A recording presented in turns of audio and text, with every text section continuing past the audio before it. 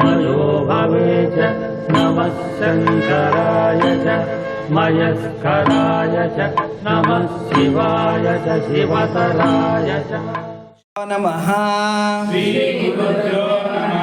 हरिः ॐ शुक्लाम्बरधरं विष्णुं शशिवर्णं चतुर्भुजं प्रसन्नवदनं ध्यायेत् सर्वविघ्नोपशान्तये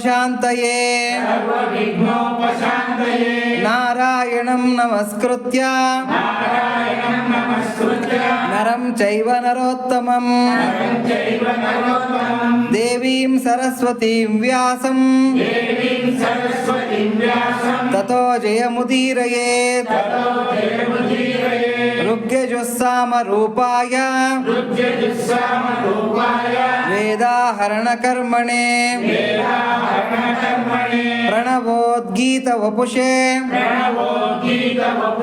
महोश्वशिरसे नमः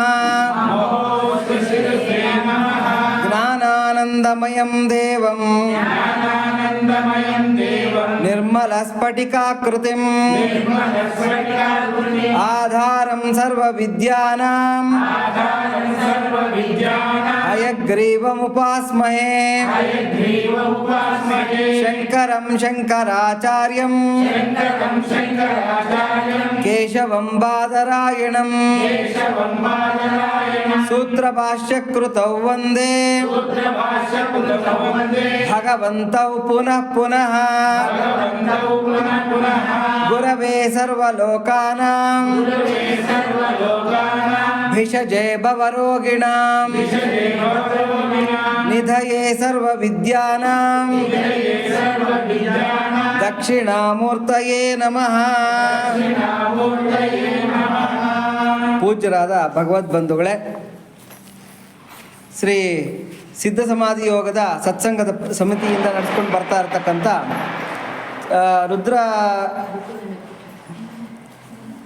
ರುದ್ರ ಭಾಷ್ಯದ ಮುಂದುವರೆದ ಭಾಗ ಚಮಕದಲ್ಲಿ 10ನೇ ಅನುವಾಕನ್ನು ನಾವು ಅಧ್ಯಯನ ಮಾಡ್ಕೊತಾ ಇದ್ವಿ. ಹಿಂದಿನ ಒಂದು ಪ್ರವಚನದಲ್ಲಿ ಕೆಲವು ಮಂತ್ರಗಳನ್ನು ಅಧ್ಯಯನ ಮಾಡ್ಕೊಂಡಿದ್ವಿ. ಅಲ್ಲಿಂದ ಮುಂದಕ್ಕೆ ನಾವು ಇವತ್ತು ಅಧ್ಯಯನ ಮಾಡ್ಕೋಬೇಕಾಗಿದೆ. ತ್ರೆವಿವರೆಗೂ ಕೂಡ ತ್ರೆವಿ ಅಂತಕ್ಕಂಥ ಮಂತ್ರಗಳವರೆಗೂ ಕೂಡ ನಾವು ಅಧ್ಯಯನ ಮಾಡ್ಕೊಂಡಿದ್ವಿ. ಇಲ್ಲಿ ವೇದಕಾರ ಮಹರ್ಷಿಗಳು ಏನು ಹೇಳ್ತಾ ಇದ್ದಾರೆ ಅಂದರೆ, ನಮ್ಮ ಶರೀರದಲ್ಲಿ ಉದ್ಭವ ಆಗ್ತಕ್ಕಂಥ ವ್ಯಾಧಿಗಳ ಬಗ್ಗೆ ಮಾತಾಡ್ತಾ ಇದ್ದಾರೆ. ಅಂದರೆ ಕೆಲವು ವ್ಯಾಧಿಗಳು ಗುಪ್ತವಾಗಿರುತ್ತೆ ಶರೀರದಲ್ಲಿ, ಕೆಲವು ವ್ಯಾಧಿಗಳು ಹೊರಗಡೆಗೆ ತೋರ್ಕೊಂಡ್ರೂ ಕೂಡ ಎಳೆಯ ಒಂದು ಇದರಲ್ಲಿರುತ್ತೆ, ಅಂದರೆ ಬೆಳವಣಿಗೆ ಹಂತದಲ್ಲಿರುತ್ತೆ. ಕೆಲವು ವ್ಯಾಧಿಗಳು ಬೆಳೆದು ಒಂದು ಹಂತಕ್ಕೆ ಬಂದುಬಿಟ್ಟಿರುತ್ತೆ. ಈ ಥರ ಸಾಕಷ್ಟು ಆಗಿರತಕ್ಕಂಥ ಕೆಲವು ಮಾನಸಿಕವಾಗಿರ್ತಕ್ಕಂಥ ವ್ಯಾಧಿಗಳು, ಕೆಲವು ಶಾರೀರಿಕವಾಗಿರ್ತಕ್ಕಂಥ ವ್ಯಾಧಿಗಳು, ಅದ್ರ ಬಗ್ಗೆ ಎಲ್ಲ ನಾವು ಹಿಂದಿನ ಒಂದು ಇದರಲ್ಲಿ ಪ್ರವಚನದಲ್ಲಿ ಚರ್ಚೆ ಮಾಡ್ಕೊಂಡ್ವಿ.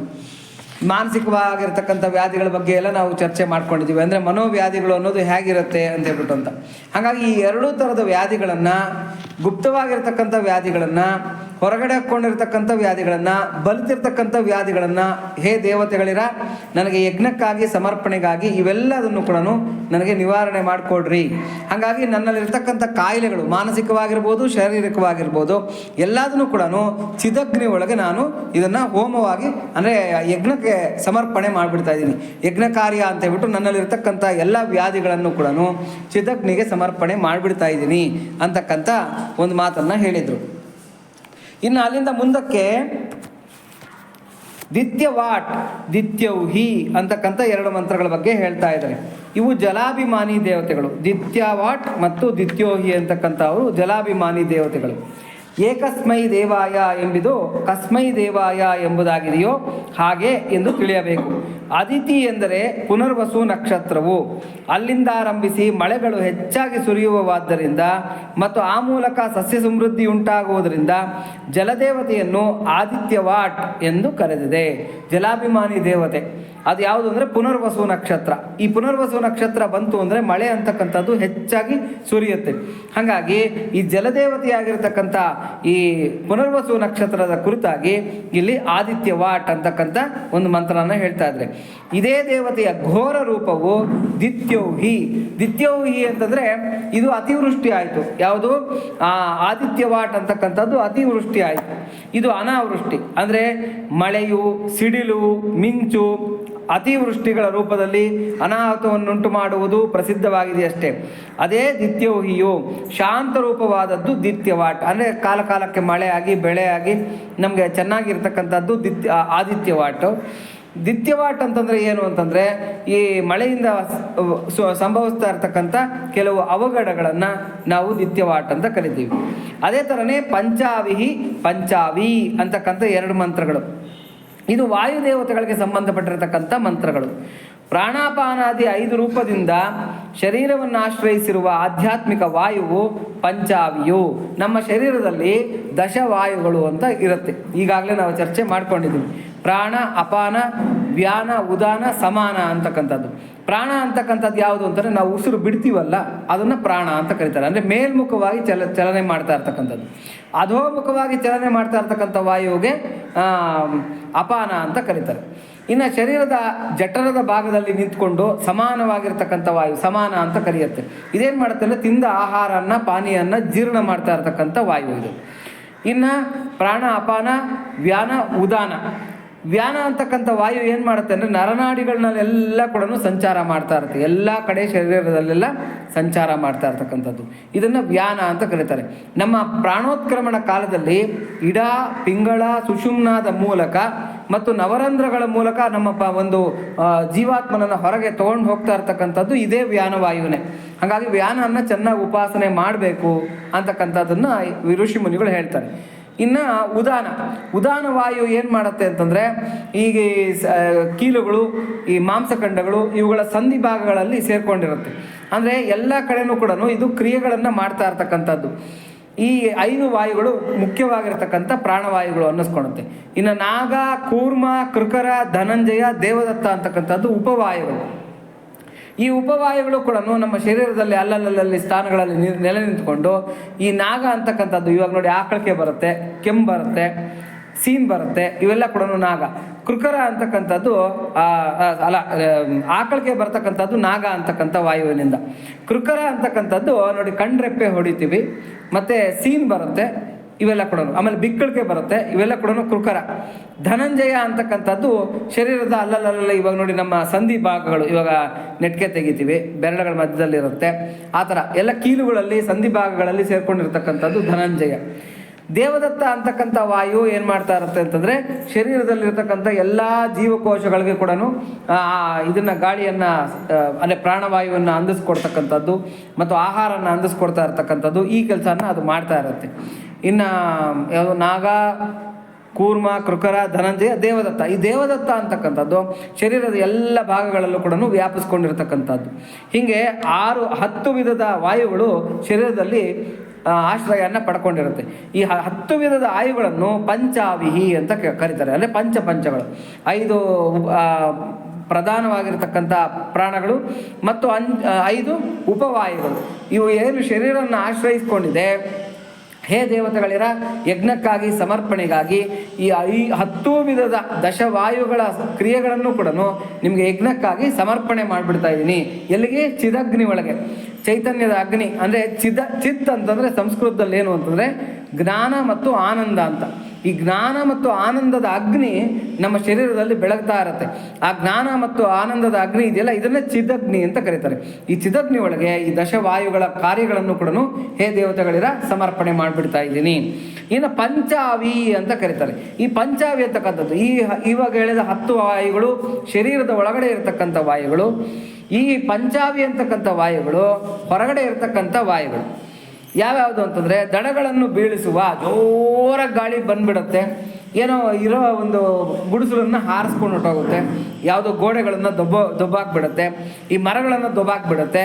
ಇದನ್ನು ಮರಗಳನ್ನು ಬೀಳಿಸುವ, ಮರಗಳನ್ನು ಬುಡಮೇಲು ಮಾಡುವ, ಸುಂಟರ ಗಾಳಿಯಾಗಿ ಚಕ್ರದಂತೆ ತಿರುಗುವ, ರೋಗಾದಿಗಳನ್ನುಂಟಾಗುವಂತೆ ಕೆಟ್ಟದಾಗಿ ಬೀಸುವ ಕಲ್ಲಿನ ಚೂರು, ಬೆಂಕಿ ಕಿಡಿಗಳನ್ನು ಒಯ್ದು ತರುವ ಈ ವಾಯುಗಳು 5 ರೂಪವಾದ ಗಾಳಿಯೇ ಪಂಚಾವಿ ಅಂತ. ಇದು ಕೂಡ ದಶ ರೂಪಗಳಲ್ಲಿ ಇರುತ್ತೆ. ಅಂದರೆ 5 ರೂಪ, 5 ಪ್ರಧಾನವಾಗಿರ್ತಕ್ಕಂಥ ವಾಯುಗಳು, 5 ಉಪವಾಯುಗಳು. ಹೀಗೆ ಟೋಟಲ್ಲು 10 ವಾಯುಗಳು ನಮ್ಮ ಶರೀರದಲ್ಲಿರುತ್ತೆ. ಇದು ಒಳ್ಳೆಯದು ಮತ್ತು ಕೆಟ್ಟದ್ದು ಎರಡನ್ನೂ ಮಾಡ್ತಾ ಇರುತ್ತೆ. ಹೊರಗಡೆನೂ ಕೂಡ 10 ವಾಯುಗಳಿರುತ್ತೆ. ಅದು ಕೂಡ ಒಳ್ಳೆಯದು ಮತ್ತು ಕೆಟ್ಟದ್ದನ್ನು ಮಾಡ್ತಾ ಇರತಕ್ಕಂಥ ವಾಯುಗಳು. ಹೇ ದೇವತೆಗಳಿರ, ಈ ಇಷ್ಟೂ ವಾಯುಗಳನ್ನು ಯಜ್ಞಕ್ಕಾಗಿ ನಿಮಗೆ ಸಮರ್ಪಣೆ ಮಾಡಿಬಿಡ್ತಾ ಇದ್ದೀನಿ. ಯಾವುದ್ರೊಳಗೆ? ಚಿದಗ್ನಿ ಒಳಗೆ ಸಮರ್ಪಣೆ ಮಾಡಿಬಿಡ್ತಾ ಇದ್ದೀನಿ ಅಂತ ಹೇಳ್ಬಿಟ್ಟದ್ದು. ಹಾಗೆಯೇ ತ್ರಿವತ್ಸ ಎಂದರೆ 3 ಲೋಕಗಳ ವತ್ಸ ಎಂದರೆ ಯಾರು ಎಂದರೆ ಎದೆಯ ನಡುವೆ ಇರುವ ಸೂರ್ಯನು. ಅಂದರೆ 3 ಲೋಕಗಳಿಗೂ ಒಂದು ಸೆಂಟರ್ ಪಾಯಿಂಟ್ ಇರುತ್ತೆ. ಯಾವುದು ಅಂದರೆ ಭೂರ್ ಭುವ ಸುವ ಅಂತ ಹೇಳ್ಬಿಟ್ಟು ಅಂತ. ಭೂರ್ ಭುವ ಸುವ ಅಂತಕ್ಕಂಥ 3 ಲೋಕಗಳಿಗೂ ಸೆಂಟರ್ ಪಾಯಿಂಟ್ ಯಾವುದು ಅಂತಂದರೆ ಸೂರ್ಯ. ತ್ರಿವತ್ಸ ಅಂತಂದರೆ ಸೂರ್ಯ ಅಂತ ಇಲ್ಲಿ ನಾವು ಅರ್ಥ ಮಾಡ್ಕೋಬೇಕು. ಅಂದರೆ ನಮ್ಮ ಭೂಲೋಕ ಅಂದರೆ ಐಹಿಕವಾಗಿರತಕ್ಕಂಥ ಲೋಕ. ಭುವರ್ ಲೋಕ ಅಂತಂದರೆ ಹೆಂಗಿರುತ್ತೆ ಅಂತಂದರೆ ಸೂಕ್ಷ್ಮವಾಗಿರ್ತಕ್ಕಂಥ ಲೋಕಗಳಿರುತ್ತೆ. ಇಲ್ಲೇನಾಗಿರುತ್ತೆ ಅಂತಂದರೆ ಬೇರೆ ಡೈಮೆನ್ಷನ್ಸ್ ಇರುತ್ತೆ, ಸೂಕ್ಷ್ಮವಾಗಿರ್ತಕ್ಕಂಥ ಲೋಕಗಳಿರುತ್ತೆ. ಅದನ್ನು ಭುವರ್ ಲೋಕ ಅಂತ ಕರೀತಾರೆ. ಅಲ್ಲಿ ಗಂಧರ್ವರು, ಯಕ್ಷರು ಇವರೆಲ್ಲ ವಾಸ ಮಾಡಿಕೊಂಡು ಓಡಾಡ್ಕೊಂಡು ಇರ್ತಾರೆ. ಇನ್ನು ಸುವರ್ಲೋಕ ಅಂದರೆ ದೇವತೆಗಳು ವಾಸ ಮಾಡ್ತಾ ಇರ್ತಕ್ಕಂಥದ್ದು. ಇದು ಅತೀಂದ್ರಿಯವಾಗಿರ್ತಕ್ಕಂಥ ಲೋಕ, ಇಂದ್ರಿಯಾತೀತವಾಗಿರ್ತಕ್ಕಂಥ ಲೋಕ. ಈ ಶರೀರದಲ್ಲಿರ್ತಕ್ಕಂಥ ಈ ಇಂದ್ರಿಯಗಳಿಂದ ಅನುಭವಕ್ಕೆ ಬರದೇ ಇರತಕ್ಕಂಥ ಲೋಕ. ಹಾಗಾಗಿ ಭೂರ್ ಭುವ ಸುವರ್ ಅಂತಕ್ಕಂಥ 3 ಲೋಕಗಳಿರುತ್ತೆ. ಆ 3 ಲೋಕಗಳಿಗೂ ಕೂಡ ಆಧಾರವಾಗಿರ್ತಕ್ಕಂಥದ್ದು ಯಾರು ಅಂದರೆ ಸೂರ್ಯ ಒಬ್ಬನೇ. ಹಾಗಾಗಿ ಈ ಸೂರ್ಯನನ್ನು ತ್ರಿವತ್ಸ ಅಂತ ಕರೀತಾರೆ, 3 ಲೋಕಗಳ ವತ್ಸ. ಹಾಗಾಗಿ ಹೇ ದೇವತೆಗಳಿರ, ಈ ತ್ರಿವತ್ಸನಾಗಿರ್ತಕ್ಕಂಥ ಸೂರ್ಯನನ್ನು ನಾನು ಸಮಿತ್ತಾಗಿ ಈ ಚಿದಗ್ನಿ ಒಳಗೆ ಸಮರ್ಪಣೆ ಮಾಡಿಬಿಡ್ತಾ ಇದ್ದೀನಿ ಅಂತ ಹೇಳ್ಬಿಟ್ಟಂತ. ನೋಡಿ, ಸೂರ್ಯನಿಂದನೇ ನಾವೆಲ್ಲ ನೋಟಗಳನ್ನು ನೋಡ್ತಕ್ಕಂಥದ್ದು. ನಾವೇನೇನು ನೋಡ್ತಾ ಇದ್ದೀವಿ, ದೃಶ್ಯಗಳು, ಈ ದೃಶ್ಯ ಪ್ರಪಂಚ ಅದೆಲ್ಲ ಕೂಡ ಸೂರ್ಯನಿಂದನೇ ನೋಡ್ತಾ ಇರ್ತಕ್ಕಂಥದ್ದು. ಏಕೆಂದರೆ ಚಕ್ಷು ಸೂರ್ಯೋ ಅಜಾಯತ ಅಂತ ಹೇಳುತ್ತೆ ಯಾವುದು ಋಗ್ವೇದ ಪುರುಷ ಸೂಕ್ತದಲ್ಲಿ. ಹಾಗಾಗಿ ಕಣ್ಣಿನಿಂದ ಸೂರ್ಯ ಉತ್ಪತ್ತಿ ಆಗಿದ್ದಾನೆ ಅಂತ. ಅಂದರೆ ಕಣ್ಣಿಗೆ ಅಧಿದೇವತೆ ಯಾರು ಅಂದರೆ ಸೂರ್ಯ. ಹಾಗಾಗಿ ಸೂರ್ಯನನ್ನು ನಾನು ಚಿದಗ್ನಿ ಒಳಗೆ ಸಮರ್ಪಣೆ ಮಾಡ್ತಾ ಇದ್ದೀನಿ ಅಂತಂದರೆ ನನ್ನ ಇಡೀ ದೃಶ್ಯನ ನಾನೇನೇನು ನೋಡ್ತಾ ಇದ್ದೀನಿ ಅದೆಲ್ಲ ಕೂಡ ನಾನು ಸಮಿತ್ತಾಗಿ ಮಾಡಿ ಚಿದಗ್ನಿ ಒಳಗೆ ನಾನು ಅದನ್ನು ಸಮರ್ಪಣೆ ಮಾಡಿಬಿಡ್ತಾ ಇದ್ದೀನಿ. ಆಮೇಲೆ ತ್ರಿವತ್ಸ ಅಂತ ಒಂದು ದೀರ್ಘ ಹೇಳ್ತಾರೆ. ತ್ರಿವತ್ಸ ಅಂತಂದರೆ ಸೂರ್ಯ. ತ್ರಿವತ್ಸ ಎಂದರೆ ಈ ಸೂರ್ಯನಿಂದ ಉತ್ಪತ್ತಿ ಆಗ್ತಕ್ಕಂಥ ಬೆಳಕನ್ನು ಪಡೀತಾ ಇರತಕ್ಕಂಥದ್ದು ಯಾವುದು? ಚಂದ್ರ, ಗ್ರಹಗಳು, ನವಗ್ರಹಗಳು, ಚಂದ್ರ ಇವರೆಲ್ಲ ಏನು ಮಾಡ್ತಾ ಇದ್ದಾರೆ ಅಂದರೆ ಸೂರ್ಯನಿಂದ ಬರ್ತಾ ಇರತಕ್ಕಂಥ ಆ ಬೆಳಕನ್ನು ಪಡ್ಕೊಂಡು ತಾವು ಪ್ರತಿಫಲಿಸಿ ತಮ್ಮ ಬೆಳಕು ಅನ್ನೋ ಥರದಲ್ಲಿ ತೋರಿಸ್ಕೊತಾ ಇರ್ತಕ್ಕಂಥದ್ದು ಯಾವುದು? ಚಂದ್ರ ಮತ್ತು ಇತರೆ ಗ್ರಹಗಳು. ಇಷ್ಟೂ ಗ್ರಹ ಶಕ್ತಿಗಳನ್ನು ಮತ್ತು ಇಷ್ಟು ಗ್ರಹಗಳಿಗೆ ಸಂಬಂಧಪಟ್ಟಿರ್ತಕ್ಕಂಥ ವಿಷಯಗಳನ್ನು ಹೇ ದೇವತೆಗಳಿರ ನಾನು ಚಿದಗ್ನಿ ಒಳಗೆ ಸಮಿತ್ತಾಗಿ ಮಾಡಿ ಸಮರ್ಪಣೆ ಮಾಡಿಬಿಡ್ತಾ ಇದ್ದೀನಿ ಅಂತ ಹೇಳ್ಬಿಟ್ಟು ಅಂತ. ಅಲ್ಲಿಗೆ ಅದು ಮುಗೀತು. ತುರ್ಯವಾಟ್ ಅಂತಕ್ಕಂಥದ್ದು. ತುರ್ಯವಾಟ್ ಅಂದರೆ ತುರೀಯವೆಂದು ಕರೆಯಲ್ಪಡುವ ಉಪನಿಷತ್ ಪ್ರಸಿದ್ಧವಾಗಿರುವ ಯಾವ ಪರಬ್ರಹ್ಮ ಉಂಟೋ ಅದನ್ನು ಧರಿಸಿರುವ ದಹರಾಕಾಶ. ನಾನು ಆಲ್ರೆಡಿ ಹೇಳಿದ್ದೀನಿ, ಮಹದಾಕಾಶ, ದಹರಾಕಾಶ ಅಂತ 2 ಇರುತ್ತೆ. ಅಣ್ಚಿದ ಅಂದರೆ ಅಂದಲ್ಲ, ಅದು ಆರ್ಚಿದಾಕಾಶ. ಯಾವುದನ್ನ ದಹರಾಕಾಶನ್ನೇ ಚಿದಾಕಾಶ ಅಂತಲೂ ಕರೀತಾರೆ. ಅಂದರೆ ಜ್ಞಾನ ಮತ್ತು ಆನಂದಗಳಿಂದ ಕೂಡಿರ್ತಕ್ಕಂಥ ಆಕಾಶ ಅಂತ ಹೇಳ್ಬಿಟ್ಟಂತ. ಇವೆರಡೂ ಕೂಡ ಒಟ್ಟೊಟ್ಟಿಗೆ ಇರುತ್ತೆ. ನಮಗೆ ಬೇರೆ ಮಾಡೋದಕ್ಕೆ ಭಾಳ ಕಷ್ಟ ಆಗತ್ತೆ. ಅದಕ್ಕೆ ತ್ಯಾಗರಾಜರು ಒಂದು ಕಡೆ ಹೇಳ್ತಾರೆ, ದಹರಂಬು ಕರುಗ ಕರಮುನ ಬಟ್ಟ ಜಾನಕಿ ತಪಮೇಮಿ ಚೇಸೆನೋ ತಿಳಿಯ ಅಂತ ಹೇಳ್ತಾರೆ ತ್ಯಾಗರಾಜರು. ದಹರಂಬು ಅಂದರೆ ಈ ದಹರಾಕಾಶ ಎಲ್ಲ ಕರಗೋದು ನೋಡಿದ್ದೀರಾ? ಕರಗಿ ನೀರಾಗೋದು ನೋಡಿದ್ದೀರಾ? ಅದು ಘನೀಭೂತ ಆಗೋದೆಲ್ಲ ನೋಡಿದ್ದೀರಾ? ಅಂದರೆ ಈ ಆಕಾಶನೇ ಕರಗಲ್ಲ. ನಮ್ಗೆ ಇಲ್ಲಿ ಕಾಣಿಸ್ತಾ ಇರ್ತಕ್ಕಂಥ ಆಕಾಶ ಅಂದರೆ ಸ್ಪೇಸ್ ಅಂತ. ಈ ಆಕಾಶನೇ ಕರಗಲ್ಲ, ನಮ್ಮ ಕೈಗೆ ಸಿಗಲ್ಲ. ಅಂಥದ್ರಲ್ಲಿ ಇದಕ್ಕಿಂತ ಸೂಕ್ಷ್ಮವಾಗಿರ್ತಕ್ಕಂಥದ್ದು ಈ ಆಕಾಶಕ್ಕೆ ಅಂತರ್ಯಾಮಿಯಾಗಿರ್ತಕ್ಕಂಥದ್ದು ಮತ್ತು ಈ ಆಕಾಶಕ್ಕೆ ಅಂದರೆ ಮಹದಾಕಾಶಕ್ಕೆ ಆಧಾರಭೂತವಾಗಿರ್ತಕ್ಕಂಥದ್ದು ದಹರಾಕಾಶ ಅಥವಾ ಚಿದಾಕಾಶ. ಇದು ಕರಗಿ ನೀರಾಗಿ ಘನೀಭೂತವಾಗಿ ಒಂದು ಆಕೃತಿ ತಳೆದು ಏನು ಆಶ್ಚರ್ಯ, ಅದು ಬಂದು ಜಾನಕಿಯ ಕೈ ಹಿಡ್ಕೊಂಡಿದೆಯಲ್ಲ ಕನ್ಯಾದಾನಕ್ಕೆ ಅಂತ ಹೇಳ್ಬಿಟ್ಟು ಅಂತ. ಈ ಜಾನಕಿ ಮಾಡ್ಕೊಂಡಿರ್ತಕ್ಕಂಥ ತಪಸ್ಸೇನು ನನಗೆ ಗೊತ್ತಾಗ್ತಾ ಇಲ್ವೇ ಅಂತ ಹೇಳ್ತಾರೆ ತ್ಯಾಗರಾಜರು. ಅಂದರೆ ಅಷ್ಟು ಈಸಿಯಾಗಿ ಸಿಗ್ತಕ್ಕಂಥದ್ದಲ್ಲ ಈ ದಹರಾಕಾಶ. ಈ ದಹರಾಕಾಶ ಅಂದರೆ ಪರಬ್ರಹ್ಮ ಸ್ವರೂಪವಾಗಿರತಕ್ಕಂಥ ಉಪನಿಷತ್ ಪ್ರತಿಪಾದ್ಯವಾಗಿರತಕ್ಕಂಥ ಪರಬ್ರಹ್ಮ ಸ್ವರೂಪವಾಗಿರತಕ್ಕಂಥ ಈ ದಹರಾಕಾಶ ಯಾವುದಿದೆಯೋ ಅದನ್ನು ತುರಿಯ ವಾಟ, ತುರಿಯ ಅಂತಂದರೆ ತುರಿಯ ಅಂತ ಕರೀತಾರೆ. ಅಂದರೆ ಸುಪ್ರೀಂ ಅಂತ, ಎಲ್ಲದಕ್ಕೂ ಮೇಲಿರ್ತಕ್ಕಂಥದ್ದು, ಎಲ್ಲದಕ್ಕೂ ಮೀರಿರ್ತಕ್ಕಂಥದ್ದು, ಅದನ್ನು ತುರಿಯ ಅಂತ ಕರೀತಾರೆ. ಅದಕ್ಕೆ ತುರಿಯ ವಾಟ್ ಅಂತಂದರೆ ಈ ದಹರಾಕಾಶ, ಚಿದಾಕಾಶ ಅಂತಕ್ಕಂಥದ್ದು. ಈ ಚಿದಾಕಾಶನ ನಾನು ಮತ್ತೆ ಚಿದಗ್ನಿನೊಳಗೇನೆ ಸಮರ್ಪಣೆ ಮಾಡಿಬಿಡ್ತಾ ಇದ್ದೀನಿ ಅಂತ. ಈ ಚಿದಾಕಾಶನ ನೋಡಬೇಕು ಅಂದರೆ ನಾವು ತುಂಬ ಈಸಿಯಾಗಿ ನೋಡ್ಬೋದು. ನೋಡಿ, ದಹರಾಕಾಶನ, ಇದು ಯಾವುದು ಮಹದಾಕಾಶನ ನಾವು ಇಲ್ಲಿ ನೋಡ್ಬೋದು. ಇಲ್ಲಿರ್ತಕ್ಕಂಥ ಸ್ಪೇಸ್ ಎಲ್ಲ ಕೂಡ ಮಹದಾಕಾಶ. ಆಕಾಶ ತಲೆ ಎತ್ತಿ ನೋಡಿದ್ರೆ ಏನು ಕಾಣ್ತಾ ಇರುತ್ತೆ, ಆ ಆಕಾಶ ಎಲ್ಲ ಕೂಡ ಯಾವುದು ಮಹದಾಕಾಶ ಅಂತ. ಅಂದರೆ ಪಂಚಭೌತಿಕವಾಗಿರತಕ್ಕಂಥ ಒಂದು ಭೂತ ಅದು. 5 ಭೂತಗಳಲ್ಲಿ ಒಂದು ಭೂತ. ಅಂದರೆ ಭೂತ ಅಂದರೆ ಅತಿ ದೊಡ್ಡದು ಅಂತ ಹೇಳ್ಬಿಟ್ಟು ಅಂತ. ಈ ಆಕಾಶನೇ ತುಂಬ ದೊಡ್ಡದು, ಎಷ್ಟೋ ಗ್ಯಾಲಕ್ಸಿಗಳನ್ನು ಹೊತ್ಕೊಂಡಿದೆ, ಎಷ್ಟೋ ಲೋಕಗಳನ್ನು ಹೊತ್ಕೊಂಡಿದೆ, ಆದಿ ಅಂತ್ಯಗಳಿಲ್ಲದೆ ಇರತಕ್ಕಂಥದ್ದು. ಇವತ್ತಿಗೂ ಕೂಡ ನಾವು ಅದರ ಆದಿ ಅಂತ್ಯನ ನೋಡೋದಕ್ಕೆ ಆಗ್ತಾ ಇಲ್ಲ. ನಾವು ಇಲ್ಲಿವರೆಗೂ ಒಂದು ಊಹಿಸೋದಕ್ಕಾಗಿರೋದೇನು ಅಂದರೆ ಅಬ್ಸರ್ವಬಲ್ ಯೂನಿವರ್ಸ್ ಅಂತ ಕರೀತಾರೆ. ಅಬ್ಸರ್ವಬಲ್ ಯೂನಿವರ್ಸ್ ಅಂತ ಅಂದರೆ ಏನು ಊಹೆ ಮಾಡ್ತೀವೋ ಅಷ್ಟವರೆಗೂ ಕೂಡ ನಾವು ಮಾಡ್ತೀವಿ. ನಮ್ಮ ಊಹೆ ಮಾಡ್ತಾ ಇರತಕ್ಕಂಥ ಆಕಾಶ ಎಷ್ಟಿದೆ ಅಂತಂದರೆ ಸಾಸಿವೆ ಕಾಳಷ್ಟಂತ. ಊಹೆ ಮಾಡೋಕ್ಕೆ ಸಿಗದೇ ಇರತಕ್ಕಂಥ ಆಕಾಶ ಇನ್ನೂ ಎಷ್ಟು ಉಳ್ಕೊಂಡಿದೆ ಅಂತಂದರೆ ಅದು ನಮ್ಮ ಭೂಮಿ ಅಷ್ಟೊಂದು. ಸಾಸಿವೆ ಕಾಳಷ್ಟೇ ನಾವಿವತ್ತು ಊಹೆ ಮಾಡೋಕ್ಕಾಗ್ತಾ ಇರೋದು, ನೋಡೋಕ್ಕಲ್ಲ, ಊಹೆ ಮಾಡೋಕ್ಕಾಗ್ತಾ ಇರ್ತಕ್ಕಂಥದ್ದು. ಹಾಗಾಗಿ ಅಂತಹ ಮಹದಾಕಾಶಕ್ಕೆ ಪರಮಾತ್ಮ ಏನು ಮಾಡಿದ್ದಾನೆ ಅಂತಂದರೆ ಹೊಕ್ಕಳಷ್ಟು ಜಾಗನ ಕೊಟ್ಟಿದ್ದಾನೆ. ನಾಭ್ಯ ಆಸೀದಂತರಿಕ್ಷಂ ಅಂತೇಳ್ಬಿಟ್ಟು ಪುರುಷ ಸೂಕ್ತ ಹೇಳ್ತಾ ಇರ್ತಕ್ಕಂಥದ್ದು. ಹೊಕ್ಕಳಷ್ಟು ಜಾಗ ಅಂದರೆ ಯಕ್ಕಶ್ಚಿತ್ ಜಾಗನ ಕೊಟ್ಟಿದ್ದಾನಂತೆ.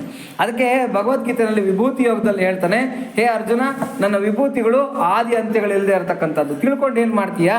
ಒಂದೇ ಒಂದು ಮಾತಿನಲ್ಲಿ ಹೇಳ್ತೀನಿ ಕೇಳು, ಇಡೀ ಸೃಷ್ಟಿನ ನನ್ನ ಒಂದು ಅಂಶದಲ್ಲಿ ನಾನು ವ್ಯಾಪಿಸ್ಕೊಂಡಿದ್ದೀನಿ ಅಂತೇಳಿ. ಒಂದೇ ಒಂದು ಅಂಶ, ಅನಂತವಾಗಿರತಕ್ಕಂಥ ಅಂಶ ಪರಮಾತ್ಮ ಆದರೆ ಕೇವಲ ಒಂದು ಅಂಶದಲ್ಲಿ ಈ ಇಡೀ ಸೃಷ್ಟಿಯನ್ನು ವ್ಯಾಪಿಸ್ಕೊಂಡಿರ್ತಕ್ಕಂಥದ್ದು. ಅಂಥ ಪರಮಾತ್ಮ ಎಷ್ಟು ದೊಡ್ಡವನಾಗಿರಬೇಕು? ಅದಕ್ಕೆ ಅವನ ಹೆಸರು ಅನಂತ ಅಂತ ಹೆಸರು. ಅಂತಹ ಮಹದಾಕಾಶ ಯಾವುದು ಚಿದಾಕಾಶ ಇದೆಯಲ್ಲ, ದಹರಾಕಾಶ ಅಂತ ಕರೀತಾರಲ್ಲ, ಅದು ಎಲ್ಲಿದೆ ಅಂತಂದರೆ ನೋಡಿ ನಮ್ಮ ಒಳಗಡೆ ಇದೆ, ಅಂತರ್ಯಾಮಿಯಾಗಿ ನಮ್ಮೊಳಗೆ ಸೇರಿಕೊಂಡಿದೆ. ನೀವು ಕನಸು ಕಾಣ್ತೀರಾ, ಕನಸು ಕಾಣ್ತಾ ಇರ್ತಕ್ಕಂಥ ಆಕಾಶ ಯಾವುದು? ಆ ಕನಸು ಕಾಣೋದಕ್ಕೆ ಅವಕಾಶ ಮಾಡಿಕೊಟ್ಟಿರ್ತಕ್ಕಂಥ ಆಕಾಶ ಯಾವುದು ಅಂತಂದರೆ ಇದೇ ದಹರಾಕಾಶ. ಧ್ಯಾನ ಮಾಡ್ತೀವಿ, ಧ್ಯಾನ ಮಾಡೋದಕ್ಕೆ ಅವಕಾಶ ಮಾಡಿಕೊಟ್ಟಿರ್ತಕ್ಕಂಥ ಆಕಾಶ ಯಾವುದು ಅಂತಂದರೆ ಇದೇ ಚಿದಾಕಾಶ, ಇದೇ ದಹರಾಕಾಶ. ಈ ದಹರಾಕಾಶನ ನಾವು ಅಬ್ಸರ್ವ್ ಮಾಡ್ಬೋದು, ಅಂದರೆ ನಾವು ಅದರೊಳಗೆ ಮುಳುಗಿ ತೇಲ್ಬೋದು. ಇದೇನು ಅಂದರೆ ಆದಿ ಅಂತ್ಯಗಳಿಲ್ಲದೆ ಇರತಕ್ಕಂಥ ಆಕಾಶ ಇದು. ಆಮೇಲೆ ನಿಮ್ಗೆ ಏನೇ ಮ್ಯಾಟ್ರ್ ಬೇಕಾಗಿದ್ರು ಕೂಡ ಇವಾಗ ಗುರುವನ್ನ ಆಶ್ರಯಿಸಬೇಕು, ಗುರುವನ್ನ ನಾವು ಇದು ಮಾಡಬೇಕು ಅಂತೆಲ್ಲ ಹೇಳ್ತಾರಲ್ಲ, ಆ ಗುರು ಎಲ್ಲೂ ಸಿಕ್ಕಲಿಲ್ಲ ಅಂತಂದರೆ ಇದೇ ದಹರಾಕಾಶದಲ್ಲಿ ನಿಮಗೆ ಗುರು ಅಂತಕ್ಕಂಥವನು ಸಿಗ್ತಾನೆ. ಸದ್ಗುರು, ಚಿದ್ಗುರು ನೋಡಿ, ಅದಕ್ಕೆ ಷಟ್ಚಕ್ರಗಳು ಹೇಳ್ತಾರಲ್ಲ, ಷಟ್ಚಕ್ರಗಳಿಗೆ ಒಂದೊಂದು ಚಕ್ರಕ್ಕೆ ಒಬ್ಬೊಬ್ಬ ದೇವತೆಯನ್ನು ಅಧಿಪತಿಯನ್ನಾಗಿ ಮಾಡ್ಕೊಂಬರ್ತಾರೆ. ಗಣೇಶ ಮೂಲಾಧಾರಕ್ಕೆ, ಆಮೇಲೆ ಸ್ವಾಧಿಷ್ಠಾನಕ್ಕೆ ಬ್ರಹ್ಮ ಅಂತ ಹೇಳ್ತಾರೆ, ಮಣಿಪುರಕ್ಕೆ ಇದು ಮಣಿಪುರಕ್ಕೆ ಅಗ್ನಿ ಅಂತ ಹೇಳ್ತಾರೆ, ಮತ್ತು ಅನಾಹತಕ್ಕೆ ವಿಷ್ಣು ಅಂತ ಹೇಳ್ತಾರೆ, ಆಮೇಲೆ ಈ ವಿಶುದ್ಧಿಗೆ ಜೀವಾತ್ಮ ಅಂತ ಹೇಳ್ತಾರೆ, ಆಮೇಲೆ ಇದಕ್ಕೆ ಯಾವುದಕ್ಕೆ ಆಜ್ಞಾಚಕ್ರಕ್ಕೆ ಈಶ್ವರ ಅಂತ ಹೇಳ್ತಾರೆ.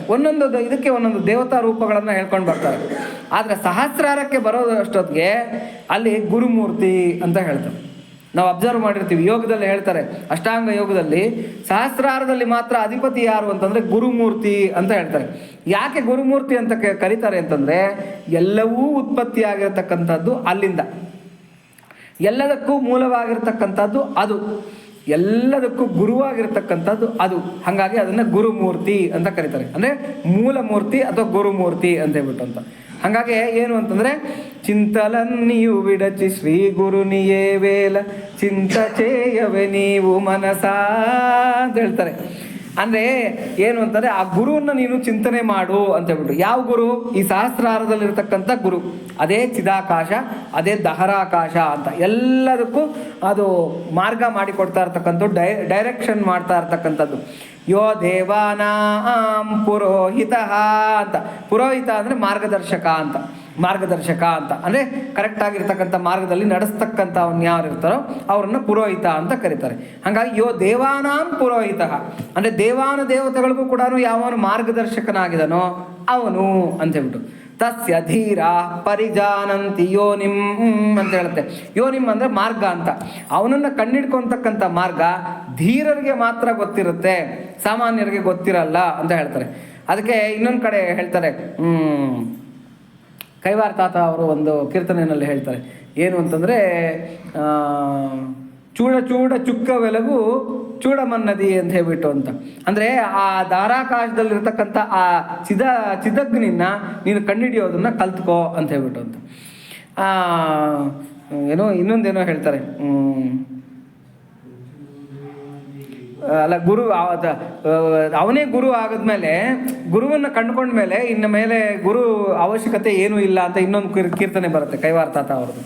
ಹಾಗಾಗಿ ಇದೇನು ಅಂತಂದರೆ, ಈ ಧಾರಾಕಾಶ ಚಿದಾಕಾಶ ಏನಿದೆ ಇದೇ ಗುರುಮೂರ್ತಿ ನಮಗೆ ಡೈರೆಕ್ಟ್ ಮಾಡ್ತಾ ಇರ್ತಕ್ಕಂಥದ್ದು. ನಮಗೆಲ್ಲೂ ಗುರುಗಳು ಸಿಕ್ಕಿಲ್ಲ ಹೊರಗಡೆ ಪ್ರಪಂಚದಲ್ಲಿ, ನಮಗೆಲ್ಲೂ ಮಾರ್ಗದರ್ಶಕರಿಲ್ಲ, ಅಥವಾ ಜೀವನದಲ್ಲಿ ನಾವು ಬೇಸತ್ತಿದ್ದೀವಿ, ನಮ್ಗೆ ಯಾವ್ದು ತಪ್ಪು ಯಾವ್ದು ಸರಿ ಗೊತ್ತಾಗ್ತಾ ಇಲ್ಲ, ಯಾವ ಮಾರ್ಗದಲ್ಲಿ ಹೋಗಬೇಕು ಅಂತಕ್ಕಂಥದ್ದು ಬೇಕು ಅಂದರೆ ಒಂದು ಅರ್ಧ ಗಂಟೆ ಕಣ್ಣು ಮುಚ್ಕೊಂಡು ಕೂತ್ಕೊಳ್ರಿ, ಸೈಲೆಂಟಾಗಿ ಕೂತ್ಕೊಂಡ್ಬಿಡ್ರಿ.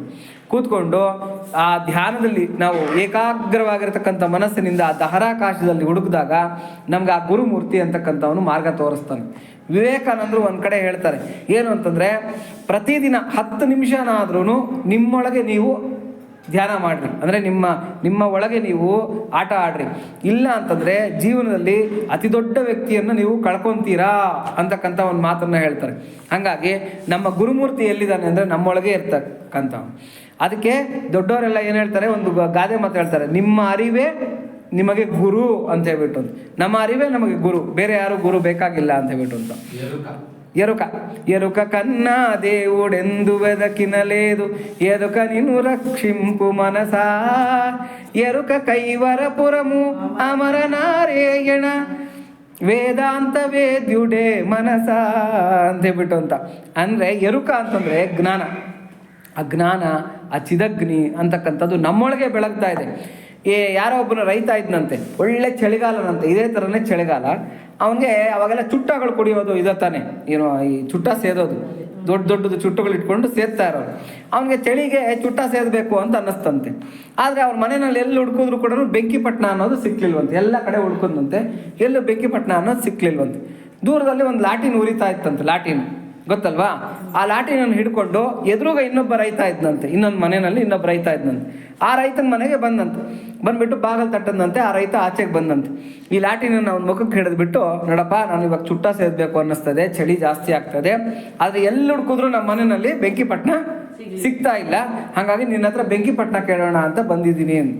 ಆವಾಗ ಅವ್ನ ತಲೆ ಮೇಲೆ ಮೊಟ್ಬಿಟ್ಟು ಹೇಳಿದಂತೆ, ದಡ್ಡ ನಿನ್ನ ಕೈನಲ್ಲಿ ಏನಿದೆ? ಲಾಟಿನ್ ಇದೆ, ಸ್ವಲ್ಪ ಹಂಗೆ ಗ್ಲಾಸ್ ಎತ್ತು ಬಿಟ್ರೆ ಸಾಕು, ಏನಾಗುತ್ತೆ, ನಿನಗೆ ಚುಟ್ಟ ಸೇದ್ಕೊಳೋದಕ್ಕೆ ಎಷ್ಟು ಬೇಕೋ ಅಷ್ಟು ಬೆಂಕಿ ಸಿಗುತ್ತೆ. ಅದಕ್ಕೆ ನಮ್ಮನೆವರೆಗೂ ಹುಡ್ಕೊಂಬಂದೇನೋ ಅಂತ ಹೇಳ್ಬಿಟ್ಟು ತಲೆ ಮೇಲೆ ಮೊಟ್ಟದಂತೆ. ನಾವು ಮಾಡ್ತಾ ಇರೋದು ಇದೇ ಕೆಲಸನೇ. ಎಲ್ಲೋ ಕಾಶಿಲಿದಾನಂತೆ ದೇವರು, ಎಲ್ಲೋ ರಾಮೇಶ್ವರದಲ್ಲಿದ್ದಾನಂತೆ, ಅಲ್ಲೆಲ್ಲೋ ಹೋದರೆ ಅದು ಪುಣ್ಯನಂತೆ, ಇಲ್ಲೆಲ್ಲೋ ಮುಳುಗಿದ್ರೆ ಪುಣ್ಯನಂತೆ ಅಂತ ಓಡಾಡ್ತಾ ಇದ್ದೀವಿ. ಆದರೆ ಸದ್ಗುರು ಏನು ಮಾಡ್ತಾನೆ, ತಲೆ ಮೇಲೆ ಮೊಟ್ಬಿಟ್ಟು ಹೇಳ್ತಾನೆ, ದಡ್ಡ ಎಲ್ಲಿದ್ದಾನೆ? ನಿನ್ನೊಳಗೆ ಇದ್ದಾನೆ, ನೀನು ಅಲ್ಲಿ ಇಲ್ಲಿ ಹುಡುಕಬೇಡ, ಚಿದಾಕಾಶ ನಿನ್ನೊಳಗೆ ಇದೆ, ನಿನ್ನೊಳಗೆ ನೀನು ಹುಡುಕೋ, ನೀನು ಸಿಗ್ತಾನೆ ಅಂತ ಹೇಳ್ಬಿಟ್ಟಂತೆ. ಈ ಕಸ್ತೂರಿ ಮೃಗ ಹಾಗೇನಂತೆ, ಅಡವಿ ಎಲ್ಲ ಓಡಾಡುತ್ತಂತೆ, ಎಲ್ಲೋ ಘಮ ಘಮ ಘಮ ಘಮ ವಾಸನೆ ಬರ್ತಾ ಇದೆ, ಎಲ್ಲಿ ಬರ್ತಾ ಇದೆ ಅಂತ ಹೇಳ್ಬಿಟ್ಟು ಅಡವಿ ಎಲ್ಲ ಓಡಾಡುತ್ತಂತೆ. ಓಡಾಡಿ ಆ ವಾಸನೆ ಎಲ್ಲಿಂದ ಬರ್ತಾ ಇದೆ ಅನ್ನೋದು ಗೊತ್ತಾಗಲೇ ಇಲ್ವಂತೆ. ಯಾವುದು? ಕಸ್ತೂರಿ ಮೃಗ. ಕಸ್ತೂರಿ ಅಂತಕ್ಕಂಥ ಗಡ್ಡೆಗಳು ಅದರ ಹೊಟ್ಟೆನಲ್ಲೇ ಇರುತ್ತೆ, ನಾಭಿ. ಅದಕ್ಕೆ ಊರ್ಣ ನಾಭಿ ಇದು ಅಲ್ಲ, ಊರ್ಣ ನಾಭಿ ಅಲ್ಲ, ಏನು ಮೃಗನಾಭಿ ಅಂತ ಏನೋ ಕರೀತಾರೆ ಅದನ್ನು. ಎಲ್ಲ ಕಡೆ ಹುಡ್ಕಾಡ್ಕೊಂಡ್ ಬರುತ್ತೆ, ಎಲ್ಲೂ ಕೂಡ ಅದ್ರ ವಾಸನೆ ಅನ್ನೋದು ಗೊತ್ತಾಗಲ್ಲ. ಕಡೆಗೆ ಸುಸ್ತಾಗ್ಬಿಟ್ಟು ಒಂದು ಮರದ ಕೆಳಗೆ ಮಲ್ಕೊಂಡ್ಬಿಡ್ತಂತೆ, ಹಿಂಗೆ ಮುದುರ್ಕೊಂಡು ಮಲ್ಕೊಂಡ್ಬಿಡ್ತಾರೆ. ಈ ಜಿಂಕೆಗಳು ಮಲಗೋ ಸ್ಟೈಲ್ ನೋಡಿದ್ದೀರಾ? ಹ್ಯಾಂಗೆ ಮಲಗುತ್ತೆ ಅಂತಂದರೆ, ಅದರ ಮುಖಾನ್ನ ತೊಗೊಂಡು ಬಂದು ಅದರ ನಾಭಿ ಹತ್ರಕ್ಕೆ ಇಟ್ಕೊಂಡು ಮಲ್ಕೊಂಡ್ಬಿಡುತ್ತೆ. ಮಲ್ಕೊಂಡಾಗ ಗೊತ್ತಾಯ್ತಂತೆ ಇದ್ರ ವಾಸನೆ ಎಲ್ಲಿಂದ ಬರ್ತಾ ಇದೆ ಅಂತ. ಎಲ್ಲಿಂದ ಬರ್ತಾ ಇದೆ ಆ ವಾಸನೆ? ತನ್ನ ಶರೀರದಿಂದಾನೇ ಬರ್ತಾ ಇದೆ, ಅದು ಹೊರಗಡೆಯಿಂದ ಬರ್ತಾ ಇಲ್ಲ, ತನ್ನ ಶರೀರದಿಂದಾನೇ ಬರ್ತಾ ಇತ್ತಂತ ಆ ವಾಸನೆ. ಹಂಗೇನೆ ನಮ್ಮ ಚಿದಾಕಾಶ, ಈ ದಹರಾಕಾಶ ಅಂತಕ್ಕಂಥದ್ದು ನಮ್ಮೊಳಗೆ ಇರ್ತಕ್ಕಂಥದ್ದು, ನಾವು ಅದನ್ನು ಪಡ್ಕೋಬೇಕಾಗಿದೆ. ಅದಕ್ಕೆ ಅದನ್ನು ತುರಿಯ ವಾಟ್ ಅಂತ ಕರೀತಾರೆ. ಇನ್ನು ಭೂತಾಕಾಶನ ಷಷ್ಟವಾಟ್ ಅಂತ ಕರೀತಾರೆ. ಷಷ್ಟವಾಟ್ ಅಂತ ಕರೀತಾರಂತೆ ಯಾವುದನ್ನ? ಈ ಮಹದಾಕಾಶನ, ನಾವಿಲ್ಲಿ ನೋಡ್ತಾ ಇರ್ತಕ್ಕಂಥ ಆಕಾಶನ. ಯಾಕೆ ಅಂತಂದ್ರೆ ಈ ಅಶುಭ ಮನಸ್ಸು ಅಲ್ಲ, ಷಷ್ಟವಾಟ್ ಅಂದ್ರೆ ಅಶುಭ ಮನಸ್ಸು ಎಂದರ್ಥ. ನಮ್ಮಲ್ಲಿರ್ತಕ್ಕಂಥ ದುಷ್ಟ ಮನಸ್ಸು, ಅಶುಭ ಮನಸ್ಸು ಏನಿದೆ ಅದನ್ನು ಷಷ್ಟವಾಟ್ ಅಂತ ಕರೀತಾರಂತೆ. ಯಾಕೆ ಅಂತಂದರೆ ಷಷ್ಟವೆಂದರೆ ವಿಷಯವಾದ ವಿಷಯಗಳು. ಅಂದರೆ ನಮ್ಮಲ್ಲಿ ಏನು ಮಾಡ್ತಾ ಇರುತ್ತೆ, ನಮ್ಮನ್ನು ದಾರಿ ತಪ್ಪಿಸ್ತಾ ಇರ್ತಕ್ಕಂಥ 6 ಗುಣಗಳಿರುತ್ತೆ. ಯಾವುದು? ಕಾಮ, ಕ್ರೋಧ, ಲೋಭ, ಮೋಹ, ಮದ, ಮಾತ್ಸರ್ಯ ಅಂತಕ್ಕಂಥದ್ದು. ಈ 6 ಗುಣಗಳಿಂದ ಕೂಡಿರ್ತಕ್ಕಂಥ ಕೆಟ್ಟ ಮನಸ್ಸು ಏನಿದೆ, ನಮ್ಮನ್ನು ದಾರಿ ತಪ್ಪಿಸ್ತಾ ಇರ್ತಕ್ಕಂಥ ಮನಸ್ಸು, ಅದನ್ನು ಷಷ್ಟವಾಟ್ ಅಂತ ಕರೀತಾರೆ. ನೋಡಿ, ಅದಕ್ಕೆ ಏನು ಹೇಳ್ತಾರೆ ಅಂತಂದರೆ ಭಗವದ್ಗೀತೆಯಲ್ಲಿ ಕೃಷ್ಣ ಹೇಳ್ತಾನೆ, ಯಾರ ಮನಸ್ಸು ಆತ್ಮನ ತನ್ನ ಒಂದು ಉದ್ಧಾರಕ್ಕೆ ತಾನೇ ಕಾರಣ, ತನ್ನ ನಾಶಕ್ಕೆ ತಾನೇ ಕಾರಣ, ಯಾರ ಮನಸ್ಸು ವಶವರ್ತಿಯಾಗಿದೆಯೋ ಅವು ಒಳ್ಳೆ ಕುದುರೆಗಳಂತೆ ನಮ್ಮನ್ನು ಕರೆಕ್ಟ್ ಆಗಿರ್ತಕ್ಕಂಥ ಗಮ್ಯಸ್ಥಾನಕ್ಕೆ ಸೇರಿಸುತ್ತೆ. ಯಾರ ಮನಸ್ಸು ವಶವರ್ತಿಯಾಗಿಲ್ವೋ ಅವೇನು ಮಾಡುತ್ತೆ ಅಂದರೆ ದುಷ್ಟ ಕುದುರೆಗಳಂತೆ ಎತ್ಕೊಂಡೋಗಿ ಪ್ರಪಾತಕ್ಕೆ ದಬಾಕ್ಬಿಡುತ್ತೆ. ಅದಕ್ಕೆ ಕಠೋಪನಿಷತ್ತಿನಲ್ಲಿ ಯಮ ಹೇಳ್ತಾನೆ, ಇಂದ್ರಿಯಗಳೇ ಕುದುರೆಗಳಂತೆ, ಮನಸ್ಸು ಅದರ ಹಗ್ಗನಂತೆ, ಬುದ್ಧಿ ಅದರ ಸಾರಥಿ ಅಂತೆ, ಜೀವಾತ್ಮ ಅದರೊಳಗೆ ಕೂತ್ಕೊಂಡಿರ್ತಾನೆ. ಶರೀರ ಅಂತಕ್ಕಂಥದ್ದೇ ರಥ. ಇದು ಕರೆಕ್ಟಾಗಿ ಕರ್ಕೊಂಡೋದ್ರೆ, ಅಂದರೆ ನಾವು ಕರೆಕ್ಟಾಗಿ ಇದನ್ನು ಚಾಲು ಮಾಡ್ಕೊಂಡು ಕರ್ಕೊಂಡೋದ್ರೆ ನಮ್ಮ ಗಮ್ಯಸ್ಥಾನನ ಸೇರಿಸುತ್ತೆ. ಇಲ್ಲ ನಾವು ಹೆಂಗಂದ್ರಂಗೆ ಹೋಗ್ಬಿಟ್ಟಿದ್ದೀವಿ ಅಂತಂದರೆ ಅದು ನಮ್ಮನ್ನು ದೊಬ್ಬಬಾರದ ಜಾಗಕ್ಕೆ ದೊಬಾಕ್ಬಿಡುತ್ತೆ. ಹಾಗಾಗಿ ನಮ್ಮ ಬುದ್ಧಿ ಏನು ಮಾಡಬೇಕು ಅಂದರೆ ನಮ್ಮ ಇಂದ್ರಿಯಗಳನ್ನು ಕಂಟ್ರೋಲ್ನಲ್ಲಿ ಇಟ್ಕೊಂಡಿರಬೇಕು ಅಂತಕ್ಕಂಥದ್ದು. ಇಲ್ಲಿ ಷಷ್ಟವಾಟ್ ಅಂದರೆ ದುಷ್ಟ ಮನಸ್ಸು ಅಂತ, ಅಂದರೆ ದುಷ್ಟತನಕ್ಕೆ ಬಿದ್ದಿರ್ತಕ್ಕಂಥ ಮನಸ್ಸು, ಇದನ್ನು ಷಷ್ಟವಾಟ್ ಅಂತ ಕರೀತಾರೆ.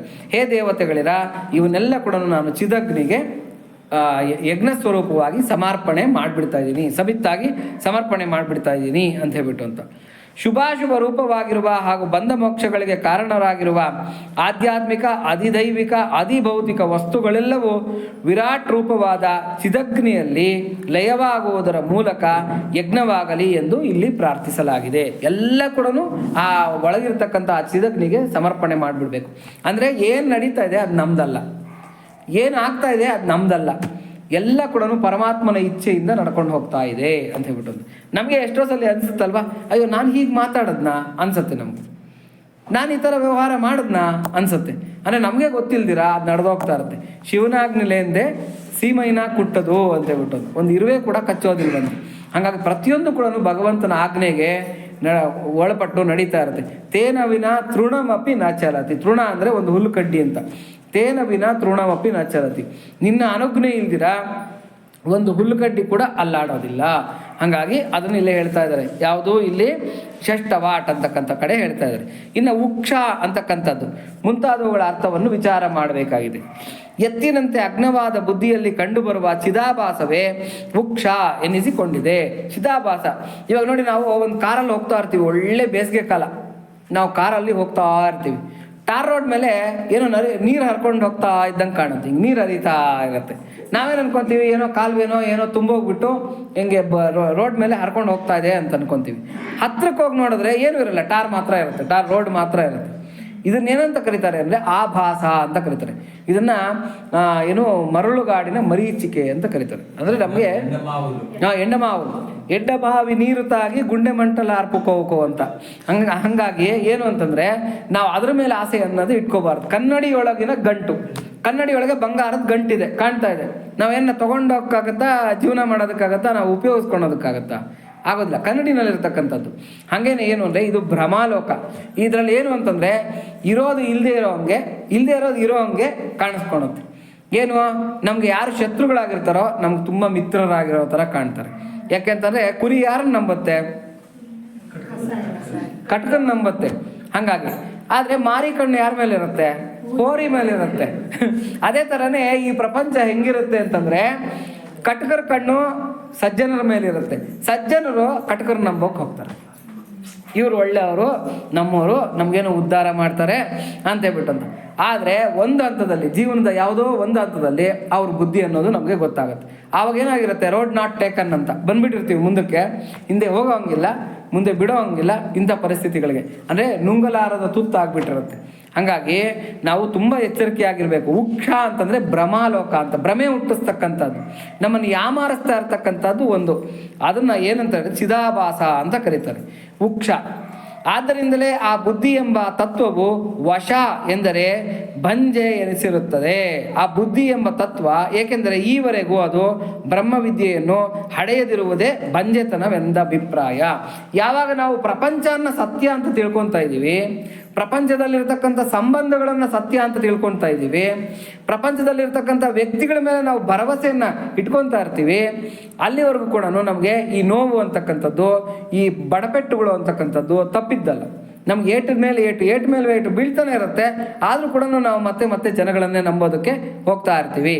ಹಾಗಾಗಿ ಈ ಪರಬ್ರಹ್ಮ ಅಂತಕ್ಕಂಥ ಥಾಟ್ ಯಾವತ್ತೂ ಕೂಡ ನಮಗೆ ಬರೋಕ್ಕೆ ಚಾನ್ಸೇ ಇಲ್ಲ ಬುದ್ಧಿನಲ್ಲಿ. ಯಾಕೆಂದರೆ ಹಂಗೆ ಯಾಮಾರಿಸ್ತಾ ಇರುತ್ತೆ ಈ ಮಾಯೆ ಅಂತಕ್ಕಂಥದ್ದು. ಎಲ್ಲಿ ಪರಬ್ರಹ್ಮ ಅಂತಕ್ಕಂಥ ಶಿಶುವಿಗೆ ಜನ್ಮನೇ ಕೊಟ್ಟಿಲ್ವ ನಮ್ಮ ಬುದ್ಧಿ, ಆವಾಗ ಅದೇನಂತ ಅನ್ನಿಸ್ಕೊಳುತ್ತೆ, ಬಂಜೆ ಅಂತ ಅನ್ನಿಸ್ಕೊಳುತ್ತೆ. ಅಂದರೆ ಮಗುನ್ನೇ ಹಡಿದೇ ಇರತಕ್ಕಂಥ ಬಂಜೆ ಅಂತ. ಅದಕ್ಕೆ ವಶ ಅಂತ ಕರೀತಾರಂತೆ. ಉಕ್ಷ ಅಂತಂದರೆ ಭ್ರಮೆ, ವಶ ಅಂತಂದರೆ ಪರಬ್ರಹ್ಮದ ಚಿಂತನೆಯೇ ಇಲ್ಲದೆ ಇರತಕ್ಕಂಥ ಒಂದು ಸ್ಥಿತಿ.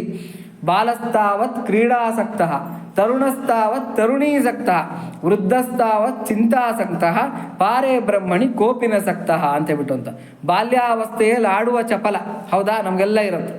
ಯೌವನದಲ್ಲಿ ಯುವತಿಯ ಚಪಲ, ಯುವತಿ ಆದರೆ ಹುಡುಗನ ಚಪಲ ಇರುತ್ತೆ, ಹುಡುಗನಿಗಾದರೆ ಯುವತಿ ಚಪಲ ಇರುತ್ತೆ. ವೃದ್ಧಾಪ್ಯದಲ್ಲಿ ಚಿಂತೆಯ ಸಂತೆ, ಕೋಡಲು ಕೊಟ್ಟ ಕೂತುರು ತಿಟ್ಟ, ಕೊಡುಕು ಕಸ್ಸು ಮನಿ ಬೈಟಿಗೆ ನಟ್ಟ. ಕಣ್ಣು ಬಡಕ ಕನ ಬಡಕ ಚೆವ್ವಿನ ಬಡಕ, ವೃದ್ಧಾಪ್ಯಮ್ಮನ ವ್ಯತಲು ತುಂಡಗ, ಏಮಿ ಫಲಮುಲೇದು ಜ್ಞಾನಂ ಏಮಿ ಅಂಟುಕೋದು ಅಂತ ಹೇಳ್ಬಿಟ್ಟಂತ. ಹಾಗಾಗಿ ಏನು ಅಂದರೆ ವೃದ್ಧಾಪ್ಯದಲ್ಲಿ ಚಿಂತೆಯ ಸಂತೆ, ಇರೋದೊಬ್ಬನಿಗೂ ದೈವದ ಚಿಂತೆ. ದೇವ್ರ ಬಗ್ಗೆ ಏನನ್ನ ಯಾರಿಗಾದ್ರೂ ಚಿಂತೆ ಇದೆಯಾ? ಇಲ್ಲ. ಹಾಲು ಬಿಡ್ಡಲು ನೀಕು ಕಾರು, ಅನ್ನದಮ್ಮುಲು ಆಪಲೇರು, ಐಶ್ವರ್ಯ ಬಲಮು ನಿನ್ನ ಆದುಕೊನುಟಕ್ಕೂ ರಾದು. ದೈವ ಚಿಂತಕು ನಾಡು, ಯಾವಾಗ ಪ್ರಾಣ ಹೋಗ್ತಾ ಇರುತ್ತಲ್ಲ ಆವಾಗ ದೈವ ಚಿಂತಕು ನಾಡು ತಾವುಲೇನೇಲಿದು. ಅವಾಗ ಟೈಮ್ ಇದೆಯಾ ಮಾಡೋದಕ್ಕೆ? ಏನ ಪರ್ಮಿಷನ್ ಕೊಡ್ತಾನ? ಸಾಧ್ಯವೇ ಇಲ್ಲ. ಒಂದು 10 ನಿಮಿಷ ನನಗೆ ಒಂದು ಆಯ್ಸ್ ಕೊಡಪ್ಪ, ನಾನೇನೋ ಒಂಚೂರು ಜಪ ತಪ ಮಾಡ್ಕೊಂಡು ಬರ್ತೀನಿ ಅಂತಂದ್ರೆ ನಡಿ ಫಸ್ಟು ಅಂತ ಹೇಳ್ಕೊಂಡು ಹೋಗ್ತಾ ಇರ್ತೇನೆ. ಹಂಗಾಗಿ ಯಾವತ್ತೂ ಕೂಡ ನಾವು ಯಾವಾಗ ಭಗವತ್ ಚಿಂತನೆ ಇಲ್ದಿರೋ ಇರತಕ್ಕಂಥ ಬುದ್ಧಿಗಳಿರುತ್ತೆ ಅದನ್ನು ನಾವು ವಶ ಅಂತ ಕರೀತಾರೆ ಇಲ್ಲಿ ಋಷಿಗಳು. ವೃಷಭವೆಂದರೆ ಅಹಂಕಾರವು. ವೃಷಭ ಅಂತಂದರೆ ಎಳೆ ಹೋರಿ ಅಂತ. ಎಳೆ ಹೋರಿ ಕೇಳಿರ್ತೀರಾ? ಅದು ಬಲ್ತಿರ್ತಕ್ಕಂಥ ಎತ್ತು ಅಲ್ಲ, ಇತ್ತ ಕಡೆ ಚಿಕ್ಕ ಕರುನೂ ಅಲ್ಲ, ಎಳೆ ಹೋರಿ ಅಂತ. ಇನ್ನೇನು ಒಂದು ಎತ್ತಿನ ಹಂತಕ್ಕೆ ಬೆಳೀತಾ ಇರತಕ್ಕಂಥ ಒಂದು ಹೋರಿನ ವೃಷಭ ಅಂತ ಕರೀತಾರೆ. ಪಡ್ಡ ಅದನ್ನ ನಾವು ವೃಷಭ ಅಂತ ಕರೀತಾರೆ ಇಲ್ಲಿ. ವೃಷಭ ಯಾವುದು ನಮ್ಮ ಶರೀರದಲ್ಲಿ ಅಂದರೆ ಅಹಂಕಾರ, ನಮ್ಮ ಅಹಂಕಾರ. ಇದು ಹೆಂಗೆ ಅಂತಂದರೆ ತೀರ ತಿಳಿದಿರ್ತಕ್ಕಂಥ ವಿಚಾರನೂ ಅಲ್ಲ, ತಿಳಿದೇ ಇರ್ತಕ್ಕಂಥ ವಿಚಾರನೂ ಅಲ್ಲ. ಗೊತ್ತಿಲ್ಲದೆ ಇರೋರಿಗೆ ಏನು ಬೇಕಾದ್ರೂ ಹೇಳ್ಬೋದು, ನೋಡಪ್ಪ ಹಿಂಗಲ್ಲ ಹಿಂಗೆ ಈ ಥರ ನಡ್ಕೋ ಅಂತ ಹೇಳಿದ್ರೆ ಅವ್ರೇನು ಮಾಡ್ತಾರೆ, ಅಮಾಯಕತನದಿಂದ ಆಯ್ತು ಸ್ವಾಮಿ ನಮ್ಗೆ ಗೊತ್ತಿರಲಿಲ್ಲ, ನೀವು ಹೇಳಿದ್ದೀವಿ ನಾವು ನಡ್ಕೊತೀವಿ ಅಂತ ಹೇಳ್ತಾರೆ. ಇದು ಒಳ್ಳೇದಿದು. ಗೊತ್ತಿರ್ತಕ್ಕಂಥ ಅವ್ರಿಗೆ ಏನನ್ನ ಚೆನ್ನಾಗಿ ಗೊತ್ತಿರುತ್ತೆ ನೋಡಿ, ಅವ್ರಿಗೆ ಏನನ್ನ ಹೇಳೋಕೆ ಹೋದ್ರೆ ಏನಾಗುತ್ತೆ, ಹೌದು ಸ್ವಾಮಿ ನೀವು ಹೇಳಿದ್ದು ಇನ್ನೂ ಒಂದು ವಿಚಾರ ನಂಗೆ ಗೊತ್ತಾಯ್ತು, ಆಯಿತು ನಾನು ನಾಳೆಯಿಂದ ಹಿಂಗೆ ನಡ್ಕೊತೀನಿ. ಗೊತ್ತಿರೋರು ಹಂಗೆ ಮಾಡ್ತಾರೆ, ಗೊತ್ತಿಲ್ಲದಿರೋರು ಹಿಂಗೆ ಮಾಡ್ತಾರೆ. ಈ ಗೊತ್ತಿಲ್ಲದೆ ಇರೋರು ಇರ್ತಾರೆ ನೋಡಿ ಮಧ್ಯದವರು, ಅವ್ರು ಎಂಥ ಕೆಲಸ ಮಾಡ್ತಾರೆ ಅಂತಂದರೆ ಬೇರೆಯವ್ರು ಹೇಳಿದ್ದು ಕೇಳಲ್ಲ, ತನಗೆ ಸ್ವಂತ ಬುದ್ಧಿ ಇರಲ್ಲ. ತನಗೇನ ಗೊತ್ತಿದ್ದು ಏನನ್ನ ಮಾಡ್ತಾನ ಅಂತಂದ್ರೆ ತನಗೂ ಸ್ವಂತ ಬುದ್ಧಿ ಇರಲ್ಲ. ಹಿರಿಯರು ಜ್ಞಾನಿಗಳು ಅವರನ್ನೆಲ್ಲ ಆಶ್ರಯಿಸಲ್ಲ. ವಾಡ ವೀಡ ಅಂತ ನಾವು ನೋಡಿರ್ತೀವಿ, ಜೀವನದಲ್ಲೆಲ್ಲ ಮಾತಾಡ್ತಾ ಇರ್ತೀವಿ. ವಾಡ ಅವ್ರು ಯಾರಿಗೂ ಗೌರವ ಕೊಟ್ಟು ಮಾತಾಡಲ್ಲ. ಯಾರು ಎಂಥ ಮಹಾನ್ ಭಾವ ಅಂತ ಹೇಳಿದ್ರು ಕೂಡ ವಾಡ ವೀಡ ನಾಕ್ ತೆಲ್ಸು ಅಂತ ಬಿಟ್ಟು ಅಂತ ಅಂದರೆ ಅವ್ರು ಹೇಳಿದ್ದನ್ನು ಯಾರು ಕೂಡ ಪಾಠಿಸೋದಕ್ಕೆ ಹೋಗೋದಿಲ್ಲ. ಕಡೆಗೇನಾಗುತ್ತೆ, ಅವ್ರ ಸ್ವಂತ ಬುದ್ಧಿ ಅವರನ್ನು ಕಾಲೆಳೆದು ಬಿಡುತ್ತೆ. ಹೆಂಗೆ ಹೂಳು ನೆಲದಲ್ಲಿ ಸಿಕ್ಕಿರ್ತಕ್ಕಂಥ ಮನುಷ್ಯ ತನ್ನ ಕೈಕಾಲು ಒದರದಷ್ಟು ಕೂಡ ಒಳಕ್ಕೆ ಹೋಗ್ತಾ ಇರ್ತಾನೆ. ನೋಡಿದ್ದೀವಿ ನಾವು, ಊಬಿ ಅಂತ ಕರೀತಾರೆ, ಹೂಳು ನೆಲ ಅಂತ. ಅದ್ರಲ್ಲಿ ಸಿಕ್ಕಾಕೊಂಡಿರ್ತಕ್ಕಂಥ ಮನುಷ್ಯ ಸುಮ್ಮನಿದ್ರೆ ಅವನು ಹಂಗೆ ಇರ್ತಾನೆ, ಕೈ ಕಾಲು ಒದರದಷ್ಟು ಏನು ಮಾಡ್ತಾನೆ, ಒಳಕ್ಕೆ ಹೋಗ್ತಾ ಇರ್ತಾನೆ. ಅದೇ ಥರನೇ ಈ ಅಹಂಕಾರ, ಮುಚ್ಚುಬು ಈ ಅಹಂಕಾರ ಅಂತಕ್ಕಂಥ ಈ ಇದರಲ್ಲಿ ಊಬಿನಲ್ಲಿ ಸಿಕ್ಕಾಕೊಂಡಿರ್ತಕ್ಕಂಥ ಈ ಮನುಷ್ಯ ಏನು ಅಂತಂದರೆ ಸುಮ್ಮನಿರಲ್ಲ. ಅವನ ಅಹಂಕಾರ ಪ್ರದರ್ಶನ ಮಾಡ್ಕೊಳಕ್ಕೆ ಹೋಗ್ತಾನೆ. ಪ್ರದರ್ಶನ ಮಾಡ್ಕೊಂಡಷ್ಟು ಕೂಡ ಅದು ಕನ್ನಡದಲ್ಲಿ ಒಂದು ಗಾದೆ ಮಾತಿದೆ, ಬಾಯಿ ಬಿಟ್ಟರೆ ಬಣ್ಣಗೆ ಇಡು ಅಂತ ಹೇಳ್ಬಿಟ್ಟು ಅಂತ. ಬಾಯಿ ಬಿಟ್ಟರೆ ಬಣ್ಣಗೆ ಇಡು ಅಂತ ಹೇಳ್ಬಿಟ್ಟು ಅಂತ. ಬಾಯಿ ಮುಚ್ಕೊಂಡಿದ್ರೆ ನಾವು ಚೆನ್ನಾಗಿರ್ತೀವಂತೆ, ಬಾಯಿ ಬಿಡೋದಕ್ಕೆ ಹೋದರೆ ಇವನಿಷ್ಟೇ ಅಂತ ಜಡ್ಜ್ ಮಾಡಿಬಿಡ್ತಾರಂತೆ. ಹೆಂಗೆ ಅಂತಂದರೆ ನಮ್ಗೊಂದು ಕತೆ ಇತ್ತು. ಏನು ಅಂದರೆ ಇದು ಏನು ಗೂಸ್ ಅಂಡ್ ಟಾರ್ಟಾಯ್ಸ್ ಅಂತನೋ ಯಾವುದೋ 6th ಇತ್ತು ನಮಗದು. 2 ಹಂಸ ಇರುತ್ತೆ, ಒಂದು ಆಮೆ ಇರುತ್ತೆ. ಜೊತೆಯಲ್ಲಿ ಯಾವಾಗಲೂ ಒಂದು ಕೆರೆಯಲ್ಲಿ ಅದು ಇದು ಮಾಡ್ಕೊಂಡಿರುತ್ತೆ, ಏನೋ ಫ್ರೆಂಡ್ಶಿಪ್ ಮಾಡ್ಕೊಂಡಿರುತ್ತೆ, ತುಂಬ ಆತ್ಮೀಯವಾಗಿ ಜೀವನ ಮಾಡ್ತಾ ಇರುತ್ತೆ. ಕಡೆಗೆ ಕೆರೆ ನೀರೆಲ್ಲ ಬತ್ತೋಗ್ತಾ ಬರುತ್ತೆ, ಬೇಸಿಗೆ ಬಂದು ಬತ್ತೋಗ್ತಾ ಬರುತ್ತೆ. ಹಂಸಗಳಿಗೇನೋ ರೆಕ್ಕೆ ಇರುತ್ತೆ, ಹಾರ್ಕೊಂಡೋಗಿ ಬೇರೆ ಪಕ್ಕದಲ್ಲಿರ್ತಕ್ಕಂಥ ಸರೋವರಗಳಿಗೆ ಅದು ತನ್ನ ಜೀವನನ ಶಿಫ್ಟ್ ಮಾಡ್ಕೊಳುತ್ತೆ. ಆಮೆ ಹೋಗೋಕ್ಕಾಗತ್ತಾ? ಆಗೋದಿಲ್ಲ. ಹಂಸಗಳು ಬಂದು ವರ್ಣನೆ ಮಾಡುತ್ತೆ, ಪಕ್ಕದಲ್ಲೇ ಒಂದು ಇದಿದೆ, ತುಂಬ ಚೆನ್ನಾಗಿದೆ, ನಾವು ಅಲ್ಲಿಗೆ ಹೋಗ್ತಾ ಇದ್ದೀವಿ, ಶಿಫ್ಟ್ ಆಗ್ತಾ ಇದ್ದೀವಿ, ನಮ್ಮ ಜೀವನನ ಶಿಫ್ಟ್ ಮಾಡ್ಕೊತಾ ಇದ್ದೀವಿ, ವಲಸೆ ಹೋಗ್ತಾ ಇದ್ದೀವಿ ಅಂತ. ಈ ಆಮೆ ಹೇಳುತ್ತೆ, ನಾನು ಬರ್ತೀನಿ ಅಂತ ಹೇಳ್ಬಿಟ್ಟು. ನೀನು ಹಾರಕ್ಕಾಗೋದಿಲ್ಲಪ್ಪ, ನೀನು ಹೆಂಗೆ ಬರ್ತೀಯಾ ಅಂತ. ಇಲ್ಲ ನಾನು ಏನನ್ನ ಮಾಡಿ, ನೀವು ನಮ್ಮ ಮಿತ್ರರಲ್ವಾ, ಕರ್ಕೊಂಡೋಗಿ ದಯವಿಟ್ಟು ಅಂತ ಹೇಳ್ಬಿಟ್ಟು. ಆವಾಗ ಹಂಸ ಹೇಳತ್ತಂತೆ, ನೋಡಿ ನಮ್ಮ ಜೊತೆಲಿ ನೀನು ಕರ್ಕೊಂಡು ಹೋಗ್ತೀವಿ, ಆದರೆ ಯಾವುದೇ ಕಾರಣಕ್ಕೂ ಬಾಯಿ ಬಿಡಬಾರ್ದು. ನೀನು ಬಾಯಿ ಬಿಟ್ಟ ನಿನ್ನ ಜೀವನ ಡಮಾರ್ ಅಂದೋಗುತ್ತೆ, ನಾಶ ಆಗೋಗ್ಬಿಡುತ್ತೆ, ಹುಷಾರ್ ಅಂತ ಹೇಳಿದ್ರಂತೆ. ಇಲ್ಲ ನಾನಂತೂ ಬಾಯಿ ಬಿಡೋದಿಲ್ಲ ಅಂತ ಹೇಳ್ಬಿಟ್ಟು. ನಾವು ಏನು ಮಾಡ್ತಾ ಇರ್ತೀವಿ ಅಂತಂದರೆ, ಏನೋ ವ್ಯಕ್ತಿ ಪ್ರಜ್ಞೆ, ಸ್ಥಳ ಪ್ರಜ್ಞೆ, ಸಮಯ ಪ್ರಜ್ಞೆ ಅಂತ ಕರೀತಾರೆ. ಅಂದರೆ ಏನೋ ಇಂಗ್ಲೀಷ್ನಲ್ಲಿ ಏನೋ ಹೇಳ್ತಾರೆ, time sense, place sense, person sense ಅಂತ ಹೇಳ್ಬಿಟ್ಟು ಅಂತ. ಅಂದರೆ ಯಾರ ಹತ್ರ ಮಾತಾಡ್ತಾ ಇದ್ದೀವಿ, ಎಲ್ಲಿ ಮಾತಾಡ್ತಾ ಇದ್ದೀವಿ, ಈಗ ಮಾತಾಡೋದು ಅವಶ್ಯಕತೆ ಇದೆಯಾ ಇಲ್ವಾ ಅಂತ ತಿಳ್ಕೊಂಡು ಮಾತಾಡಬೇಕು. ಇಲ್ಲಾಂದ್ರೆ ಎಡ್ಡದಿಡ್ಡಿ ಮಾತಾಡೋದಕ್ಕೆ ಹೋದರೆ ನಾವು ಎಡವಟ್ಟಾಗ್ಬಿಡ್ತೀವಿ ಅಂತ ಹೇಳ್ಬಿಟ್ಟು ಅಂತ. ಈ ಪಾಪ ಆಮೇಲೆ ಅದು ಗೊತ್ತಿರಲಿಲ್ವಂತೆ, ಫೂಲಿಶ್ ಸ್ಟಾರ್ ಟಾಯ್ಸ್ ಇದು. ಇದೇ ಫೂಲಿಶ್ ಸ್ಟಾರ್, ಅದು ಪಾಠದ ಹೆಸರೇ ಫೂಲಿಶ್ ಸ್ಟಾರ್ ಟಾಯ್ಸ್, ಕರೆಕ್ಟು. ಆವಾಗ ಏನಾಯ್ತಂತೆ, ಆ ಹಂಸ ಏನು ಮಾಡ್ತಂತೆ, ಎರಡು ಹಂಸಗಳು ಕೂಡ ಒಂದು ಕಡ್ಡಿನ ಹಿಡ್ಕೊಂತಂತೆ, ಆ ಕಡೆ ಈ ಕಡೆ ಬಾಯಿನಲ್ಲಿ ಹಿಡ್ಕೊಂತಂತೆ. ಈ ಆಮೆ ಮಧ್ಯದಲ್ಲಿ ಹಿಂಗೆ ಕಚ್ಕೊಂತಂತೆ, ಆ ಕಡ್ಡಿಗೆ ಬಾಯಿನಲ್ಲಿ ಹಿಡ್ಕೊಂತಂತೆ ಬಿಗ್ಗಿಯಾಗಿ. ಹಾರ್ಕೊಂಡು ಹೋಗ್ತಾ ಇದ್ದಂತೆ. ಹಾರ್ಕೊಂಡು ಹೋಗ್ತಾ ಇದ್ರೆ ಹುಡುಗರೆಲ್ಲ ಒಂದು ಕಡೆ ಇದ್ರಂತೆ, ಯಾವುದೋ ಒಂದು ಊರಲ್ಲಿ, ಅಲ್ಲಿ ಹಾರ್ಕೊಂಡು ಹೋಗ್ತಾ ಇದ್ರಂತೆ. ಹುಡುಗರೆಲ್ಲ ಎಲ್ಲ ಟೀಕೆ ಮಾಡೋದಂತೆ, ನೋಡೋ ಹಂಸ ಚೆನ್ನಾಗಿ ಹಾರ್ತಾ ಇದೆ, ಈ ಆಮೆಗೇನೋ ಹಂಗೆ ಹಿಂಗೆ ಅಂತ ಹೇಳ್ಬಿಟ್ಟು ಆಮೇನೇನೋ ಎಲ್ಲ ಟೀಸ್ ಮಾಡಿಬಿಟ್ರಂತೆ. ಈ ಆಮೆಗೆ ಈಗೋ ಅಂತಕ್ಕಂಥದ್ದು ಬುಸ್ ಅಂತ ಎದ್ದು ಬಿಡ್ತಂತೆ, ನನ್ನನ್ನು ಟೀಸ್ ಮಾಡ್ತಾನೆ, ನಾನೆಂತ ಅವನು. ಹಾಗೆ ಈ ಆಮೆಗೆ ಆಯಸ್ ಜಾಸ್ತಿ, ಅದು 20 ನಿಮಿಷಕ್ಕೆ ಒಂದ್ಸಲಿ ಉಸಿರಾಡುತ್ತೆ, ಅದಕ್ಕೆ ಪ್ರಾಣಾಯಾಮ ಮಾಡೋರಿಗೆ ಆಯಸ್ ಜಾಸ್ತಿ ಅಂತ ಹೇಳ್ತಾರೆ. ಈ ನಾಯಿಗಳು ನೋಡಿ ಜೋರಾಗಿ ಉಸಿರಾಡುತ್ತೆ, 10 ವರ್ಷಕ್ಕೆ ಸತ್ತೋಗುತ್ತೆ. ಈ ಬೇರೆ ಪ್ರಾಣಿಗಳಿಗೆ ಕತ್ತೆ ಇಂಥವೆಲ್ಲ ಕೂಡ ಮೀಡಿಯಮ್ ಆಗಿ ಉಸಿರಾಡುತ್ತೆ, ಒಂದು 20-25 ವರ್ಷ ಬದುಕುತ್ತೆ. ಹೌದು ಸರ್, ಮ್ಯಾಕ್ಸಿಮಮ್ 600 ಆಮೆ ಬದುಕ್ತಕ್ಕಂಥ ಏಜು 600 ಅಂತ ಹೇಳ್ತಾರೆ. ಹಾವುಗಳಿಗೂ ಕೂಡ ಅದಕ್ಕೆ ಆಯಸ್ ಜಾಸ್ತಿ ಅಂತ ಹೇಳ್ತಾರೆ, ಯಾಕೆಂದರೆ ಅದು 20 ಮಿನಿಟ್ಸ್ ಒಂದ್ಸಲಿ ಉಸಿರನ್ನು ತೊಗೊಳುತ್ತೆ. ಈ ವೇಲು, ಈ ಆಮೆ ಇವೆಲ್ಲ ಕೂಡ. ಹಾಗಾಗಿ ಈ ಆಮೆಗೆ ಏನಾಯ್ತಂತೆ, ವೃದ್ಧಾಪ್ಯ ಅಂದರೆ ಏನೋ ಒಂಥರ ನಾನು ಒಂದು ಏನೋ ಏಜ್ ಆಗಿಬಿಟ್ಟಿದೆ ನನಗೆ, ನನ್ನನ್ನು ಟೀಸ್ ಮಾಡ್ತಾ ಇದ್ದಾರೆ, ಇವ್ರು ಯಾರು ಚಳ್ಳೆ ಪಿಳ್ಳೆಗಳು ಅಂತ ಹೇಳ್ಬಿಟ್ಟು ಏನ್ರಾ ಅಂತ ಬಾಯಿ ತೆಗೀತಂತಲ್ಲ, ಮಾತಾಡ್ತೀನಿ ನನ್ನ ಅಂತ ಹೇಳ್ಬಿಟ್ಟು. ಏನಾಯ್ತಂತೆ, ತಿರ್ಕೊಂಡು ಬಂದು ಕೆಳಗಡೆ ಬಂಡೆ ಮೇಲೆ ಬಿದ್ದು ನೂರು ಆಗೋಯ್ತಂತೆ. ಅದಕ್ಕೆ ನಾವು ಪರ್ಸನ್ ಸೆನ್ಸ್, ಟೈಮ್ ಸೆನ್ಸ್, ಆಮೇಲೆ ಪ್ಲೇಸ್ ಸೆನ್ಸ್ ಅಂತಕ್ಕಂಥದ್ದು 3, ಅಂದರೆ ವ್ಯಕ್ತಿ ಪ್ರಜ್ಞೆ, ಸಮಯ ಪ್ರಜ್ಞೆ ಮತ್ತು ಸ್ಥಳ ಪ್ರಜ್ಞೆ, ಇವು 3 ಇಟ್ಟುಕೊಂಡು ಮಾತಾಡಬೇಕು ಅಂತ ಹೇಳ್ತಾರೆ. ಹಾಗಾಗಿ ಮಾತು ಕೂಡ ನಾವು ಎಡ್ಡದಿಡ್ಡಿ ಮಾತಾಡೋಕೆ ಹೋಗ್ಬಾರ್ದು. ಇಲ್ಲಿ ಋಷಭ ಪಂಚತಂತ್ರದ್ದು ಬಂದಿರತಕ್ಕಂಥದ್ದು ಸರ್. ಆಮೇಲೆ ಇದಕ್ಕೆ ಇನ್ನೂ ಮೂಲ ಏನು ಅಂತಂದರೆ, ಇದೇ ಸ್ಟೋರಿ ಮಹಾಭಾರತದಲ್ಲಿದೆ. ಇದೇ ಮೂರ್ಖ ಆಮೆಯ ಕತೆ ಮಹಾಭಾರತದಲ್ಲಿದೆ. ಮಹಾಭಾರತದಲ್ಲಿರ್ತಕ್ಕಂಥ ಕಥೆಗಳನ್ನು ಕೆಲವು ವಿಷ್ಣು ಶರ್ಮ ತಗೊಂಡ್ರು. ಆ ವಿಷ್ಣು ಶರ್ಮನಿಂದ ಏನಾಯಿತು, ಮತ್ತೆ ಎಲ್ಲ ಕಡೆ ಟೆಕ್ಸ್ಟ್ಗಳಿಗೆ ಅದು ಪ್ರಸಾರ ಆಯಿತು. ಆ ವಿಷ್ಣು ಶರ್ಮ ಎಂಥ ಪುಣ್ಯಾತ್ಮ ಅಂತಂದರೆ, ರಾಜ ಪುರೋಹಿತರಾಗಿರ್ತಾರೆ, 4 ಜನ ಮಕ್ಕಳಿರ್ತಾರೆ. ಒಬ್ಬ ಚಕ್ರವರ್ತಿಗೆ 4 ಜನ ಮಕ್ಕಳಿರ್ತಾರೆ. ಇನ್ನು ಒಬ್ಬ ಮಂತ್ರಿ ಇರ್ತಾನೆ, ಆ ಚಕ್ರವರ್ತಿ ಹತ್ರ ಅವನಿಗೊಬ್ಬ ಮಗ ಇರ್ತಾನೆ. ಟೋಟಲ್ 5 ಜನ, ಯಾರೋ 4 ಜನ ಚಕ್ರವರ್ತಿ ಮಕ್ಕಳು, ಮಂತ್ರಿ ಮಗ ಒಬ್ಬನು, ಟೋಟಲ್ 5 ಜನ. ಈ 5 ಜನನು ಶತಮೂರ್ಖರು. ಎಷ್ಟು ಪಾಠ ಹೇಳಿದ್ರು ಕೂಡ ಪಾಠ ಅರ್ಥ ಆಗ್ತಾ ಇರೋದಿಲ್ಲ, ಪಾಠ ಒಪ್ಸೋದಕ್ಕೆ ಬರೋದಿಲ್ಲ, ಅವ್ರಿಗೆ ಪಾಠದ ಮೇಲೆ ಇಂಟ್ರೆಸ್ಟ್ ಇರೋದಿಲ್ಲ, ಈ ಥರ ಮಾಡ್ತಾ ಇರ್ತಕ್ಕಂಥವ್ರು. ಆವಾಗ ಚಕ್ರವರ್ತಿ ಪಾಪ ವಿಷ್ಣು ಶರ್ಮನ ಹತ್ರ ಅಳಲು ತೊಡ್ಕೊತಾರೆ ರಾಜಪುರೋಹಿತರವರು. ನೋಡಿ ಸ್ವಾಮಿ, ಏನು ಮಾಡಿದ್ರು ಹಿಂಗೆ ಆಗ್ತಾ ಇದೆ, ಅವ್ರು ಪಾಠ ಕಲಿತಾ ಇಲ್ಲ ಅಂತ. ಆವಾಗ ಮನೆಗೆ ಹೋಗಿ ಯೋಚನೆ ಮಾಡಿ ಏನು ಮಾಡ್ತಾರೆ, ಪಂಚತಂತ್ರ ಅಂತಕ್ಕಂಥ ಗ್ರಂಥನ ರಚಿಸ್ತಾರೆ ಇವ್ರಿಗೋಸ್ಕರನೇ. ಬರೀ ಕಥೆಗಳದು, ಪ್ರಾಣಿಗಳು, ಪಕ್ಷಿಗಳು, ಮರಗಳು, ಗಿಡಗಳನ್ನೆಲ್ಲ ತಗೊಂಡು ಪಂಚತಂತ್ರ ಅಂತ ಕಥೆಗಳನ್ನ ಇದು ಮಾಡಿ, ಅದರಲ್ಲಿ ನ್ಯಾಯಶಾಸ್ತ್ರ, ಆಮೇಲೆ ಕೂಟನೀತಿ, ರಾಜನೀತಿ, ದಂಡನೀತಿ ಇವುಗಳನ್ನೆಲ್ಲ ಅದರೊಳಗೆ ಮೇಳೈಸಿ ಅದನ್ನೊಂದು ಕಥೆಗಳದ ಒಂದು ಸಮಾಹಾರ ಮಾಡಿ ಅದನ್ನೇನು ಮಾಡ್ತಾರೆ, ನೀವೇನು ಓದ್ಕೋಬೇಡ್ರಪ್ಪ, ನಿಮ್ಗೇನು ಪಾಠ ಮಾಡಲ್ಲ, ನಮ್ಮ ಮನೆಗೆ ಬಂದರೆ ನಿಮ್ಗೆ ಕತೆ ಹೇಳ್ತೀನಿ, ಡೈಲಿ ಬಂದರೆ ನಿಮ್ಗೊಂದು ಕತೆ ಹೇಳ್ತೀನಿ ಅಂತ ಒಂದೊಂದು ನೀತಿ ಕತೆ ಹೇಳೋದು. ನೀತಿ ಕಥೆಗಳನ್ನು ಹೇಳಿ ಹೇಳಿ ಹೇಳಿ 2 ಇಯರ್ಸ್ ಹೇಳ್ತಾರೆ.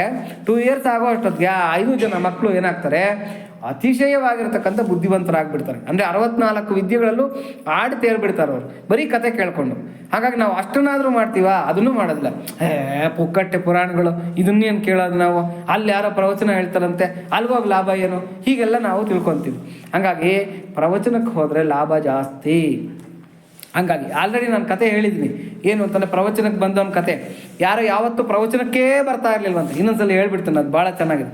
ಪ್ರವಚನಕ್ಕೇ ಬರ್ತಾ ಇರಲಿಲ್ವಂತ ಅವ್ನಿಗೇನು ಅಂತಂದರೆ ಊರು ಗೌಡನಂತವ್ನು, ಅಂದರೆ ಊರಿನ ಒಂದು ದೊಡ್ಡ ಮನುಷ್ಯ. ಆತನಿಗೇನು ಅಂತಾರೆ, ನಾನು ಎಷ್ಟು ವಿದ್ಯಾವಂತ, ನಾನು ಎಂಥ ಧನವಂತ, ನಾನು ಊರಿನ ಗಣ್ಯ, ನಾನು ಪ್ರವಚನಕ್ಕೆ ಹೋಗ್ಬಿಟ್ಟು ಎಲ್ಲರ ಮಧ್ಯೆ ಕೂತ್ಕೊಂಡ್ಬಿಡೋದ ಅಂತಕ್ಕಂಥ ಆತನಿಗೆ ಒಂದು ನಾಚಿಕೆ ಅಂತಕ್ಕಂಥದ್ದು ಇತ್ತು. ಕಡೆಗೆ ಏನಾಯ್ತಂತೆ, ಹಿಂಗೆ ಎಲ್ಲರೂ ಹೋಗೋದಂತೆ, ಪ್ರವಚನ ತುಂಬ ಚೆನ್ನಾಗಿರುತ್ತಪ್ಪ, ಪ್ರವಚನಕಾರ ಚೆನ್ನಾಗಿ ಹೇಳ್ತಾಯಿದ್ರೆ, ಬಾಪ ಒಂದು 10 ನಿಮಿಷ ಕೇಳ್ಕೊಂಡು ಹೋಗಿ, ಚೆನ್ನಾಗಿರುತ್ತೆ, ಒಳ್ಳೆ ಒಳ್ಳೆ ವಿಷಯಗಳು ಹೇಳ್ತಾರೆ ಅಂತ ಹೇಳ್ತಾ ಇದ್ರು. ಇವ್ನಿಗೊಮ್ಮ ಎಲ್ಲೋ ಒಂದು ಕಡೆ ಆಸೆ ಅನ್ನೋದು ಚಿಗುರಿಸ್ತಂತೆ. ಏನೋ ಚೆನ್ನಾಗಿ ಹೇಳ್ತಾರೆ ಅಂತ ಹೇಳ್ತಾರೆ, ಹೆಂಗಿರುತ್ತೋ ನೋಡ್ಬಿಡ್ಬೇಕು ಅಂತೇಳ್ಬಿಟ್ಟು ಒಂದ್ಸಲ ಏನಾಯ್ತಂತೆ, ಬಂದೇ ಬಿಟ್ಟನಂತೆ ಪ್ರವಚನಕ್ಕೆ. ಗೌಡ ಬಂದರೆ ಏನಾಗುತ್ತೆ, ಪ್ರವಚನದಲ್ಲಿ ಎಲ್ಲರಿಗೂ ಏನೋ ಒಂದು ಗಾಬರಿ, ಗಣ್ಯ ವ್ಯಕ್ತಿ ಬಂದ್ಬಿಟ್ರು ಅಂತಕ್ಕಂಥದ್ದು. ಎಲ್ಲರೂ ಹಿಂಗೆ ಗಾಬರಿಯಿಂದ ನೋಡೋದ್ರಂತೆ. ಈ ಪ್ರವಚನಕಾರರು ಆ ಕಡೆ ಡೈವರ್ಟ್ ಆಗದಿರ ಇರಲಿ ಮೈಂಡು ಅಂತೇಳ್ಬಿಟ್ಟು, ಬಂದ್ರಾ, ಬನ್ನಿ ಬನ್ನಿ ಅಂತಂದ್ರಂತ. ಯಾರಿಗೆ? ಗೌಡ್ರಿಗೆ. ಅಂದರೆ ಒಂದು ಮರ್ಯಾದೆ ಕೊಟ್ಟಂಗೂ ಆಗಬೇಕು, ಇಲ್ಲಿ ಕೇಳ್ತಾ ಇರ್ತಕ್ಕಂಥವ್ರು ಆ ಕಡೆ ತಿರುಗ್ದಿರ ಇರಬೇಕು ಅಂತ ಹೇಳ್ಬಿಟ್ಟು ಅಂತ. ಆಮೇಲೆ ಸ್ವಲ್ಪ ಆ ಕಡೆ ಈ ಕಡೆ ನೋಡಿದ್ರಂತೆ, ಆತನಿಗೇನೋ ನಾಚಿಕೆ, ಎಲ್ಲರ ಮಧ್ಯದಲ್ಲಿ ಹೆಂಗೆ ಕೂತ್ಕೋಬೇಕು ಅಂತ. ಆದರೆ ಒಂದು ಕಡೆ ಎಲ್ಲ ಚೇರ್ ಖಾಲಿ ಇತ್ತಂತೆ, ಅದ್ರ ಮೇಲೆ ಕೂತ್ಕೊಂಡ್ರಂತೆ. ಕೂತ್ಕೊಂಡ್ರಾ, ಕೂತ್ಕೊಳ್ಳಿ ಅಂದ್ರಂತೆ ಪ್ರವಚನಕಾರ. ಆಮೇಲೆ ಸ್ವಲ್ಪ ತಾಯ್ತಂತೆ, ಒಂದು 10 ನಿಮಿಷ ಪ್ರವಚನ ಕೇಳ್ಬಿಟ್ಟು ನಿಂತ್ಕೊಂಡಂತೆ. ನಿಂತ್ರಾ, ನಿಂತ್ಕೊಳ್ಳಿ ಅಂದ್ರು. ನಿಂತಂತೆ. ಹೊರಡಿ ಅಂತಂದ್ರೆ, ಅಂದರೆ ಯಾವುದಕ್ಕೂ ನಿಮ್ಗೆ ರಿಸ್ಟ್ರಿಕ್ಷನ್ ಇಲ್ಲ, ಹೋಗಿ ಅಂತ ಹೇಳ್ಬಿಟ್ಟು ಅಂತ. ಈತನಿಗೆ ಇದು ಉಪದೇಶದ ಥರ ಕೇಳಿಸ್ಬಿಡ್ತಂತೆ. ಏನು ಪ್ರವಚನಕಾರ ನನ್ನನ್ನೇ ನೋಡ್ರಿ, ಬಂದ್ರ ಅಂತಾರೆ, ಕೂತ್ಕೊಂಡ್ರ ಅಂತಾರೆ. ಇದೇ ಉಪದೇಶದ ಥರ ಆಗೋಗ್ಬಿಟ್ಟು ಮನೆಗೆ ಬಂದು ಈ ಈಸಿ ಚೇರ್ ಅಂತ ಇರುತ್ತಲ್ಲ, ದೊಡ್ಡ ಇವನು ಸಾಹುಕಾರ ಕೂತ್ಕೊಂಡು ಅಲ್ಲಿ ಥಿಂಕ್ ಮಾಡ್ತಾ ಇದ್ದಂತೆ, ಏನು ಪ್ರವಚನಕಾರರು ಹಿಂಗೆ ಹೇಳಿದ್ರು, ಇದ್ರ ಅಂತರಾರ್ಥ ಏನಿರ್ಬೋದು ಅಂತ ಹೇಳ್ಬಿಟ್ಟು ಎಲ್ಲ ಥಿಂಕ್ ಮಾಡ್ತಾ ಅದನ್ನೇ ಮೇಲ್ಕೆ ಹಾಕ್ತಾ ಇದ್ದಂತೆ. ಏನು ನಾನು ಹೋಗಿದ ತಕ್ಷಣ ಬಂದ್ರಾ, ಬನ್ನಿ ಅಂತಂದರು. ಕೂತ್ಕೊಳ್ಳಿ ಅಂದರು. ಎದ್ದೇಳಿ ಅಂದರು. ಹೋಗ್ರಿ ಅಂತಂದರು. ಇದೇನಿದು ಅಂತೇಳ್ಬಿಟ್ಟು ಹಂಗೇ ಅನ್ಕೊಂತ ತೂಗ್ ಬಂತಂತ ನಿದ್ದೆ ಮಾಡಿದ್ನಂತ. ಆವತ್ತಿನ ಪ್ರವಚನದ್ದೆಲ್ಲ ಥಿಂಕ್ ಮಾಡ್ತಾ ಮಲಕ್ಕೊಂಡಂತ. ಆವತ್ತಿನ ದಿವಸ ಕಳ್ಳರು ಬಂದುಬಿಟ್ರಂತ ಅವ್ರ ಮನೆಗೆ. ಏನಾಯ್ತಂತೆ, ಗೌಡ್ರ ಮನೆಗೆ ಕಳ್ಳರು, ಯಾಕಂದರೆ ಗೌಡ್ರ ಮನೆಗೆ ದಂಡೆಗೆ ದುಡ್ಡು ಬಂಗಾರ ಇರುತ್ತೆ ಅಂತ ಹೇಳ್ಬಿಟ್ಟು ಕಳ್ಳರು ಬಂದ್ರಂತ. ಎಲ್ಲ ಭತ್ತದ ಮೂಟೆಗಳಿತ್ತಂತೆ, ಆ ಎಲ್ಲ ಬಂದ್ರಂತ. ಬಂದ ತಕ್ಷಣ ಗೌಡ್ರಿಗೆ ಅದೇ ಕೈಯಾಲು, ಏನು ಆ ಪ್ರವಚನದಲ್ಲಿ ನಡೆದು, ಬಂದ್ರಾ, ಬನ್ನಿ ಅಂದಂತ. ಈ ಕಳ್ಳರಿಗೆ ಗಾಬರಿ ಆಗೋಯ್ತಂದು, ನಮ್ಮನ್ನು ನೋಡ್ಬಿಟ್ಟಿದ್ದಾನೆ ಗೌಡ, ನಾಟಕ ಮಾಡ್ತಾ ಇದ್ದಾನೆ, ಅರ್ಧಂಬರ್ಧ ಕಣ್ಣು ಮುಚ್ಕೊಂಡು ಇವತ್ತೇನೋ ಮಾಡ್ತಾನೆ, ನಮ್ಮ ಗತಿ ಇಕ್ಕಿಸ್ತಾನೆ ಅಂತ ಹೇಳ್ಬಿಟ್ಟು ಎಲ್ಲ ಭತ್ತದ ಮೂಟೆಗಳಿಂದ ಹೋಗಿ ಬಚ್ಚಿಟ್ಕೊಂಡ್ರಂತೆ. ಕೂತ್ಕೊಳ್ಳಿ ಅಂತ. ಇವತ್ತೇನೋ ಮಾಡ್ತಾನಪ್ಪ, ನಮ್ಮನ್ನು ಹಿಡ್ಕೊಟ್ಬಿಡ್ತಾನೆ, ನಮ್ಮ ಗತಿ ಮುಗೀತು ಅಂತ ಅನ್ಕೊಂಡನು. ಸ್ವಲ್ಪ ತಾಗೋಷ್ಟಿಗೆ ನೀ ಕಾಂಪೌಂಡ್ ಎಗರ್ಬಿಟ್ಟು ನಿಧಾನಕ್ಕೆ ಹೊಟ್ಟೋಗ್ಬಿಡೋಣ ಹಿತ್ಲು ಬಾಗಿಲಿಂದ ಅಂತೆಲ್ಲ ಮಾತಾಡ್ಕೊಂಡು ಹಿತ್ಲು ಬಾಗಿಲ ಕಡೆಗೆ ಹೊರಡ್ತಾ ಇದ್ರಂತೆ. ಅಲ್ಲ ನಿಂತ್ಕೊಳ್ಳಿ ಅಂತಂದು ಹಿತ್ತಲು ಬಾಗಿಲು ದಾಟಿದ್ರಂತೆ. ಹೊರಡಿ ಅಂತಂದು ಅನ್ನೋ ಅಷ್ಟೊತ್ತಿಗೆ ಇವರೆಲ್ಲ ಏನು ಮಾಡಿದ್ರಂತೆ, ಗಾಬರಿ ಬಿದ್ದು ಎಲ್ಲ ಅದು ಇದು ಎಲ್ಲ ಪಾತ್ರೆ ಪಗಡಿಗಳೆಲ್ಲ ದೊಬ್ಕೊಂಡು ಹಿತ್ತಲು ಬಾಗಲ್ದು ಕಾಂಪೌಂಡ್ ಹಾರಿ ಓಡ್ತಾ ಇದ್ದಾರಂತೆ. ಅಷ್ಟೊತ್ತಿಗೆ ರಾಜಭಟ್ರಿಗೆ ಸಿಕ್ಕಾಕೊಂಡ್ಬಿಟ್ನಂತ. ಯಾರೋ ಇವರೆಲ್ಲ ಕೂಡ ಸಿಕ್ಕಾಕೊಂಡ್ಬಿಟ್ರಂತ. ಕರ್ಕೊಂಬಂದು ಗೌಡ್ರ ಮುಂದೆ ನಿಲ್ಸಿದ್ರಂತೆ. ನೋಡಿ, ನಿಮ್ಮ ಮನೆಗೆ ಏನೇನು ಕದ್ಕೊಂಡು ಹೋಗಿದ್ದೀರೋ, ನಿಮ್ಮ ಮನೆಯಿಂದ ಬರ್ತಾ ಇದಾರೆ ಈ ಕಳ್ಳರೆಲ್ಲ ಕೂಡ. ಏನೇನು ಕದ್ದಿದ್ದೀರಾ ಹೇಳ್ರಿ ಅಂದಂತೆ ಗೌಡ. ಏನು ಸ್ವಾಮಿ ಕದಿಯೋದು, ನಾವು ಬರೋ ಅಷ್ಟೊತ್ತಿಗೆ ಬಂದ್ರಾ, ಬನ್ನಿ ಅಂದ್ರಿ ನೀವು. ಬಚ್ಚಿಟ್ಕೊಂಡು ಕೂತ್ಕೊಳ್ಳಿ ಅಂತೀರಾ. ಎದ್ದು ನಿಂತ್ಕೊಂಡ್ರೆ ನಿಂತಿ ಅಂತ ಹೇಳ್ತೀರಾ. ಹೊರಡಿ ಅಂತೀವಿ. ಏನು ಕದಿಯೋದು ನಿಮಗೆ? ನೀವು ಕಣ್ಣು ಮುಚ್ಕೊಂಡು ನಿದ್ದೆ ಮಾಡ್ತಾ ಇದ್ರೋ, ಇಲ್ಲ ಧ್ಯಾನ ಮಾಡ್ತಾ ಇದ್ರೋ, ಇಲ್ಲ ನಮ್ಮನ್ನು ಗಮನಿಸ್ತಾ ಇದ್ರೋ, ಒಂದು ಅರ್ಥ ಆಗಲಿಲ್ಲ ಅಂತ ಹೇಳಿದ್ರಂತೆ. ಆವಾಗ ಗೌಡನ್ಗೆ ಅರ್ಥ ಆಯ್ತಂತೆ, ನಾನು ಹೋಗಿದ್ದ ಪ್ರವಚನಕ್ಕೆ ಎಷ್ಟೊತ್ತು, 10 ನಿಮಿಷ ಪ್ರವಚನ ನನ್ನ ಒಂದು ಜೀವನದಲ್ಲಿ ಇಷ್ಟೊಂದು ಉಪಕಾರ ಮಾಡಿದೆ. ಇವತ್ತು ನನ್ನ ಮನೆಯಲ್ಲಿ ಕಳ್ತನ ಆಗೋದನ್ನು ತಪ್ಪಿಸಿದೆ ಅಂತಂದರೆ ಇನ್ಮೇಲಿಂದ ಪ್ರತಿದಿನ ಪ್ರವಚನಕ್ಕೆ ಹೋಗಬೇಕು. 10 ನಿಮಿಷ ಅಲ್ಲ, ಪ್ರತಿದಿನ ಪ್ರವಚನಕ್ಕೆ ಹೋಗ್ಬೇಕು ಅಂದ್ಬಿಟ್ಟು ಅವತ್ತಿಂದ ಊರ್ಗೌಡ ಪ್ರವಚನಕ್ಕೆ ಬರೋದಕ್ಕೆ ಶುರು ಮಾಡಿದ್ನಂತೆ. ಅಂದರೆ ಏನು ಅಂತಂದರೆ, ಈ ಅಹಂಕಾರ ಇರೋರಿಗೆ ಒಳ್ಳೆ ಮಾತುಗಳು ಹಿಡಿಸೋದಿಲ್ಲ, ಕೇಳೋ ಒಂದು ಇದಿರೋದಿಲ್ಲ. ಅದು ಯಾರಿಗಿರಲ್ಲ ಅವರು ಒಳ್ಳೆ ಮಾತುಗಳನ್ನು ಗ್ರಹಿಸೋದಕ್ಕೆ ಶಕ್ತರಾಗ್ತಾರೆ. ಅದಕ್ಕೆ ಋಷಭ ಅಂದರೆ ಅಹಂಕಾರವು, ಅದು ಎಳೆಯದಾರ ಹೋರಿ ಗರುವಿನಂತಿರುವುದರಿಂದ ಹಾಗೆ ಕರೆಯಲಾಗಿದೆ. ವೇಹದ್ ಎಂದರೆ ಎಳೆಯ ಹೆಣ್ಣುಗರು ಎಂದರ್ಥ. ಅದರಿಂದಾಗುವ ಬಾಲ್ಯ ಬುದ್ಧಿ, ಎಳೆಯ ಬುದ್ಧಿ ಎಂದರ್ಥ. ಇನ್ನು ಕೆಲವ್ರಿಗೆ ಏನಾಗಿರುತ್ತೆ ಅಂದರೆ ಅಹಂಕಾರ ಇರಲ್ಲ, ಪಾಪ ಒಳ್ಳೆ ಬುದ್ಧಿನೇ ಇರುತ್ತೆ, ಆದರೆ ಬಾಲಿಶ ಬುದ್ಧಿ, ಎಲ್ಲದನ್ನೂ ತಮಾಷೆಗೆ ತೊಗೊಳೋದು, ಯಾವುದನ್ನು ಸೀರಿಯಸ್ ಆಗಿ ತೊಗೊಳೋದಿಲ್ಲ. ಯಾರನ್ನ ದೊಡ್ಡವರಲ್ಲಿ ಹಂಗ ಮಾಡಿದ್ರೆ ಆಯ್ತು ಬಿಡಿ, ಆಯ್ತು ಬಿಡಿ, ಹೇಳಿ ಪರವಾಗಿಲ್ಲ ಅಂತ ಎಲ್ಲದನ್ನೂ ಒಂಥರ ಬಾಲಿಶವಾಗಿ ಮಕ್ಕಳಾಟ ಥರ ತಗೊಳ್ತಕ್ಕಂಥದ್ದು, ಸೀರಿಯಸ್ನೆಸ್ ಇಲ್ಲದೆ ಇರತಕ್ಕಂಥ ಬುದ್ಧಿ. ಅದನ್ನ ಇಲ್ಲಿ ಏನಂತ ಕರೀತಾರೆ ಅಂತಂದರೆ ವೇಹದ್ ಅಂತ ಕರೀತಾರೆ. ಆ ವೇಹದ್ ಅಂತಕ್ಕಂಥ ಬುದ್ಧಿನ ಅನಡ್ವಾನ್ ಅಂತಕ್ಕಂಥದ್ದು ಎಂದರೆ ಇಡೀ ಬ್ರಹ್ಮಾಂಡದ ಭಾರವನ್ನೇ ಹೊರಲು ಸಮರ್ಥವಾದ ಪ್ರತ್ಯೇಕಾತ್ಮ ಎಂದರ್ಥ. ಅಂದರೆ ಜೀವಾತ್ಮ, ನಮ್ಮಲ್ಲಿರ್ತಕ್ಕಂಥ ಆತ್ಮ ಅಂತ ಏನು ಕರೀತಾರೆ, ಅವನನ್ನು ಅನಡ್ವಾನ್ ಅಂತ ಕರೀತಾರೆ. ಅಂದರೆ ಎಲ್ಲದನ್ನೂ ಭರಿಸಲು ಶಕ್ತನಾಗಿರ್ತಕ್ಕಂಥ ಅವನು ಅಂತ. ಧೇನು ಎಂದರೆ ಬ್ರಹ್ಮವಿದ್ಯೆಯು. ಧೇನು ಅಂದರೆ ಹಸು, ಅಂದರೆ ಹಾಲು ಕರಿತಾ ಇರ್ತಕ್ಕಂಥ ಹಸು. ಯಾವುದಪ್ಪ ಹಾಲು ಕರೆಯೋ ಹಸು ನಮ್ಮಲ್ಲಿ ಅಂತಂದರೆ ಬ್ರಹ್ಮವಿದ್ಯೆ. ಅಂದರೆ ನಾವು ಪರಬ್ರಹ್ಮದ ಕುರಿತಾಗಿ ಏನನ್ನ ಓದಿದ್ರೆ, ಕೇಳಿದ್ರೆ, ಯಾರ ಕೈಲನ್ನ ಚರ್ಚೆ ಮಾಡಿದರೆ ಅದು ವ್ಯರ್ಥ ಆಗೋದಿಲ್ಲ. ಇಡೀ ಪ್ರಪಂಚದಲ್ಲಿರ್ತಕ್ಕಂಥ ಎಲ್ಲ ಮಾತುಗಳು ಕೂಡ ವ್ಯರ್ಥ. ಆದರೆ ಪರಬ್ರಹ್ಮದ ವಿಚಾರದಲ್ಲಿ ಮಾತಾಡಿರ್ತಕ್ಕಂಥ ಮಾತುಗಳು, ಪರಬ್ರಹ್ಮದ ಬಗ್ಗೆ ಕೇಳಿರ್ತಕ್ಕಂಥ ಮಾತುಗಳು, ಆಮೇಲೆ ಪರಬ್ರಹ್ಮದ ಕುರಿತಾಗಿ ಚಿಂತಿಸ್ತಕ್ಕಂಥ ಮನಸ್ಸು, ಇವು ಯಾವುದು ಕೂಡ ವ್ಯರ್ಥ ಅಲ್ಲ. ಇವೆಲ್ಲ ಕೂಡ ನಮಗೆ ಒಂದಲ್ಲ ಒಂದು ಟೈಮ್ನಲ್ಲಿ ನಮಗೆ ಸಂಸ್ಕಾರ ರೂಪದಲ್ಲಿ ಒಳಗಡೆ ಏನಾಗಿರುತ್ತೆ, ರೆಕಾರ್ಡ್ ಆಗಿರುತ್ತೆ, ನಮ್ಮನ್ನು ಕೈ ಹಿಡಿದು ನಡೆಸುತ್ತೆ. ಹಾಗಾಗಿ ಆ ಧೇನು ಯಾರಪ್ಪ ಅಂತಂದರೆ ಪರಬ್ರಹ್ಮದ ಕುರಿತಾಗಿ ನಾವು ಮಾಡಿರತಕ್ಕಂಥ ವಿಚಾರಗಳು, ಕೇಳಿರೋದು, ಮಾತಾಡಿರೋದು, ಅಥವಾ ಚಿಂತನೆ ಮಾಡಿರ್ತಕ್ಕಂಥದ್ದು, ಅಥವಾ ದೇವ್ರ ಕುರಿತಾಗಿ ಏನನ್ನ ಮಾಡಿರ್ತಕ್ಕಂಥ ಸೇವೆಗಳು, ಇವೆಲ್ಲ ಕೂಡ ನಮಗೆ ಕೈ ಹಿಡಿಯುತ್ತೆ, ಯಾವತ್ತಿಗೂ ಕೂಡ ಕೈ ಬಿಡೋದಿಲ್ಲ. ಹಾಗಾಗಿ ಅದು ಹಾಲು ಕರಿತಕ್ಕಂಥ ಹಸು. ಅಂದರೆ ಯಾವತ್ತಿಗೂ ಕೂಡ ನಮ್ಗೆ ಯಾವಾಗ ಕಷ್ಟ ಅಂತಂದ್ರೂ ಕೂಡ ನಾವು ಹಸುವಾದಾಗ ಏನು ಮಾಡ್ತೀವಿ, ಹಾಲು ಕರ್ಕೊಂಡು ಕುಡಿತೀವಿ. ಅಮೃತ ತುಲ್ಯವಾಗಿರ್ತಕ್ಕಂಥ ಹಾಲು ಕರೆಯೋ ದೇವನು ಯಾವುದು ಅಂತಂದರೆ ಆ ಬ್ರಹ್ಮವಿದ್ಯೆ ಅಂತಕ್ಕಂಥದ್ದು. ಸಾಧಕನ ಪ್ರತ್ಯೇಕಾತ್ಮ ರೂಪದಲ್ಲಿ ಎಲ್ಲವೂ ಲಯವಾದಾಗ ಆತನ ಆತ್ಮನೆಂದರೆ ಪರಮಾತ್ಮನೇ ಆಗಿರುವುದರಿಂದ ಆ ಪರಮಾತ್ಮನೊಡನೆ ಎಲ್ಲ ವಸ್ತುಗಳಿಗೂ ಏಕತ್ವವು ಹೊಂದುತ್ತದೆ ಎಂದು ಅಭಿಪ್ರಾಯ. ಅಂದರೆ ಇಲ್ಲಿ ಚಿದಗ್ನಿ ಅಂತಕ್ಕಂಥದ್ದು, ಅಂದರೆ ಒಳಗಡೆ ಹೇಳದ್ನಲ್ಲ, ದಹರಾಕಾಶದಲ್ಲಿ ಉರಿತಾ ಇರ್ತಕ್ಕಂಥ ಈ ಚಿದಗ್ನಿ ಅಂತಕ್ಕಂಥ ಪರಬ್ರಹ್ಮದಲ್ಲಿ ನಾವು ಏನೇನು ನಮ್ಮ ಅಜ್ಞಾನ, ನಮ್ಮ ಜ್ಞಾನ, ನಮ್ಮ ವ್ಯವಹಾರಗಳು, ನಾವು ಕೇಳ್ತಾ ಇರ್ತಕ್ಕಂಥದ್ದು, ನೋಡ್ತಾ ಇರ್ತಕ್ಕಂಥದ್ದು, ಮಾಡ್ತಾ ಇರ್ತಕ್ಕಂಥದ್ದು, ತಿಂತಾ ಇರ್ತಕ್ಕಂಥದ್ದು, ನೋಡ್ತಕ್ಕಂಥದ್ದು, ಇವೆಲ್ಲ ಕೂಡ ಸ್ಪರ್ಶಿಸ್ತಕ್ಕಂಥದ್ದು ಎಲ್ಲದನ್ನು ಪ್ರತ್ಯೇಕಾತ್ಮನಲ್ಲಿ ಅಂದರೆ ಚಿದಗ್ನಿನಲ್ಲಿ ಹೋಮ ಮಾಡಿಬಿಡ್ತಾ ಇದ್ದೀವಿ, ಅಂದರೆ ಸಮಿತ್ತಾಗಿ ಅರ್ಪಿಸ್ಬಿಡ್ತಾ ಇದ್ದೀವಿ. ಇದು ಯಾವುದು ನಂದಲ್ಲ. ನಾವು ಅದಕ್ಕೆ ದಾನ ಕೊಟ್ಟರೆ, ಹೋಮ ಮಾಡಿದ್ರೆ ಏನು ಹೇಳ್ತೀವಿ, ನಮಮ ನಮಮ ಅಂತ ಹೇಳ್ತೀವಿ. ವಿಷ್ಣವೇ ಪರಮಾತ್ಮನ ಇದನ್ನ ಮಮ, ಅಗ್ನಯೇ ಅಗ್ನಯೇ ಸ್ವಾಹ ಅಗ್ನಯೇ ಇದನ್ನ ಮಮ, ಇಂದ್ರಾಯ ಸ್ವಾಹ ಇಂದ್ರ ಏದನ್ನ ಮಮ ಅಂತ ಹೇಳ್ತೀವಿ. ಅಪ್ಪ ಇದು ಏನು ಕೊಡ್ತಾ ಇದ್ದೀನಿ, ಇದು ನಂದಲ್ಲ. ಯಾವಾಗ ನಾವೆಲ್ಲ ಕೂಡ ಚಿದಗ್ನಿಗೆ ಸಮರ್ಪಣೆ ಮಾಡಿಬಿಡ್ತಾ ಇದ್ದೀವಿ, ಇದು ನಂದಲ್ಲ ಅಂದರೆ ಕೃಷ್ಣ ಅರ್ಪಣಂ ಅಂತ ನಾವೆಲ್ಲ ಗೊತ್ತಲ್ವಾ, ಕೃಷ್ಣ ಅರ್ಪಣಂ. ಅದಕ್ಕೆ ಏನೇ ಮಾಡಿದ್ರು ಕೂಡ ಕಡೆಯಲ್ಲಿ ಏನು ಮಾಡ್ತೀವಿ, ಕೃಷ್ಣ ಅರ್ಪಣಂ ಅಂತ ಮಾಡಿಬಿಡ್ತೀವಿ. ಎಲ್ಲದನ್ನು ನಾವು ಪರಬ್ರಹ್ಮನಿಗೆ ಅರ್ಪಣೆ ಮಾಡಿಬಿಡ್ತಾ ಇದೀವೋ, ಚಿದಗ್ನಿ ಒಳಗೆ ಹೋಮ ಮಾಡಿಬಿಡ್ತಾ ಇದೀವೋ, ಸಮರ್ಪಣೆ ಮಾಡಿಬಿಡ್ತಾ ಇದೀವೋ, ಆವಾಗ ಏನಾಗುತ್ತೆ, ಪಾಪ ಪುಣ್ಯ ಎರಡೂ ನಮಗಿಲ್ಲ. ಯಾವಾಗ ಪಾಪ ಪುಣ್ಯ ಅನ್ನೋದು ಇಲ್ವೋ, ಸ್ವರ್ಗ ನರಕಾದಿಗಳು ಇಲ್ಲ. ಯಾವಾಗ ಸ್ವರ್ಗ ನರಕಾದಿಗಳಿಲ್ವೋ ಆವಾಗ ಸಿಗ್ತಕ್ಕಂಥದ್ದೇ ಪರಮಪದ ಅಂತ, ಪರಮಪದ ವೈಕುಂಠ ಅಂತ ಏನು ಕರಿತೀವಿ ಅದು. ಪುನರ್ಜನ್ಮ ರಾಹಿತ್ಯ, ಮೋಕ್ಷ ಅಂತ ಏನು ಸ್ಥಿತಿ ಇದೆ ಅದೇ ಅದು. ಅಂದರೆ ಜೀವನ್ ಮುಕ್ತನಾಗ್ಬಿಡ್ತಾನೆ, ಬದುಕಿರೋವಾಗಲೇ ಮುಕ್ತನಾಗ್ಬಿಡ್ತಾನೆ. ಯಾಕೆಂದರೆ ಇವಂದು ಅಂತ ಏನೂ ಇಲ್ಲ, ಇವನೂ ಇಲ್ಲ, ನಾನೂ ಇಲ್ಲ, ನನಗೆ ಸಂಬಂಧಪಟ್ಟಿದ್ದೇನೂ ಇಲ್ಲ. ಆವಾಗ ಅವನು ಬದುಕಿರೋವಾಗಲೇ ಮುಕ್ತನಾಗಿದ್ದಾನೆ ಅಂತ. ರಾಧೆ ಏನು ಮಾಡ್ತಾ ಇದ್ಲ ಅಂತಂದರೆ ಸದಾ ಕಾಲ ಕೃಷ್ಣನ ಸ್ಮರಣೆ ಮಾಡಿ ಮಾಡಿ ಮಾಡಿ ಮಾಡಿ ಕೃಷ್ಣ ಏನು ಮಾಡ್ತಾನೆ ಅಂತ.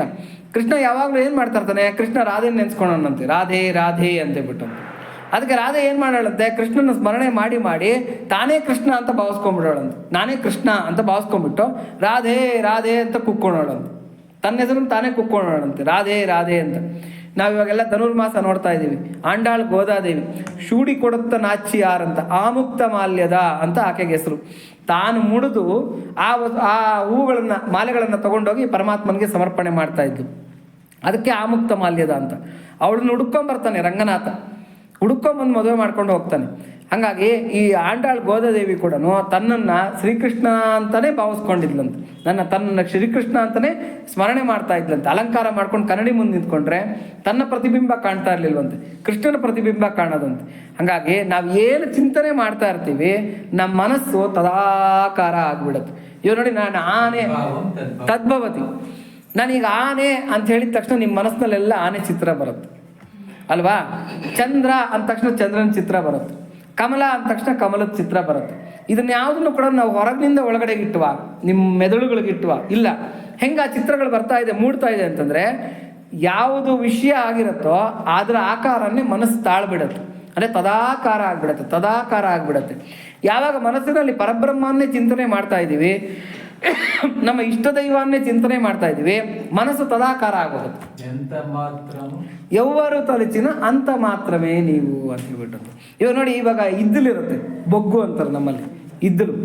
ಆ ಇದ್ದಲನ್ನು ತಗೊಂಡೋಗಿ ಬೆಂಕಿ ಜೊತೆನಲ್ಲಿ ಇಟ್ಬಿಡಿ, ಇದ್ದಲಿಗೆ ಏನಾಗುತ್ತೆ? ಬೆಂಕಿನೇ ಆಗ್ಬಿಡುತ್ತೆ. ಬೆಂಕಿ ಗುಣ ಫಸ್ಟ್ ಬರುತ್ತೆ, ಆಮೇಲೆ ಬೆಂಕಿಯಾಗಿ ಮಾರ್ಪಡುತ್ತೆ, ಕಡೆಗೆ ಏನಾಗುತ್ತೆ? ಬೂದಿಯಾಗಿ ಹೋಗ್ಬಿಡತ್ತೆ, ಅದು ಲಯ ಆಗ್ಬಿಡತ್ತೆ. ಅದೇ ಥರನೇ ಮನಸ್ಸು ಅಂತಕ್ಕಂಥ ಇದ್ದಲನ್ನ ಈ ಚಿದಾತ್ಮ ಅಂದರೆ ಪರಮಾತ್ಮ ಅಂತಕ್ಕಂಥ ಬೆಂಕಿ ಜೊತೆಯಲ್ಲಿ ಯಾವಾಗಲೂ ಇಟ್ಟಿರ್ಬೇಕಂತ. ಯಾವಾಗಲೂ ಇಟ್ಟು ಸತ್ಸಂಗ, ಸಚ್ಚಿಂತನೆ ಅಂತಕ್ಕಂಥ ಊದುರುಗೊಳ್ವೆ ತಗೊಂಡು ಊದ್ತಾ ಇರ್ಬೇಕಂತೆ.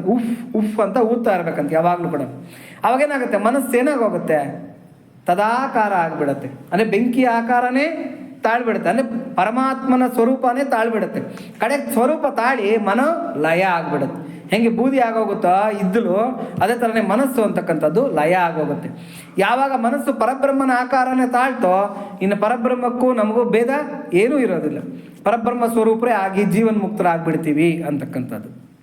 ಹಾಗಾಗಿ ಕಡೆಯದಾಗಿ ಸಾಧಕನ ಉಳಿದಿರಬಹುದಾದ ಆಯಸ್ಸು, ಪ್ರಾಣ, ಅಪಾನ, ವ್ಯಾನ, ಚಕ್ಷುಸ್ಸು, ಶ್ರೋತ್ರ, ಮನಸ್ಸು, ವಾಕು, ಆತ್ಮ ಇವೆಲ್ಲದನ್ನು ಕೂಡ ಆತ್ಮಯಜ್ಞವೆಂಬ ಕ್ರಿಯೆ ಈ ತತ್ವಾಭಿಮಾನಿಗಳ ದೇವತೆಗಳೆಲ್ಲರೂ ವಿರಾಟ್ ರೂಪದಲ್ಲಿ ಒಂದಾಗಿ ಯಜ್ಞವಾಗುವುದರ ಮೂಲಕ ನನಗೆ ದೊರಕಲಿ ಎಂದು ಪ್ರಾರ್ಥಿಸಲಾಗಿದೆ.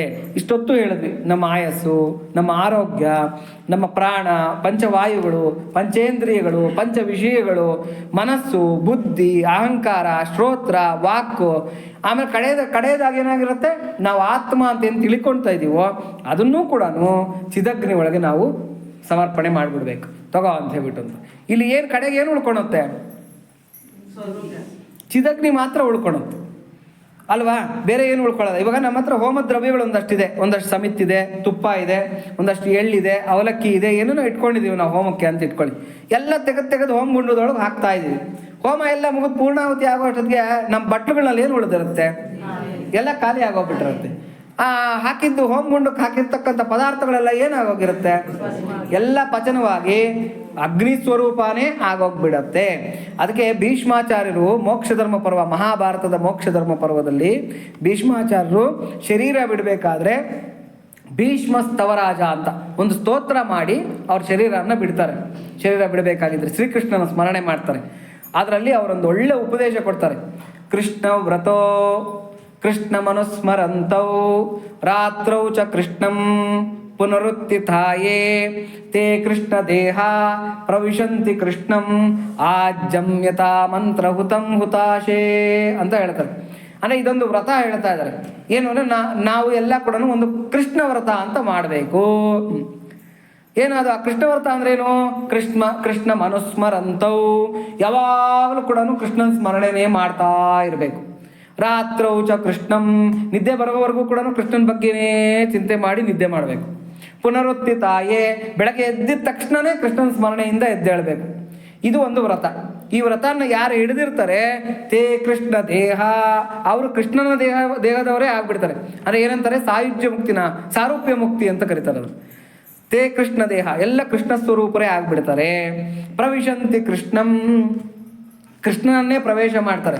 ಯಾವ ಥರ ಮಾಡ್ತಾರೆ ಅಂತಂದರೆ, ಮಂತ್ರೋಕ್ತವಾಗಿ ಹೋಮಗುಂಡದಲ್ಲಿ ಮಾಡಿರ್ತಕ್ಕಂಥ ತುಪ್ಪ ಆಹುತಿ ಏನಿದೆ ಅದೇನಾಗೋಗುತ್ತೆ? ಯಜ್ಞ ಸ್ವರೂಪವೇ ಆಗೋಗುತ್ತೆ. ಆ ಯಜ್ಞೇಶ್ವರನಲ್ಲೇ ಲೀನವಾಗೋಗುತ್ತೆ.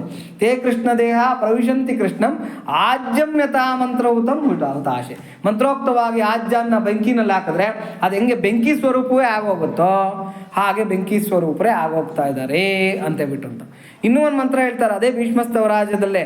ಏನು ಅಂದರೆ, ಏಕೋಪಿ ಕೃಷ್ಣಸ್ಯ ಕೃತ ಪ್ರಣಾಮ ದಶಾಶ್ವಮೇಧಾವ ಭೃತೇನ ತುಲ್ಯ.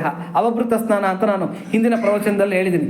ಅವಭೃತ ಅಂದರೆ ಪೂರ್ಣಾಹುತಿ, ಅವಭೃತ ಸ್ನಾನ ಅಂತಂದರೆ ಆ ಪೂರ್ಣಾಹುತಿ ಆದಮೇಲೆ ಮಾಡ್ತಕ್ಕಂಥ ಸ್ನಾನ.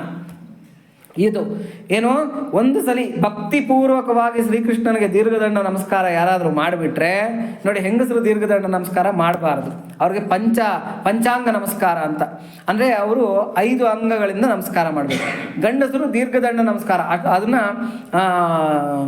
ಏನು ಸಾಷ್ಟಾಂಗ ಅಂತ ಕರೀತಾರೆ. ಅಂದರೆ 8 ನಮಗೆ 8 ಅಂಗಗಳಿಂದ 8 ಅಂಗಗಳನ್ನು ಭೂಮಿಗೆ ತಾಗಿಸಿ ನಮಸ್ಕಾರ ಮಾಡಬೇಕು ಅಂತ ಹೇಳ್ತಾರೆ ಗಂಡಸರಿಗೆ. ಹೆಂಗಸರಿಗೆ 5 ಅಂಗಗಳನ್ನು ಭೂಮಿಗೆ ತಾಗಿಸಿ ನಮಸ್ಕಾರ ಮಾಡಬೇಕು ಅಂತ ಹೇಳ್ತಾರೆ. ಹಾಗಾಗಿ ಯಾರು ಭಕ್ತಿಪೂರ್ವಕವಾಗಿ ಶ್ರೀಕೃಷ್ಣನಿಗೆ ಈ ರೀತಿಯ ನಮಸ್ಕಾರವನ್ನು ಮಾಡಿರ್ತಾರೆ, ಏಕೋಪಿ ಕೃಷ್ಣಸ್ಯ ಕೃತ ಪ್ರಣಾಮ 10 ಅಶ್ವಮೇಧ ಅಂದರೆ 10 ಅಶ್ವಮೇಧಗಳನ್ನು ಯಾಗ ಮಾಡಿದ್ರೆ ಎಷ್ಟು ಪುಣ್ಯ ಬರುತ್ತೋ ಅಷ್ಟು ಪುಣ್ಯ ಅವನ ಅಕೌಂಟಿಗೆ ಬಿದ್ದೋಗುತ್ತೆ ಒಂದು ನಮಸ್ಕಾರಕ್ಕೆ. ಅವಭೃತೇನ ತುಲ್ಯ, ಆ ಅಶ್ವಮೇಧ ಯಾಗ ಮಾಡಿದ್ಮೇಲೆ ಪೂರ್ಣಾಹುತಿ ಮಾಡಿ ಆ ಸ್ನಾನ ಮಾಡ್ತಾರಲ್ಲ, ಅಷ್ಟು ಪವರ್ ಅಂದರೆ ಆ ಒಂದು ಫಲ ಅವರ ಅಕೌಂಟ್ಗೆ ಬೀಳುತ್ತೆ. ಆದರೆ ಒಂದೇ ಒಂದು ಡಿಫ್ರೆನ್ಸ್ ಇದೆ, ಏನು ಅಂತಂದರೆ ಏಕೋಪಿ ಕೃಷ್ಣಸ್ಯ ಕೃತ ಪ್ರಣಾಮೋ 10 ಅಶ್ವಮೇಧಾವಭೃತೇನ ತುಲ್ಯ 10 ಅಶ್ವಮೇಧಿ ಪುನರೇತಿ ಜನ್ಮ. ಆದರೆ 10 ಅಶ್ವಮೇಧ ಯಾಗಗಳು ಮಾಡಿದ್ರು ಕೂಡ ಅವನು ಸ್ವರ್ಗಕ್ಕೆ ಹೋಗಿ ಕ್ಷೀಣೆ ಪುಣ್ಯ ಮರ್ತಿಲೋಕಂ ವಿಶಂತಿ ಅಂತ ಮತ್ತೆ ಭೂಲೋಕಕ್ಕೆ ಬರಲೇಬೇಕು. ಪುನರ್ಜನ್ಮ ಅಂತಕ್ಕಂಥದ್ದು ಇದ್ದೇ ಇದೆ ಯಾರಿಗೆ, 10 ಅಶ್ವಮೇಧ ಯಾಗ ಮಾಡ್ತಕ್ಕಂಥ ಅವನಿಗೆ. 10 ಅಶ್ವಮೇಧಿ ಪುನರೇತಿ ಜನ್ಮ ಕೃಷ್ಣ ಪ್ರಣಾಮಿ ನ ಪುನರ್ಭವಾಯ. ಒಂದ್ಸಲಿ ಕೃಷ್ಣನಿಗೆ ಭಕ್ತಿಪೂರ್ವಕವಾಗಿ ನಮಸ್ಕಾರ ಮಾಡಿಬಿಟ್ರೆ ಅವನಿಗೆ ಪುನರ್ಜನ್ಮ ಅಂತಕ್ಕಂಥದ್ದೇ ಇರೋದಿಲ್ಲ. ಇದು ಭೀಷ್ಮಾಚಾರ್ಯರು ಹೇಳ್ತಾ ಇರತಕ್ಕಂಥ, ಡಿಕ್ಲೇರ್ ಮಾಡ್ತಕ್ಕಂಥ ಮಾತು ನೋಡಿ. ಯಾವಾಗಲೂ ಕೂಡ ಶರೀರ ಬಿಡೋನು ಅಸತ್ಯ ಮಾತಾಡೋದಿಲ್ಲ, ಅವನು ಸತ್ಯನೇ ಮಾತಾಡ್ತಾನೆ. ಅಂದರೆ ಭೀಷ್ಮಾಚಾರ್ಯರು ಎಂಥ ಸತ್ಯಗಳನ್ನು ಮಾತಾಡಿದ್ದಾರೆ ನೋಡಿ, ಅದನ್ನೇ ಇಲ್ಲಿ ಹೇಳ್ತಾ ಇದ್ದಾರೆ. ಏನು ಅಂದರೆ ಚಿದಗ್ನಿ, ನಮ್ಮಲ್ಲಿ ಉರಿತಾ ಇರ್ತಕ್ಕಂಥ ನಮ್ಮ ಇಷ್ಟ ದೈವದ ಅಗ್ನಿ, ಭಗವದ್ ಅಗ್ನಿ ನೋಡಿ, ಅದನ್ನು ನಿರಾಕಾರ ಅಂತನ್ನ ತಿಳ್ಕೊಬೋದು, ಸಾಕಾರ ಅಂತನ್ನ ತಿಳ್ಕೊಬೋದು. ನಿಮ್ಮ ಇಷ್ಟ ದೈವಗಳು ಯಾರಿದಾರೋ ಆಯಾ ಇಷ್ಟ ದೈವಗಳೇ ಚಿದಗ್ನಿಗಳು. ಚಿದಗ್ನಿ ಅಂದರೆ ಇನ್ಯಾವುದಪ್ಪ, ಇದ್ಯಾವುದೋ ಹೊಸ ವರ್ಡು, ಇದನ್ನೆಲ್ಲ ಹುಡುಕೊಂಡು ಹೋಗೋಣ ಅಂತ ತಿಳ್ಕೊಬೇಡಿ. ನಮ್ಮ ಹೃದಯದಲ್ಲಿ ಅಂತರ್ಯಾಮಿ ಆಗಿರ್ತಕ್ಕಂಥ ನಮ್ಮ ಭಗವನ್ ಮೂರ್ತಿ, ಆ ಭಗವನ್ ಮೂರ್ತಿಯನ್ನೇ ಯಾರು ಚಿಂತನೆ ಮಾಡ್ತಾ ಇದ್ದಾರೋ, ನಾವು ಮಾಡ್ತಾ ಇರ್ತಕ್ಕಂಥ ಅಷ್ಟೂ ಜೀವನದ ಎಲ್ಲ ಕ್ರಮಗಳನ್ನು ಕೂಡ ನಮ್ಮ ಇಂದ್ರಿಯಗಳನ್ನು ಆಲೋಚನೆಗಳನ್ನು ಅದಕ್ಕೆ ಸಮರ್ಪಣೆ ಮಾಡ್ತಾ ಇದ್ದಾರೋ ಅವರು ಅದರೊಳಗೆ ಲೀನ ಆಗೋಗ್ಬಿಡ್ತಾ ಇದ್ದಾರೆ. ಅಂದರೆ ಅದರ ಅರ್ಥ ಏನು, ಜೀವನ್ ಮುಕ್ತರಾಗ್ತಾ ಇದ್ದಾರೆ ಅಂತ. ಮತ್ತೆ ಮುಕ್ತಿಗೆ ನಾವೆಲ್ಲ ಹುಡ್ಕೊಂಡು ಹೋಗ್ಬೇಕಾದಿಲ್ಲ, ಯಾವಾಗ ಸತ್ ಮೇಲೆ ಸಿಗುತ್ತಂತೆ ಅಂತ. ಸತ್ ಮೇಲೆ ಸಿಗುತ್ತೋ ಬಿಡುತ್ತೋ ನೋಡಿದವ್ರು ಯಾರು? ಹಾಗಾಗಿ ಈಗ ಬದುಕಿರೋವಾಗಲೇ ನಾವು ಮುಕ್ತರಾಗ್ಬಿಡ್ಬೇಕು ಅಂತ. ಹಾಗಾಗಿ ಯಾವಾಗಲೂ ಕೂಡ ಭಗವತ್ ಚಿಂತನೆಯನ್ನು ಮಾಡಬೇಕು ಅಂತಕ್ಕಂಥದ್ದು ಈ 10ನೇ ಅನುವಾಕಿನ ಒಂದು ತಾತ್ಪರ್ಯ. ಇಲ್ಲಿಗೆ 10ನೇ ಅನುವಾಕು ಮುಗಿಯುತ್ತೆ. ಈಗ 11ನೇ ಅನುವಾಕು. 10ನೇ ಅನುವಾಕು 11ನೇ ಅನುವಾಕು ಎರಡನ್ನೂ ಕೂಡ ಒಂದ್ಸಲಿ ಹೇಳ್ಕೊಳ್ಳೋಣ.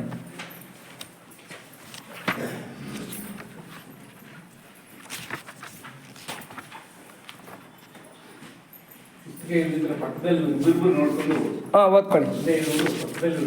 ಪೇಜ್ ನಂಬರು 34, 10ನೇ ಅನುವಾಕು. ಗರ್ಭಾಶ್ಚ ಮೇ ವತ್ಸಾಶ್ಚ ಮೇ ದ್ರವಿಶ್ಚ ಮೇ ದ್ರವೀಚ ಮೇ ದಿತ್ಯವಾಟ್ಟ ಮೇ ದಿತ್ಯೌಹಿ ಚ ಮೇ ಪಂಚಾವಿಶ್ಚ ಮೇ ಪಂಚಾವಿ ಚ ಮೇ ತ್ರಿವತ್ಸಶ್ಚ ಮೇ ತ್ರಿವತ್ಸಾ ಚ ಮೇ ತುರ್ಯವಾಟ್ಚ ಮೇ ತುರ್ಯೌಹಿ ಚ ಮೇ ಷಷ್ಠವಾಚ್ಚ ಮೇ ಷಷ್ಠೌಹಿ ಚ ಮ ಉಕ್ಷಾ ಚ ಮೇ ವಶಾ ಚ ಮ ವೃಷಭಶ್ಚ ಮೇ ಬೇಹಶ್ಚ ಮೇ ಅನಡ್ವಾಂಚ ಮೇ ಧೇನುಶ್ಚ ಮ ಆಯುರ್ ಯಜ್ಞೇನ ಕಲ್ಪತಾಂ ಪ್ರಾಣೋ ಯಜ್ಞೇನ ಕಲ್ಪತಾಂ ಅಪಾನೋ ಯಜ್ಞೇನ ಕಲ್ಪತಾಂ ವ್ಯಾನೋ ಯಜ್ಞೇನ ಕಲ್ಪತಾಂ ಚಕ್ಷುರ್ ಯಜ್ಞೇನ ಕಲ್ಪತಾಂ ಶ್ರೋತ್ರಂ ಯಜ್ಞೇನ ಕಲ್ಪತಾಂ ಮನೋ ಯಜ್ಞೇನ ಕಲ್ಪತಾಂ ವಾಗ್ ಯಜ್ಞೇನ ಕಲ್ಪತಾಂ ಆತ್ಮ ಯಜ್ಞೇನ ಕಲ್ಪತಾಂ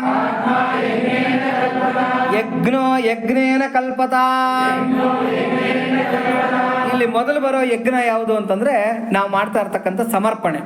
ದ್ರವ್ಯ ಯಜ್ಞ ಇರ್ಬೋದು, ತಪೋ ಯಜ್ಞ ಇರ್ಬೋದು, ಯೋಗ ಯಜ್ಞ ಇರ್ಬೋದು, ಸ್ವಾಧ್ಯಾಯ ಯಜ್ಞ ಇರ್ಬೋದು, ಅಥವಾ ಕರ್ಮಯಜ್ಞ ಇರ್ಬೋದು, ಕರ್ಮಯೋಗ ಅಂತಕ್ಕಂಥ ಯಜ್ಞ ಇರ್ಬೋದು. ಅವೆಲ್ಲ ಕೂಡ ಇಲ್ಲಿ ಮೊದಲನೇ ಬರ್ತಾ ಇರ್ತಕ್ಕಂಥ ಯಜ್ಞ. ಇಲ್ಲಿ ನೆಕ್ಸ್ಟ್ ಬರ್ತಾ ಇರ್ತಕ್ಕಂಥ ಯಜ್ಞ ಯಾವುದು ಅಂತಂದರೆ ಪರಮಾತ್ಮ, ಪರಮೇಶ್ವರ. ಯಜ್ಞಪತಿರ್ ಯಜ್ಞಾಂಗೋ ಯಜ್ಞವಾಹನ ಅಂತ. ಯಜ್ಞ ಅಂದರೆ ಮಹಾವಿಷ್ಣು ಅಂತ ಅರ್ಥ. ಅಂದರೆ ಇಲ್ಲೇನು ಅಂತಂದರೆ ಎಲ್ಲ ಸಮರ್ಪಣೆಯನ್ನು ಪರಮಾತ್ಮನಲ್ಲಿ ಸಮರ್ಪಣೆ ಮಾಡಿಬಿಡ್ತಾ ಇದ್ದೀನಿ. ಯಜ್ಞೇನ ಕಲ್ಪತ ಅಂದರೆ ಎಲ್ಲ ನನ್ನ ಸಮರ್ಪಣೆಗಳನ್ನು ಪರಮಾತ್ಮನಲ್ಲಿ ಸಮರ್ಪಿಸ್ಬಿಡ್ತಾ ಇದ್ದೀನಿ. ಅಲ್ಲಿಗಾಗೋಯ್ತು, ಮುಗೀತು. ನನ್ನ ಹತ್ರ ಏನೂ ಇಲ್ಲ, ಇನ್ನು ಬರೀ ಕೈನೋನು ಆಗ್ಬಿಟ್ಟಿದ್ದೀನಿ, ಝೀರೋ ಆಗಿಬಿಟ್ಟಿದ್ದೀನಿ ಅಂತ ಬಿಟ್ಟು. ಇವರಿದಾರಲ್ಲ, ಯಾರು ನಮ್ಮ ರಾಮತಾರಕ ಉಪದೇಶ ಮಾಡ್ತಾರಲ್ಲ, ಬ್ರಹ್ಮಚೈತನ್ಯರು. ಆ ಬ್ರಹ್ಮಚೈತನ್ಯರು ಗುರುಗಳೊಬ್ಬರು ಇದ್ರಂತೆ. ಅವ್ರ ಹೆಸರು ತುಕಾರಾಮ್ ಮಹಾರಾಜರು ಅಂತ ಹೇಳ್ಬಿಟ್ಟು ಅಂತ. ಈ ತುಕಾರಾಮ್ ಮಹಾರಾಜರು ಎಲ್ಲರಿಗೂ ರಾಮತಾರಕ ಉಪದೇಶ ಮಾಡ್ತಾ ಇದ್ರಂತೆ. ಇನ್ನು 2-3 ದಿನಕ್ಕೆ ಈ ಬ್ರಹ್ಮಚೈತನ್ಯರು ಬರೋರು ಇದ್ರಂತೆ. ಏನಕ್ಕೆ? ರಾಮತಾರಕನ ಉಪದೇಶ ಪಡಿಬೇಕು ಅಂತ ಹೇಳ್ಬಿಟ್ಟು ಅಂತ. ಈ ಮನೆಯದು ಹೆಂಚಿರುತ್ತೆ ನೋಡಿ, ಹೆಂಚಿನ ಮನೆಗಳು ಅವಾಗೆಲ್ಲ. ಆ ಹೆಂಚಿನ ಮನೆಗಳ ಮೇಲೆ ಹತ್ತು ಬಿಟ್ಟು ತುಕಾರಾಮ್ ಮಹಾರಾಜರು ಕೂತ್ಕೊಂಡವ್ರಂತೆ. ಲೇ, ಯಾರಿಗೆ ಏನು ಬೇಕೋ ಬಂದು ತೊಗೊಂಡು ಹೊಟ್ಟೋಗ್ರು, ಯಾಕೆ ನೀನು 3 ದಿನದಲ್ಲಿ ಬಂದು ದರೋಡೆಕೋರ ಬರ್ತಾ ಇದ್ದಾನೆ, ನನ್ನ ಹತ್ರ ಏನು ಉಳಿಯಲ್ಲ, ನನ್ನದು ಖಾಲಿ ಕೈ ಆಗೋಗ್ಬಿಡುತ್ತೆ. ಯಾಕಂದರೆ ಇರೋ ಬರೋದೆಲ್ಲ ಒಂದು ದೋಚ್ಕೊಂಡು ಹೊಟ್ಟೋಗ್ತಾನೆ. ಅವ್ನು ಇನ್ನು 3 ದಿನದಲ್ಲಿ ಬರ್ತಾ ಇದ್ದಾನೆ, ಅವ್ನು ಬರೋ ಅಷ್ಟರೊಳಗೆ ಯಾರ್ಯಾರು ಏನೇನು ಬೇಕೋ ತೊಗೊಂಡು ಹೊಟ್ಟೋಗ್ರೋ ಅಂತ ಕೂತ್ಕೊಂಡವ್ರಂತ. ಎಲ್ಲಿ? ಆ ಹೆಚ್ಚಿನ ಮನೆಗಳ ಮೇಲೆ ಹತ್ತು ಬಿಟ್ಟು ತುಕಾರಾಮ್ ಮಹಾರಾಜರು. ಅಂದರೆ ಏನು ಅಂತಂದರೆ ಎಲ್ಲ ಕೂಡ ಪರಮಾತ್ಮನಿಗೆ ಸಮರ್ಪಣೆ ಮಾಡಿದ್ಮೇಲೆ ನಮ್ಮ ಕೈನಲ್ಲಿ ಉಳಿಯೋದೇನು? ಏನೂ ಇಲ್ಲ, ಖಾಲಿ ಕೈ. ಅದಕ್ಕೆ ಅಕಿಂಚನ ಅಂತ ಕರೀತಾರೆ, ಅಕಿಂಚನ ಅಂತ ಕರೀತಾರೆ. ಅದಕ್ಕೆ ಏನೋ ಕುವೆಂಪುರವರೊಂದು ಇದು ಓ ನನ್ನ ಚೇತನ ಆಗು ನೀ ಅನಿಕೇತನ. ಅನಿಕೇತನ ಅಂದರೆ ಮನೆ ಇಲ್ಲದೆ ಇರೋನು ಅಂತ, ಅಕಿಂಚನ ಅಂತ ಕರೀತಾರೆ. ಏನೂ ಇಲ್ಲದೆ ಇರೋನು, ಮನೆ ಇಲ್ಲದೆ ಇರೋನು ಅಂತ. ಅವ್ನಿಗೆ ಏನೂ ಇರಲ್ಲ, ಎಲ್ಲ ಕಳ್ಕೊಂಡಿರ್ತಕ್ಕಂಥವನು ಅಂತ. ಓ ನನ್ನ ಚೇತನ, ಹೇ ನನ್ನ ಚೇತನನೇ, ಆಗು ನೀ ಅನಿಕೇತನ ಅಂದರೆ ಎಲ್ಲದನ್ನೂ ಬಿಟ್ಟು ಕಳ್ಕೊಂಡು, ಅಂದರೆ ಸನ್ಯಾಸ ಅಂತ ಇದನ್ನು ಹೇಳ್ತಾ ಇರ್ತಕ್ಕಂಥದ್ದು. ಸನ್ಯಾಸ ಯೋಗ ಯುಕ್ತೇನ ಅಂತ ಏನು ಪರಮಾತ್ಮ ಹೇಳ್ತಾನೆ, ಆ ಸನ್ಯಾಸ. ಈ ಸನ್ಯಾಸವನ್ನು ಪಡ್ಕೊಂಡು ನೀನು ಅನಿಕೇತನರಾಗ್ರಿ, ಮನೆ ಇಲ್ಲದೆ ಇರತಕ್ಕಂಥವ್ರಾಗ್ರಿ. ಈ ಮನೆ ಅಂದರೆ ಇದು, ಈ ಶರೀರ ಅಂತಕ್ಕಂಥ ಮನೆ ಇಲ್ಲದೆ ಇರತಕ್ಕಂಥವ್ರಾಗ್ರಿ. ಕೈನಲ್ಲಿ ಯಾವುದೇ ಪಾಪ ಪುಣ್ಯಗಳ ದ್ರವ್ಯ ಇಲ್ಲದೆ ಇರತಕ್ಕಂಥವ್ರಾಗ್ರಿ. ಕೈಗಳು ಖಾಲಿ ಮಾಡ್ಕೊಳ್ರಿ ಅಂತ ಅದನ್ನು ಇಲ್ಲಿ ಹೇಳ್ತಾ ಇರ್ತಕ್ಕಂಥದ್ದು 10ನೇ ಅನುವಾಕಿನ ಒಂದು ತಾತ್ಪರ್ಯ. ಈಗ 11ನೇ ಅನುವಾಕನ್ನು ಒಂದ್ಸಲಿ ಚಿಂತನೆ ಮಾಡೋಣ. ಇದು ಕೊನೆಯ ಅನುವಾಕು, ಇದನ್ನು ಚಿಂತನೆ ಮಾಡೋಣ. ಕೊನೆಯ ಅನುವಾಕ ಆದಮೇಲೆ ಇನ್ನೊಂದು ಓಂ ಇಡಾ ದೇವ ಅಂತ ಇನ್ನೊಂದಿದೆ. ಇದಕ್ಕೆ ಅಂದರೆ ಒಂದು ಏನು ಫಿನಿಶಿಂಗು, ಕನ್ಕ್ಲೂಷನ್ ಕೊಡ್ತಾರೆ, ಅದೊಂದಿದೆ. ಈ 11ನೇ ಅನುವಾಕನ್ನು ಈಗ ಹೇಳ್ಕೊಳ್ಳೋಣ. ಏಕಾಚ ಮೇ ತ್ರಿಸ್ರಶ್ಚ ಮೇ ಪಂಚಚ ಮೇ ಸಪ್ತಚ ಮೇ ನವಚ ಮ ಏಕಾದಶ ಚ ಮೇ ತ್ರಯೋದಶ ಚ ಮೇ ಪಂಚದಶ ಚ ಮೇ ಸಪ್ತದಶ ಚ ಮೇ ನವದಶ ಚ ಮ ಏಕವಿಂಶತಿಶ್ಚ ಮೇ ತ್ರಯೋವಿಂಶತಿಶ್ಚ ಮೇ ಪಂಚವಿಂಶತಿಶ್ಚ ಮೇ ಸಪ್ತವಿಂಶತಿಶ್ಚ ಮೇ ನವವಿಂಶತಿಶ್ಚ ಮೇ ಏಕತ್ರಿವಿಂಶಶ್ಚ ಮೇ ತ್ರಯಸ್ತ್ರಿವಿಂಶಶ್ಚ ಮೇ ಶತಸ್ರಶ್ಚ ಮೇ ಅಷ್ಟೌ ಚ ಮೇ ದ್ವಾದಶ ಚ ಮೇ ಷೋಡಶ ಚ ಮೇ ವಿಂಶತಿಶ್ಚ ಮೇ ಚತುರ್ವಿಂಶತಿಶ್ಚ ಮೇ ಅಷ್ಟಾವಿಂಶತಿಶ್ಚ ಮೇ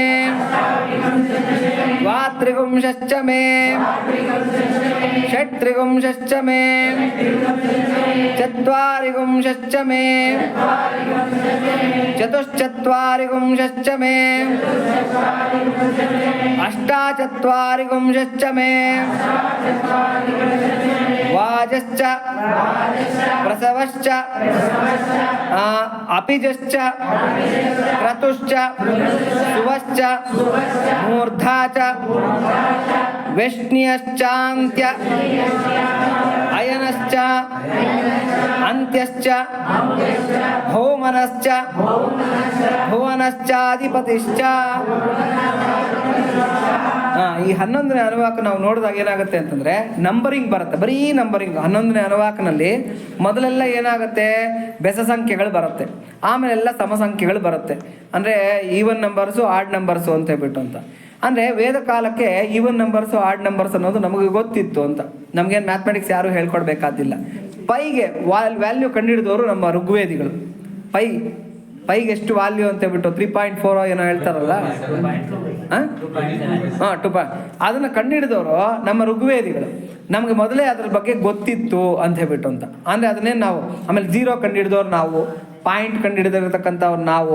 ನಂಬರಿಂಗು ಅಂದರೆ ಇವಾಗ ಇವ್ರು ಏನು ಹೇಳ್ತಾರೆ ಅಂತಂದರೆ, ಇವಾಗ 1 ಮಿಲಿಯನ್ ಆದಮೇಲೆ 1 ಮಿಲಿಯನ್ ಅಂತ ಹೇಳ್ತಾರೆ, ಏನೋ 1000, ಲ್ಯಾಕ್ ಆದಮೇಲೆ 1 ಮಿಲಿಯನ್ ಅಂತ ಹೇಳ್ತಾರೆ, ಮಿಲಿಯನ್ ಆದಮೇಲೆ ಟ್ರಿಲಿಯನ್ ಅಂತ ಹೇಳ್ತಾರೆ, ಈ ಥರ ಬಿಲಿಯನ್ನು ಟ್ರಿಲಿಯನ್ನು ಹಿಂಗೆ ಹೇಳ್ಕೊಂಡು ಹೋಗ್ತಾರೆ. ಅಲ್ಲಿಂದ ಮುಂದಕ್ಕೆ ಅವ್ರಿಗೆ ನಂಬರಿಂಗ್ ಅಂತಕ್ಕಂಥದ್ದು ಸರಿಯಾಗಿ ಹೇಳೋದಕ್ಕೆ ಬರೋದಿಲ್ಲ. ಆದರೆ ನಮ್ಮಲ್ಲಿ ಏನಾಗುತ್ತೆ, ಶತ ಅಂತಾರೆ, ಸಹಸ್ರ ಅಂತಾರೆ, ಆಮೇಲೆ ಲಕ್ಷ ಅಂತಾರೆ, ಕೋಟಿ ಅಂತಾರೆ, ಆಮೇಲೆ ಅರ್ಬುದ, ಶಂಖ, ಪದ್ಮ, ಈ ಥರದ್ದೆಲ್ಲ ಒಂದು ಹೇಳ್ಕೊಂಡು ಹೋಗ್ತಾರೆ. ಅಂದರೆ ನಮಗೆ ನಂಬರಿಂಗ್ ಸಿಸ್ಟಮ್ ಅನ್ನೋದು ಕೂಡ ಗೊತ್ತಿತ್ತು ಅಂತ ಹೇಳ್ಬಿಟ್ಟು ಅಂತ. ಈ ನಂಬರಿಂಗ್ ಸಿಸ್ಟಮಲ್ಲಿ ಈ 11ನೇ ಅನುವಾಕನ್ನು ನೋಡಿದಾಗ ಏನಿದೆ ಇದರೊಳಗೆ ವಿಶೇಷ, ಬರೀ ಈವನ್ ನಂಬರ್ಸು ಆಡ್ ನಂಬರ್ಸ್ ಬಗ್ಗೆ ಹೇಳಿದಾರಲ್ವಾ, ಇದು ಏನಿದು, ಇದರ ತಾತ್ಪರ್ಯ ಏನು ಅಂತಕ್ಕಂಥ ಒಂದು ಆಶ್ಚರ್ಯ ಅಂತಕ್ಕಂಥದ್ದು ನಮ್ಗಾಗತ್ತೆ.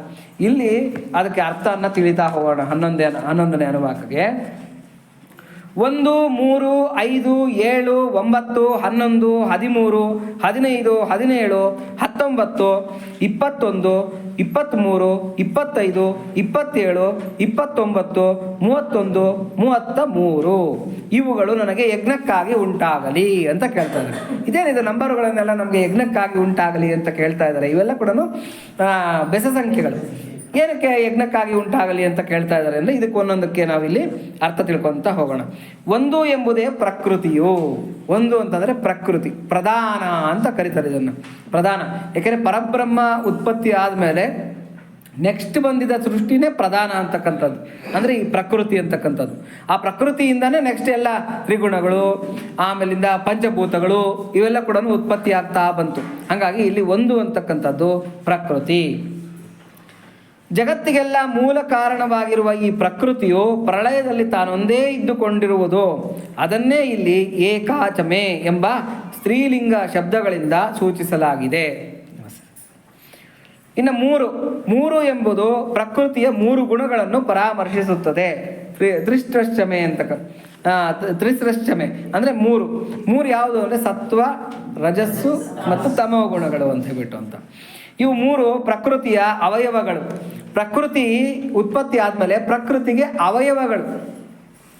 ಅದಕ್ಕೆ ಭಗವಂತ ಏನು ಹೇಳ್ತಾನೆ, ದೈವೀ ಹೇಷ ಗುಣಮಯಿ ಮಮ ಮಾಯ ದುರತ್ಯಯ ಅಂತ ಹೇಳ್ತಾನೆ. ಪ್ರಕೃತಿಯಿಂದ ಹುಟ್ಟಿರ್ತಕ್ಕಂಥ ಈ ತ್ರಿಗುಣಮಯಿ ಇದನ್ನು ಮಾಯೆ ಅಂತ ಕರೀತಾರೆ. ನಮ್ಮಲ್ಲಿ ತ್ರಿಗುಣಗಳಿರೋದ್ರಿಂದ ನಾವೆಲ್ಲ ಮಾಯಾಮಯರಾಗಿರ್ತಕ್ಕಂಥವ್ರು, ಅಂದರೆ ಮಾಯೆಗೆ ವಶವರ್ತಿಗಳಾಗಿರ್ತಕ್ಕಂಥವ್ರು. ಹಾಗಾಗಿ ಈ ತ್ರಿಗುಣಗಳು ಅಂತಕ್ಕಂಥದ್ದನ್ನು ಸೂಚಿಸುತ್ತೆ. ಇನ್ನು 5 ಯಾವುದು ಅಂದರೆ ಪಂಚಮಹಾಭೂತಗಳು.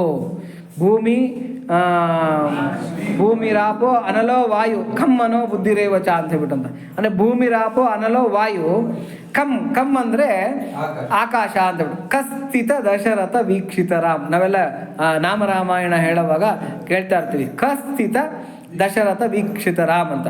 ಏನಪ್ಪ ಇದು ಹಿಂಗೆ ಅಂತಾರೆ, ಒತ್ತು ಖ ಹಾಕ್ತಾರಲ್ಲಿ. ಖ ಅಂದರೆ ಆಕಾಶ ಅಂತ. ಅಂದರೆ ಆಕಾಶದಲ್ಲಿ ವಿಮಾನದಲ್ಲಿ ಸ್ವರ್ಗದಿಂದ ಬಂದಿರತಕ್ಕಂಥ ದಶರಥ ಈ ರಾಮನ ವಿಜಯವನ್ನು ನೋಡೋದಕ್ಕೆ ಬಂದಿದ್ದಂತೆ, ರಾವಣನ ಸಂಹಾರ ಆದ ನಂತರ.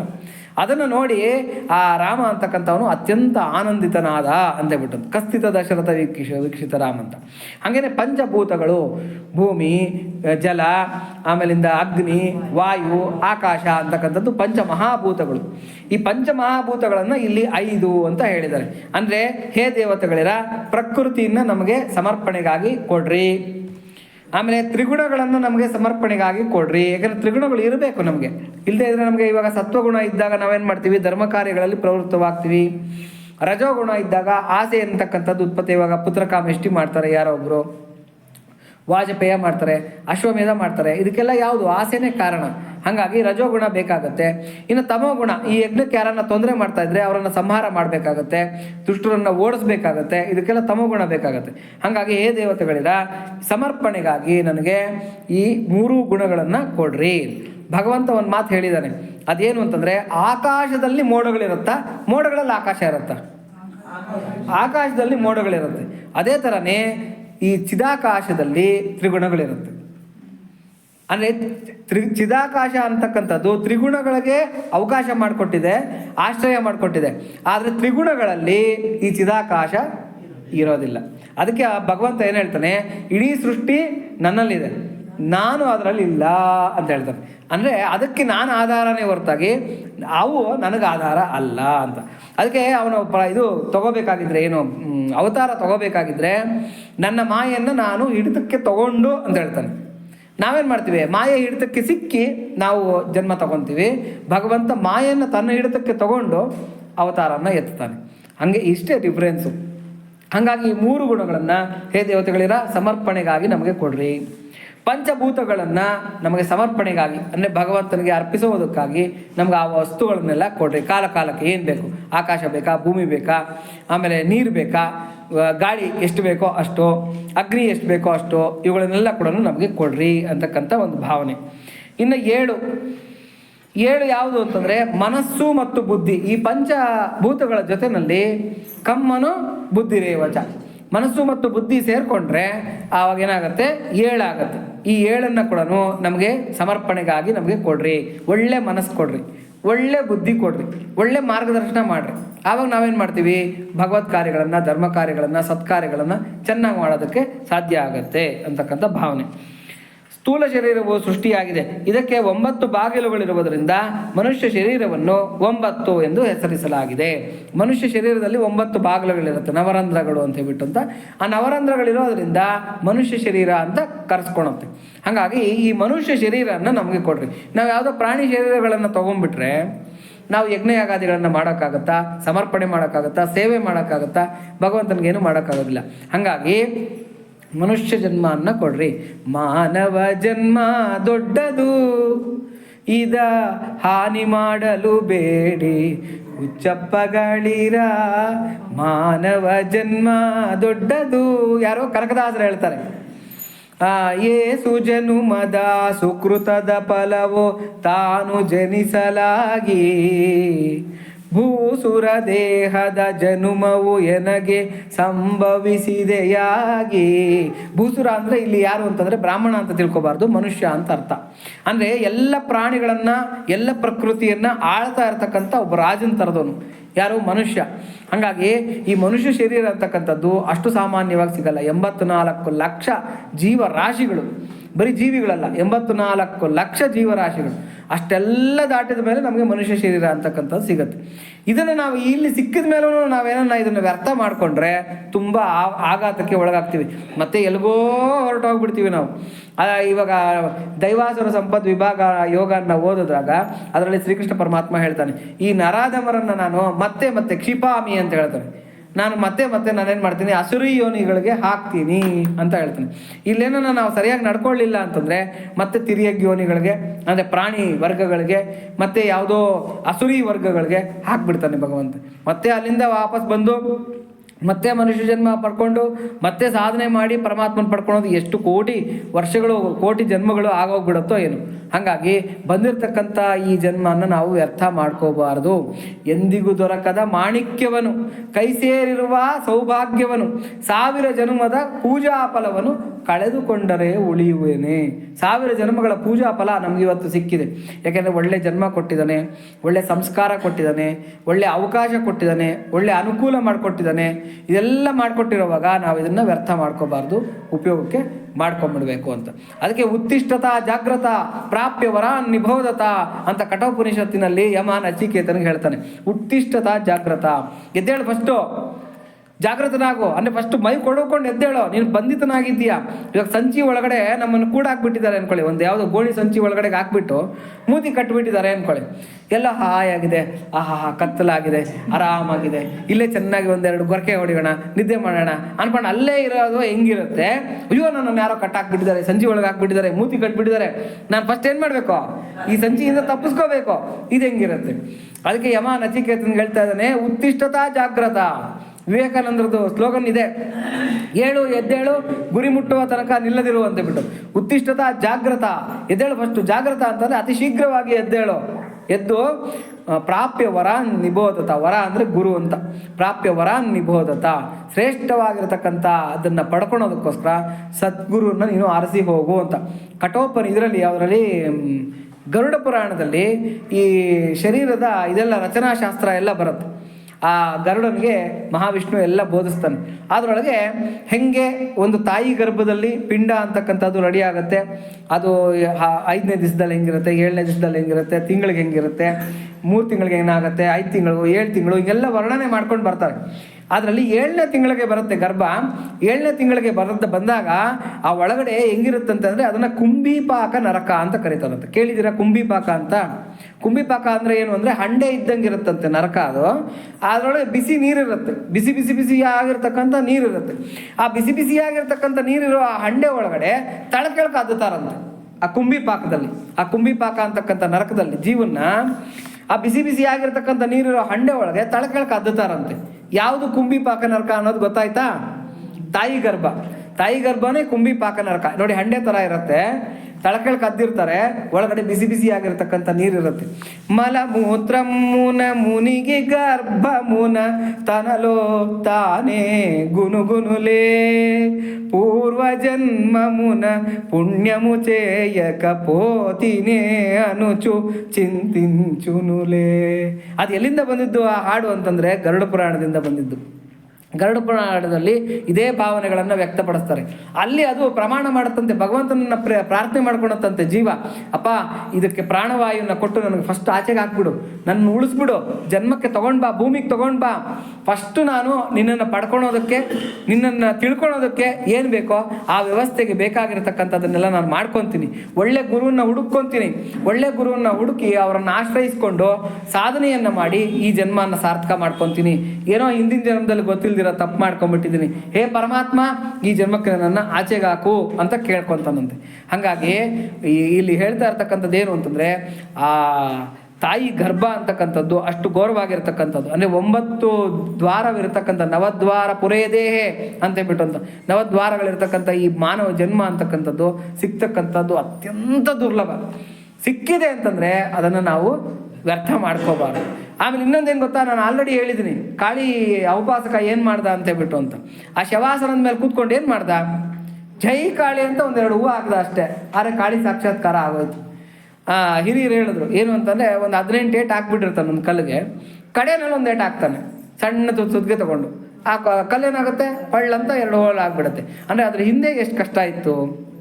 ಅದೇ ಥರನೇ ನಮಗಿಲ್ಲಿ ಮಾಡಿರ್ತಕ್ಕಂಥ ಯಾವ ಸತ್ಸಂಗ, ಯಾವ ಭಗವತ್ ಚಿಂತನೆ, ಯಾವ ಪೂಜೆ, ಯಾವ ಪುನಸ್ಕಾರ, ಇದು ಯಾವುದು ಕೂಡ ವ್ಯರ್ಥ ಆಗೋದಿಲ್ಲ.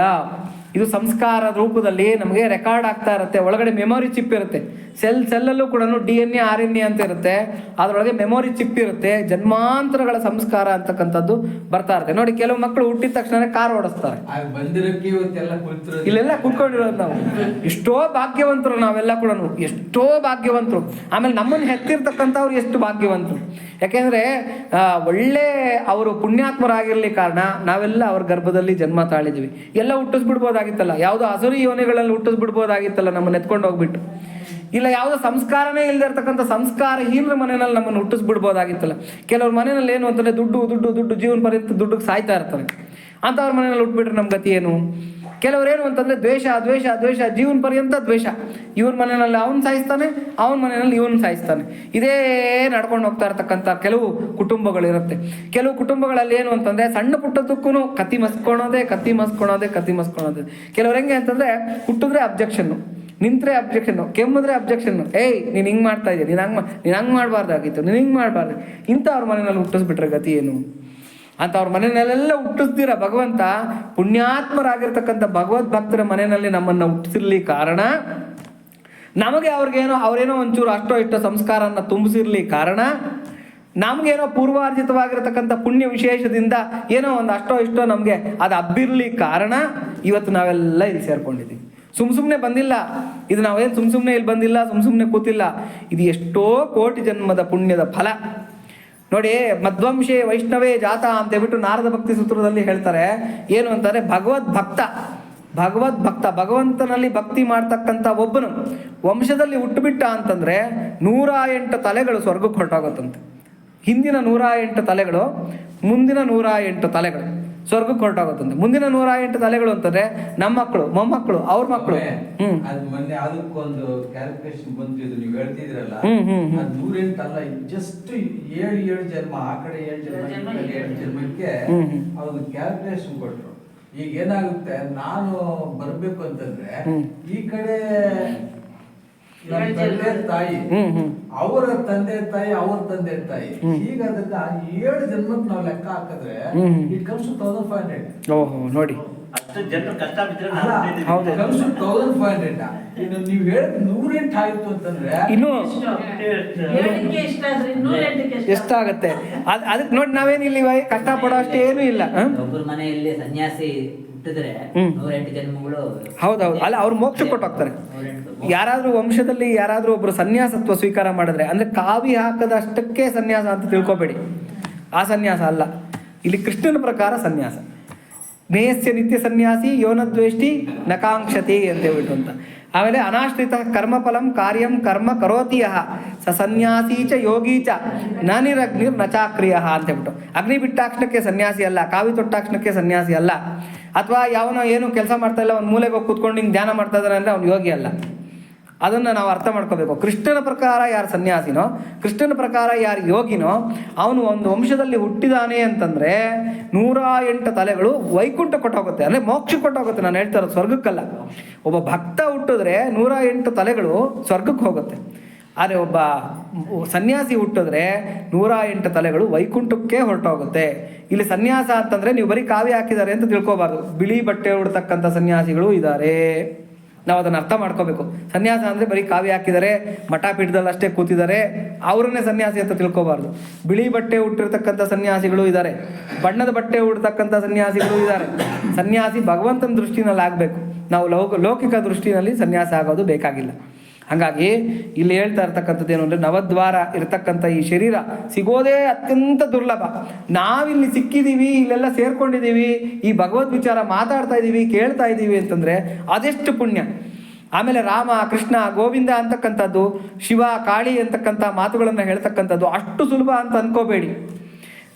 ಯಾರು ಕುಲಶೇಖರ ಆಳ್ವಾರ ಹೇಳ್ತಾರೆ, ಅನಂತ ವೈಕುಂಠ ಮುಕುಂದ ಕೃಷ್ಣ ಗೋವಿಂದ ದಾಮೋದರ ಮಾಧವೇತಿ ವಕ್ತುಂ ಸಮರ್ಪಿತೋಪಿನ ವಕ್ತಿ ಕಶ್ಚಿತ್ ಅಹೋ ಜನಾನಾಂ ವ್ಯಸನಾಭಿಮುಖ್ಯಂ ಅಂತ ಹೇಳ್ತಾರೆ ಕುಲಶೇಖರ ಆಳ್ವಾರ್. ಅಪ್ಪ ಎಷ್ಟು ಈಸಿ ಮಾಡಿಬಿಟ್ಟಿದ್ಯಪ್ಪ ನೀನು. ಮೋಕ್ಷ ಪಡ್ಕೋಬೇಕು, ಜ್ಞಾನ ಪಡ್ಕೋಬೇಕು ಅಂದರೆ ಎಷ್ಟು ಈಸಿ ಮಾಡಿದ್ಯಾ. ಉಪವಾಸ ಮಾಡಬೇಕಾದಿಲ್ಲ, ತಪಸ್ ಮಾಡಬೇಕಾದಿಲ್ಲ, ಯಜ್ಞಯಾಗಾದಿಗಳನ್ನು ಮಾಡಬೇಕಾದಿಲ್ಲ, ಮನೆ ಬಿಟ್ಟು ಹೋಗ್ಬೇಕಾಗಿಲ್ಲ, ಮಠ ಬಿಟ್ಟದಲ್ಲಿ ಸೇರ್ಕೋಬೇಕಾದಿಲ್ಲ, ಎಲ್ಲ ಗುಹೆನಲ್ಲಿ ಹೋಗಿ ಕೂತ್ಕೋಬೇಕಾದಿಲ್ಲ.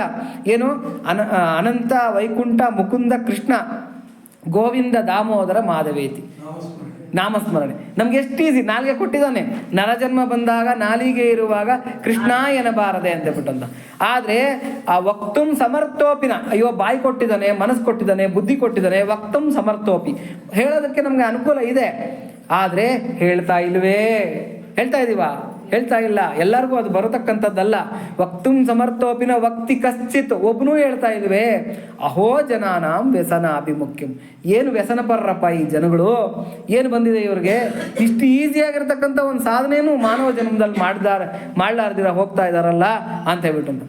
ಅದಕ್ಕೆ ಏನು ಮಾಡಬೇಕು ಅಂತಂದರೆ, ಮುಕ್ತ ಕಂಠದಿಂದ ಮುಕ್ತವಾಗಿ ಹೇಳ್ತಾ ಇರಬೇಕು, ಭಗವನ್ ನಾಮಗಳನ್ನು ಹೇಳ್ತಾ ಇರಬೇಕು. ಎದ್ರೆ ಕೂತ್ರೆ ನಿಂತ್ರೆ ಬರೀ ಭಗವನ್ ನಾಮನ ಹೇಳೋದಕ್ಕೆ ಅದಕ್ಕೆ ಏನು ಹೇಳ್ತಾರೆ, ದಾರಿಲಿ ನಡೆಯುವಾಗ ಬಾರವ ಹೊರುವಾಗ ಕೃಷ್ಣ ಎನ್ನಬಾರದೆ.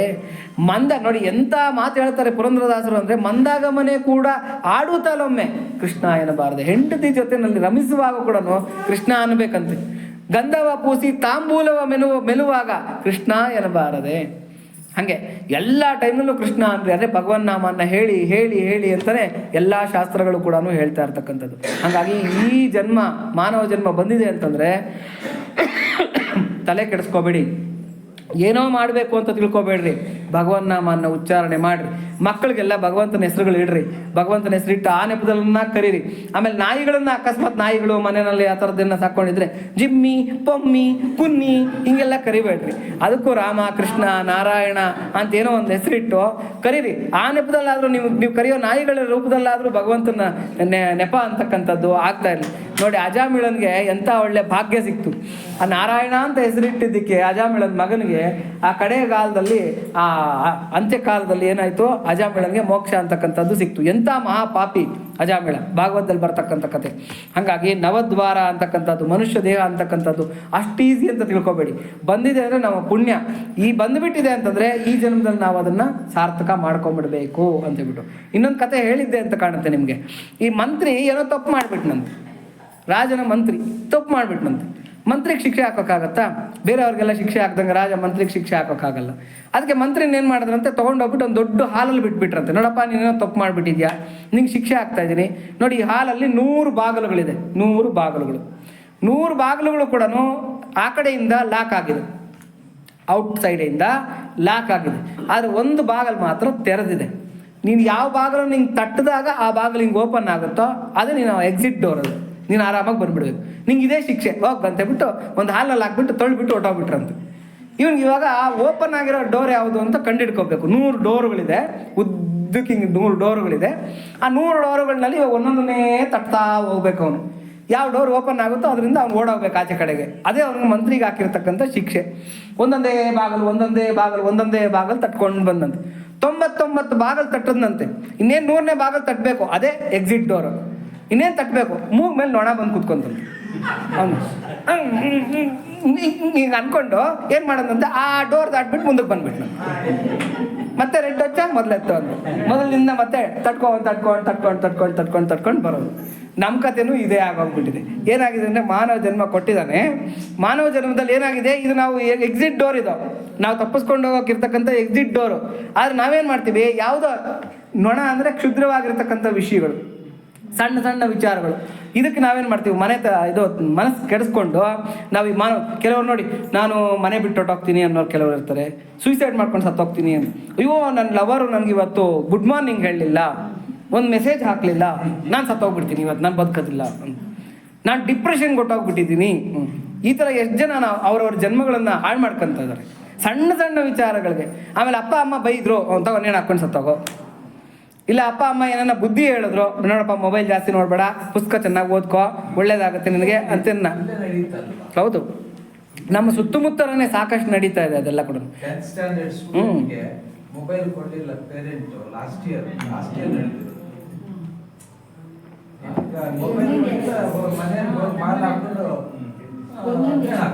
ಸಣ್ಣ ಸಣ್ಣ ವಿಚಾರಗಳು. ಹೌದು, ಅಲ್ಲ, ಅವರನ್ನ ಹಾಗೆ ಬೆಳೆಸ್ಬಿಟ್ಟಿರ್ತಾರೆ. ಒಂಥರ ಏನೋ ದುರಭಿಮಾನ, ಸ್ವಾಭಿಮಾನ ಅಲ್ಲ, ಅದು ದುರಭಿಮಾನ. ಅದು ನನ್ನನ್ನು ಮಾತಾಡ್ತೀಯ ನೀನು, ನನ್ನನ್ನು ಇದು ಮಾಡ್ತೀಯ, ನಾ ಅಪ್ಪ ಅಮ್ಮಂಗೆ ಹೇಳ್ತೀನಿ. ಆ ಅಪ್ಪ ಅಮ್ಮನೂ ಹಂಗೆ ಇರ್ತಾರೆ, ನಾಳೆ ಬಂದು ನಿನ್ಗೆ ಹೊಡೆದಾಕ್ಬಿಡ್ತೀನಿ ಅಂತ ಹೇಳ್ಬಿಟ್ಟು. ಆ ಟೀಚರ್ ಯಾವನು ಬೈದಿರ್ತಾನೋ ಅವನನ್ನೇ ಹೊಡೆದಾಕ್ಬಿಡ್ತಾರೆ ಬಂದು. ಇಂಥ ಒಂದು ಪರಿಸ್ಥಿತಿಗೆ ಬೆಳೆಸಿದಾಗ ಅತೀ ಸೂಕ್ಷ್ಮತೆ ಅನ್ನೋದು ಮಕ್ಕಳಲ್ಲಿ ಬಂದ್ಬಿಡುತ್ತೆ.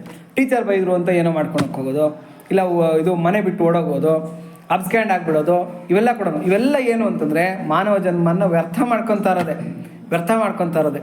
ನಾವೇನು ಮಾಡ್ತಾ ಇದ್ದೀವಿ, ಅಡ್ಡದಾರಿಗೆ ತುಳಿತಾ ಇದ್ದೀವಿ, ಪಕ್ಕದಾರಿಗೆ ಹೋಗ್ತಾ ಇದ್ದೀವಿ. ಹಾಗಾಗಿ ಇದನ್ನು ನಾವು ಮಾಡಬಾರ್ದು. ಇನ್ನು ಏಕಾದಶ ಚಮೆ ಎಂದಿದೆ. ಏಕಾದಶ ಚಮೆ ಅಂದರೆ ಸುಷುಮ್ನೆ ಎಂಬ ನಾಡಿಯನ್ನು ಸೇರಿಕೊಂಡರೆ 11 ಆಗುವುದು. ಶರೀರದಲ್ಲಿರುವ 10 ಪ್ರಾಣಗಳು, ಶರೀರದಲ್ಲಿ 10 ಪ್ರಾಣಗಳಿರುತ್ತೆ. ಆ 10 ಪ್ರಾಣಗಳ ಜೊತೆಯಲ್ಲಿ ಸುಷುಮ್ನ ಅಂತಕ್ಕಂಥ ನಾಡಿ ಇರುತ್ತೆ. ಈ ನಾಡಿ ಅಂತಕ್ಕಂಥದ್ದು ಎಲ್ಲ ನಾಡಿಗಳಿಗೂ ಕೂಡ ರಾಜ. ಈ ನಾಡಿ ಅಂತಕ್ಕಂಥದ್ದು ಅಷ್ಟು ಇಂಪಾರ್ಟೆಂಟ್ ಆಗಿರುತ್ತೆ. ದಶಪ್ರಾಣಗಳು ಪ್ಲಸ್ ಏಕಾದಶವಾಗಿರತಕ್ಕಂಥ ಸುಷುಮ್ನ ಇವೆಲ್ಲ ಸೇರಿಕೊಂಡ್ರೆ ಏಕಾದಶ ಚಮೆ ಆಗುತ್ತೆ. ಅಂದರೆ ನಾವು ಇದರ ಏನು ಹೇಳ್ತಾ ಇದ್ದಾರೆ ಅಂದರೆ, ಸಾಧನೆಗೆ ಇದು ಅನುಕೂಲ ಆಗಲಿ ಅಂತ. 10 ವಾಯುಗಳು ಮತ್ತು ಸುಷುಮ್ನ ಅಂತಕ್ಕಂಥ ನಾಡಿ ನಮಗೆ ಸಾಧನೆಗೆ, ಭಗವಂತನ ಒಂದು ಸಿದ್ಧಿಗೆ ಇದು ಸಹಕರಿಸಲಿ ಅಂತಕ್ಕಂಥ ಒಂದು ಅಭಿಪ್ರಾಯ. ಇನ್ನು 13 ಎಂಬುದು 13 ದೇವತೆಗಳನ್ನು ತಿಳಿಸುತ್ತದೆ. ಈ ದೇವತೆಗಳು ಯಾರು ಎಂಬುದನ್ನು ವ್ಯಾಖ್ಯಾನ ಮಾಡುವಾಗ ಕರ್ಣಾಭಿಮಾನಿಗಳಾದ ದೇವತೆಗಳಾದ ಪುಷ್ಯ, ಯುಗಂಧರ, ಶಂಕಿನಿ ಮುಂತಾದವ ದೇವತೆಗಳು ಅಂತ. 13 ದೇವತೆಗಳು ಕಿವಿಗಳಲ್ಲಿ ಇರ್ತಾರಂತೆ. ಕರ್ಣಾಭಿಮಾನಿ ದೇವತೆಗಳವರು. ಆ್ಯಕ್ಚುಲ್ ಆಗಿ ಅವ್ರಿಗೆ ಒಂದು ಇದಿದೆ, ವರ್ಡ್ ಇದೆ, ಕರ್ಣಪಿಶಾಚಿಗಳು ಅಂತ. ಅದನ್ನು ನಾವು ತಪ್ಪಾಗಿ ತಿಳ್ಕೊಬಾರ್ದು. ಕರ್ಣಪಿಶಾಚಿ ಅಂತಂದರೆ ದೆವ್ವಗಳು, ಪ್ರೇತಗಳು, ಪಿಶಾಚಿಗಳು ಅಂತ ತಿಳ್ಕೊಬಾರ್ದು. ಇಲ್ಲೇನು ಕರ್ಣಪಿಶಾಚಿಗಳು ಅಂದರೆ ಕರ್ಣಾಭಿಮಾನಿ ದೇವತೆಗಳು. ಅಂದರೆ 2 ಕಿವಿಗಳನ್ನು ಆಶ್ರಯಿಸ್ಕೊಂಡಿರ್ತಾರೆ 13 ದೇವತೆಗಳಿವರು. ಈ 13 ದೇವತಾ ಪಂಕ್ತಿಗಳನ್ನು 13 ಅಂತ ಇಲ್ಲಿ ಹೇಳಿದೆ. ಅಂದರೆ ನಮಗೆ ಒಳ್ಳೆ ಶ್ರವಣ ಶಕ್ತಿಯನ್ನು ಕೊಡ್ರಿ ಹೇ ದೇವತೆಗಳಿರ, ನಮ್ಗೆ ಒಳ್ಳೆ ಶ್ರವಣ ಶಕ್ತಿಯನ್ನು ಕೊಡ್ರಿ. ಅಂದರೆ ಕಿವುಡು ಬಂದುಬಿಡಬಾರ್ದು. ಇವಾಗ ನೋಡಿ ಹೆಂಗೆ ಇದೇನೋ ಒಂದು ಗಾದೆ ಮಾತು ಹೇಳ್ತಾರೆ, ಕಿವುಡು ಅಂದರೆ ತೌಡು ಅಂದ್ರಂತೆ ಯಾರೋ ಒಬ್ರು. ಹಂಗಾಗಬಾರ್ದು ಅಂತ. ಏನು ಹೇಳಿದ್ರೆ ಅದೇ ಕೇಳಿಸ್ಕೋಬೇಕು. ನಾವೊಂದು ಹೇಳಿದ್ರೆ ಅವರೊಂದು ಕೇಳಿಸ್ಕೊಂಡ್ಬಿಟ್ರೆ ಭಾಳ ಕಷ್ಟ ಆಗುತ್ತೆ. ಹಂಗಾಗಿ ಅಭಿಮಾನಿ ದೇವತೆಗಳಿರ, ಶ್ರವಣಾಭಿಮಾನಿ ದೇವತೆಗಳ ಒಳ್ಳೆ ಶ್ರವಣ ಶಕ್ತಿಯನ್ನು ನಮಗೆ ಯಜ್ಞಕ್ಕಾಗಿ ಸಮರ್ಪಣೆಗಾಗಿ ಕೊಡ್ರಿ. ಇನ್ನು 15 ಎಂದರೆ ಶ್ರೋತ್ರವೇ ಮುಂತಾದ ನಾಡಿಗಳೆಂದು ವ್ಯಾಖ್ಯಾನ ಮಾಡಿದೆ. 15 ಜ್ಞಾನೇಂದ್ರಿಯಗಳಿಗೆ ಸಂಬಂಧಪಟ್ಟಿರತಕ್ಕಂಥ ನಾಡಿಗಳಿರೋದು. 15 ಮುಖ್ಯವಾಗಿರತಕ್ಕಂಥ ಜ್ಞಾನೇಂದ್ರಿಯಗಳಿಗೆ ಸಂಬಂಧಪಟ್ಟಿರತಕ್ಕಂಥ ನಾಡಿಗಳು. ಅಂದರೆ ನೋಡಿ, ನಮಗೆ ಈ ಜೀವಾತ್ಮ ಇರತಕ್ಕಂಥ, ಅಂದರೆ ಈ ದಹರಾಕಾಶ ಇರತಕ್ಕಂಥ ಬ್ರೈನ್ಗೆ ಕೆಲವು ನಾಡಿಗಳು ತೊಗೊಂಡು ಹೋಗುತ್ತೆ. ಇವಾಗ ಕಣ್ಣಿನಿಂದ ಇಲ್ಲೊಂದು ನಾಡಿ ಹೋಗುತ್ತೆ. ಆಘ್ರಾಣಿಸಿದ್ದು ಒಂದು ನಾಡಿ ಹೋಗುತ್ತೆ. ಕಿವಿಗಳಿಂದ ಒಂದೊಂದು ನಾಡಿಗಳು ಹೋಗುತ್ತೆ. ಆಮೇಲೆ ನಾಲ್ಗೆಯಿಂದ ರಸನೇಂದ್ರಿಯದ್ದು ಒಂದು ನಾಡಿ ಹೋಗುತ್ತೆ. ಇನ್ನು ಚರ್ಮದಿಂದ ಎಲ್ಲ ಕೂಡ ಏನಾಗುತ್ತೆ ಅಂದರೆ ಬೆನ್ನು ಮೂಳೆಗೆ ಬಂದು ಸೇರುತ್ತೆ. ಚರ್ಮ ಸ್ಪರ್ಶ, ನಮಗೆ ಸ್ಪರ್ಶ ತಿಳಿಸುತ್ತೆ. ನಾವು ನೋಡಿ ಬಿಸಿ ಮುಟ್ಟಿದ್ರೆ ತಕ್ಷಣ ಕೈ ಹಿಂಗೆ ಹಿಂದಕ್ಕೆ ತೊಗೊತೀವಿ. ಮುಳ್ಳು ಚುಚ್ಕೊಂಡಿದೆ ಅನ್ನೋದು ನಮ್ಗೆ ಆಮೇಲೆ ಗೊತ್ತಾಗುತ್ತೆ. ಆದರೆ ಕೈ ಮಾತ್ರ ಹಿಂಗೆ ಹೊಟ್ಟೋಗಿರುತ್ತೆ ಕಾಲ ಹತ್ರಕ್ಕೆ, ಮುಳ್ಳು ಚುಚ್ಕೊಂಡಿದ್ದ ತಕ್ಷಣ. ಯಾಕೆ ಹಂಗಾಗುತ್ತೆ ಅಂದರೆ ಅಷ್ಟು ಫಾಸ್ಟಾಗಿ ಒಳಗಡೆ ಆ ಮೆಕ್ಯಾನಿಸಮ್ ಅಂತಕ್ಕಂಥದ್ದು ನಡೀತದೆ. ಮೆದುಳು ಬಳ್ಳಿ ಅಂತ ಕರೀತಾರೆ. ಈ ಮೆದುಳು ಬಳ್ಳಿ ಅಂತಕ್ಕಂಥದ್ದು ಬ್ರೈನಿಂದ ಸ್ವಲ್ಪ ಮುಂದಕ್ಕೆ ಡೆವಲಪ್ ಆಗಿ ಅದು ಸ್ವಲ್ಪ ಒಂದು ಬೆನ್ನು ಮೂಳೆಯವರೆಗೂ ಕೂಡ ಅದು ಹಬ್ಕೊಂಡಿರೋದು. ಈ ಎಲ್ಲ ನರನಾಡಿಗಳು ಕೂಡ ಮೆದುಳು ಬಳ್ಳಿಗೆ ಆ ಮಾಹಿತಿಯನ್ನು ಅಂದಿಸ್ತಾ ಇರೋದು. ಮೆದುಳು ಬಳ್ಳಿಯಿಂದ ಬ್ರೈನ್ಗೆ ಹೋಗ್ತಾ ಇರತಕ್ಕಂಥದ್ದು. ಈ 5 ಇಂದ್ರಿಯಗಳು, ಯಾವುದು ಜ್ಞಾನೇಂದ್ರಿಯಗಳಿದೆ, ಆ 5 ಜ್ಞಾನೇಂದ್ರಿಯಗಳಿಗೆ ಸಂಬಂಧಪಟ್ಟಿರ್ತಕ್ಕಂಥ ಮುಖ್ಯವಾಗಿರ್ತಕ್ಕಂಥ ಆ ವಿಷಯ ವಾಹಕಗಳಾಗಿರ್ತಕ್ಕಂಥ 15 ನಾಡಿಗಳಿವೆ. ಆ ನಾಡಿಗಳ ಬಗ್ಗೆ ಇಲ್ಲಿ ಹೇಳ್ತಾ ಇದ್ದಾರೆ. ಹೇ ದೇವತೆಗಳಿರ, ಆ ಅಷ್ಟು 15 ನಾಡಿಗಳನ್ನು ನಮಗೆ ಭದ್ರವಾಗಿಟ್ಟಿರಿ. ಯಾಕೆಂದರೆ ಅದು ಭದ್ರವಾಗಿದ್ದರೆ ನಾವು ಭದ್ರವಾಗಿರ್ತೀವಿ ಅಂತಬಿಟ್ಟು. ಅಂದರೆ ನಮ್ಮ ಎಲ್ಲ ಜ್ಞಾನೇಂದ್ರಿಯಗಳು ಅದ್ಭುತವಾಗಿ ಕೆಲಸ ಮಾಡಲಿ. ಸುಷುಮ್ನೆಯೂ ಸೇರಿ 15 ನಾಡಿಗಳೆಂದು ಲೆಕ್ಕ ಮಾಡಿದೆ. ಲಿಂಗ ಶರೀರ, ಸೂಕ್ಷ್ಮ ಶರೀರದ ಅವಯವಗಳೇ 17 ಎಂಬಿವು. 19 ಎಂಬಿವು ಮಹೌಷಧಿಗಳು. 17 ಅಂತಕ್ಕಂಥದ್ದೇನು ಅಂದರೆ ಲಿಂಗ ಶರೀರ, ಸೂಕ್ಷ್ಮ ಶರೀರ. ನಮ್ಮಲ್ಲಿ ಗೊತ್ತಲ್ವ, ಪಂಚ ಶರೀರಗಳಿರುತ್ತೆ ಒಳಗಡೆ. ಸ್ಥೂಲ ಶರೀರ, ಲಿಂಗ ಶರೀರ, ಆಮೇಲೆ ಸೂಕ್ಷ್ಮ ಶರೀರ, ಕಾರಣ ಶರೀರ, ಈ ಥರ 5 ಶರೀರಗಳಿರುತ್ತೆ.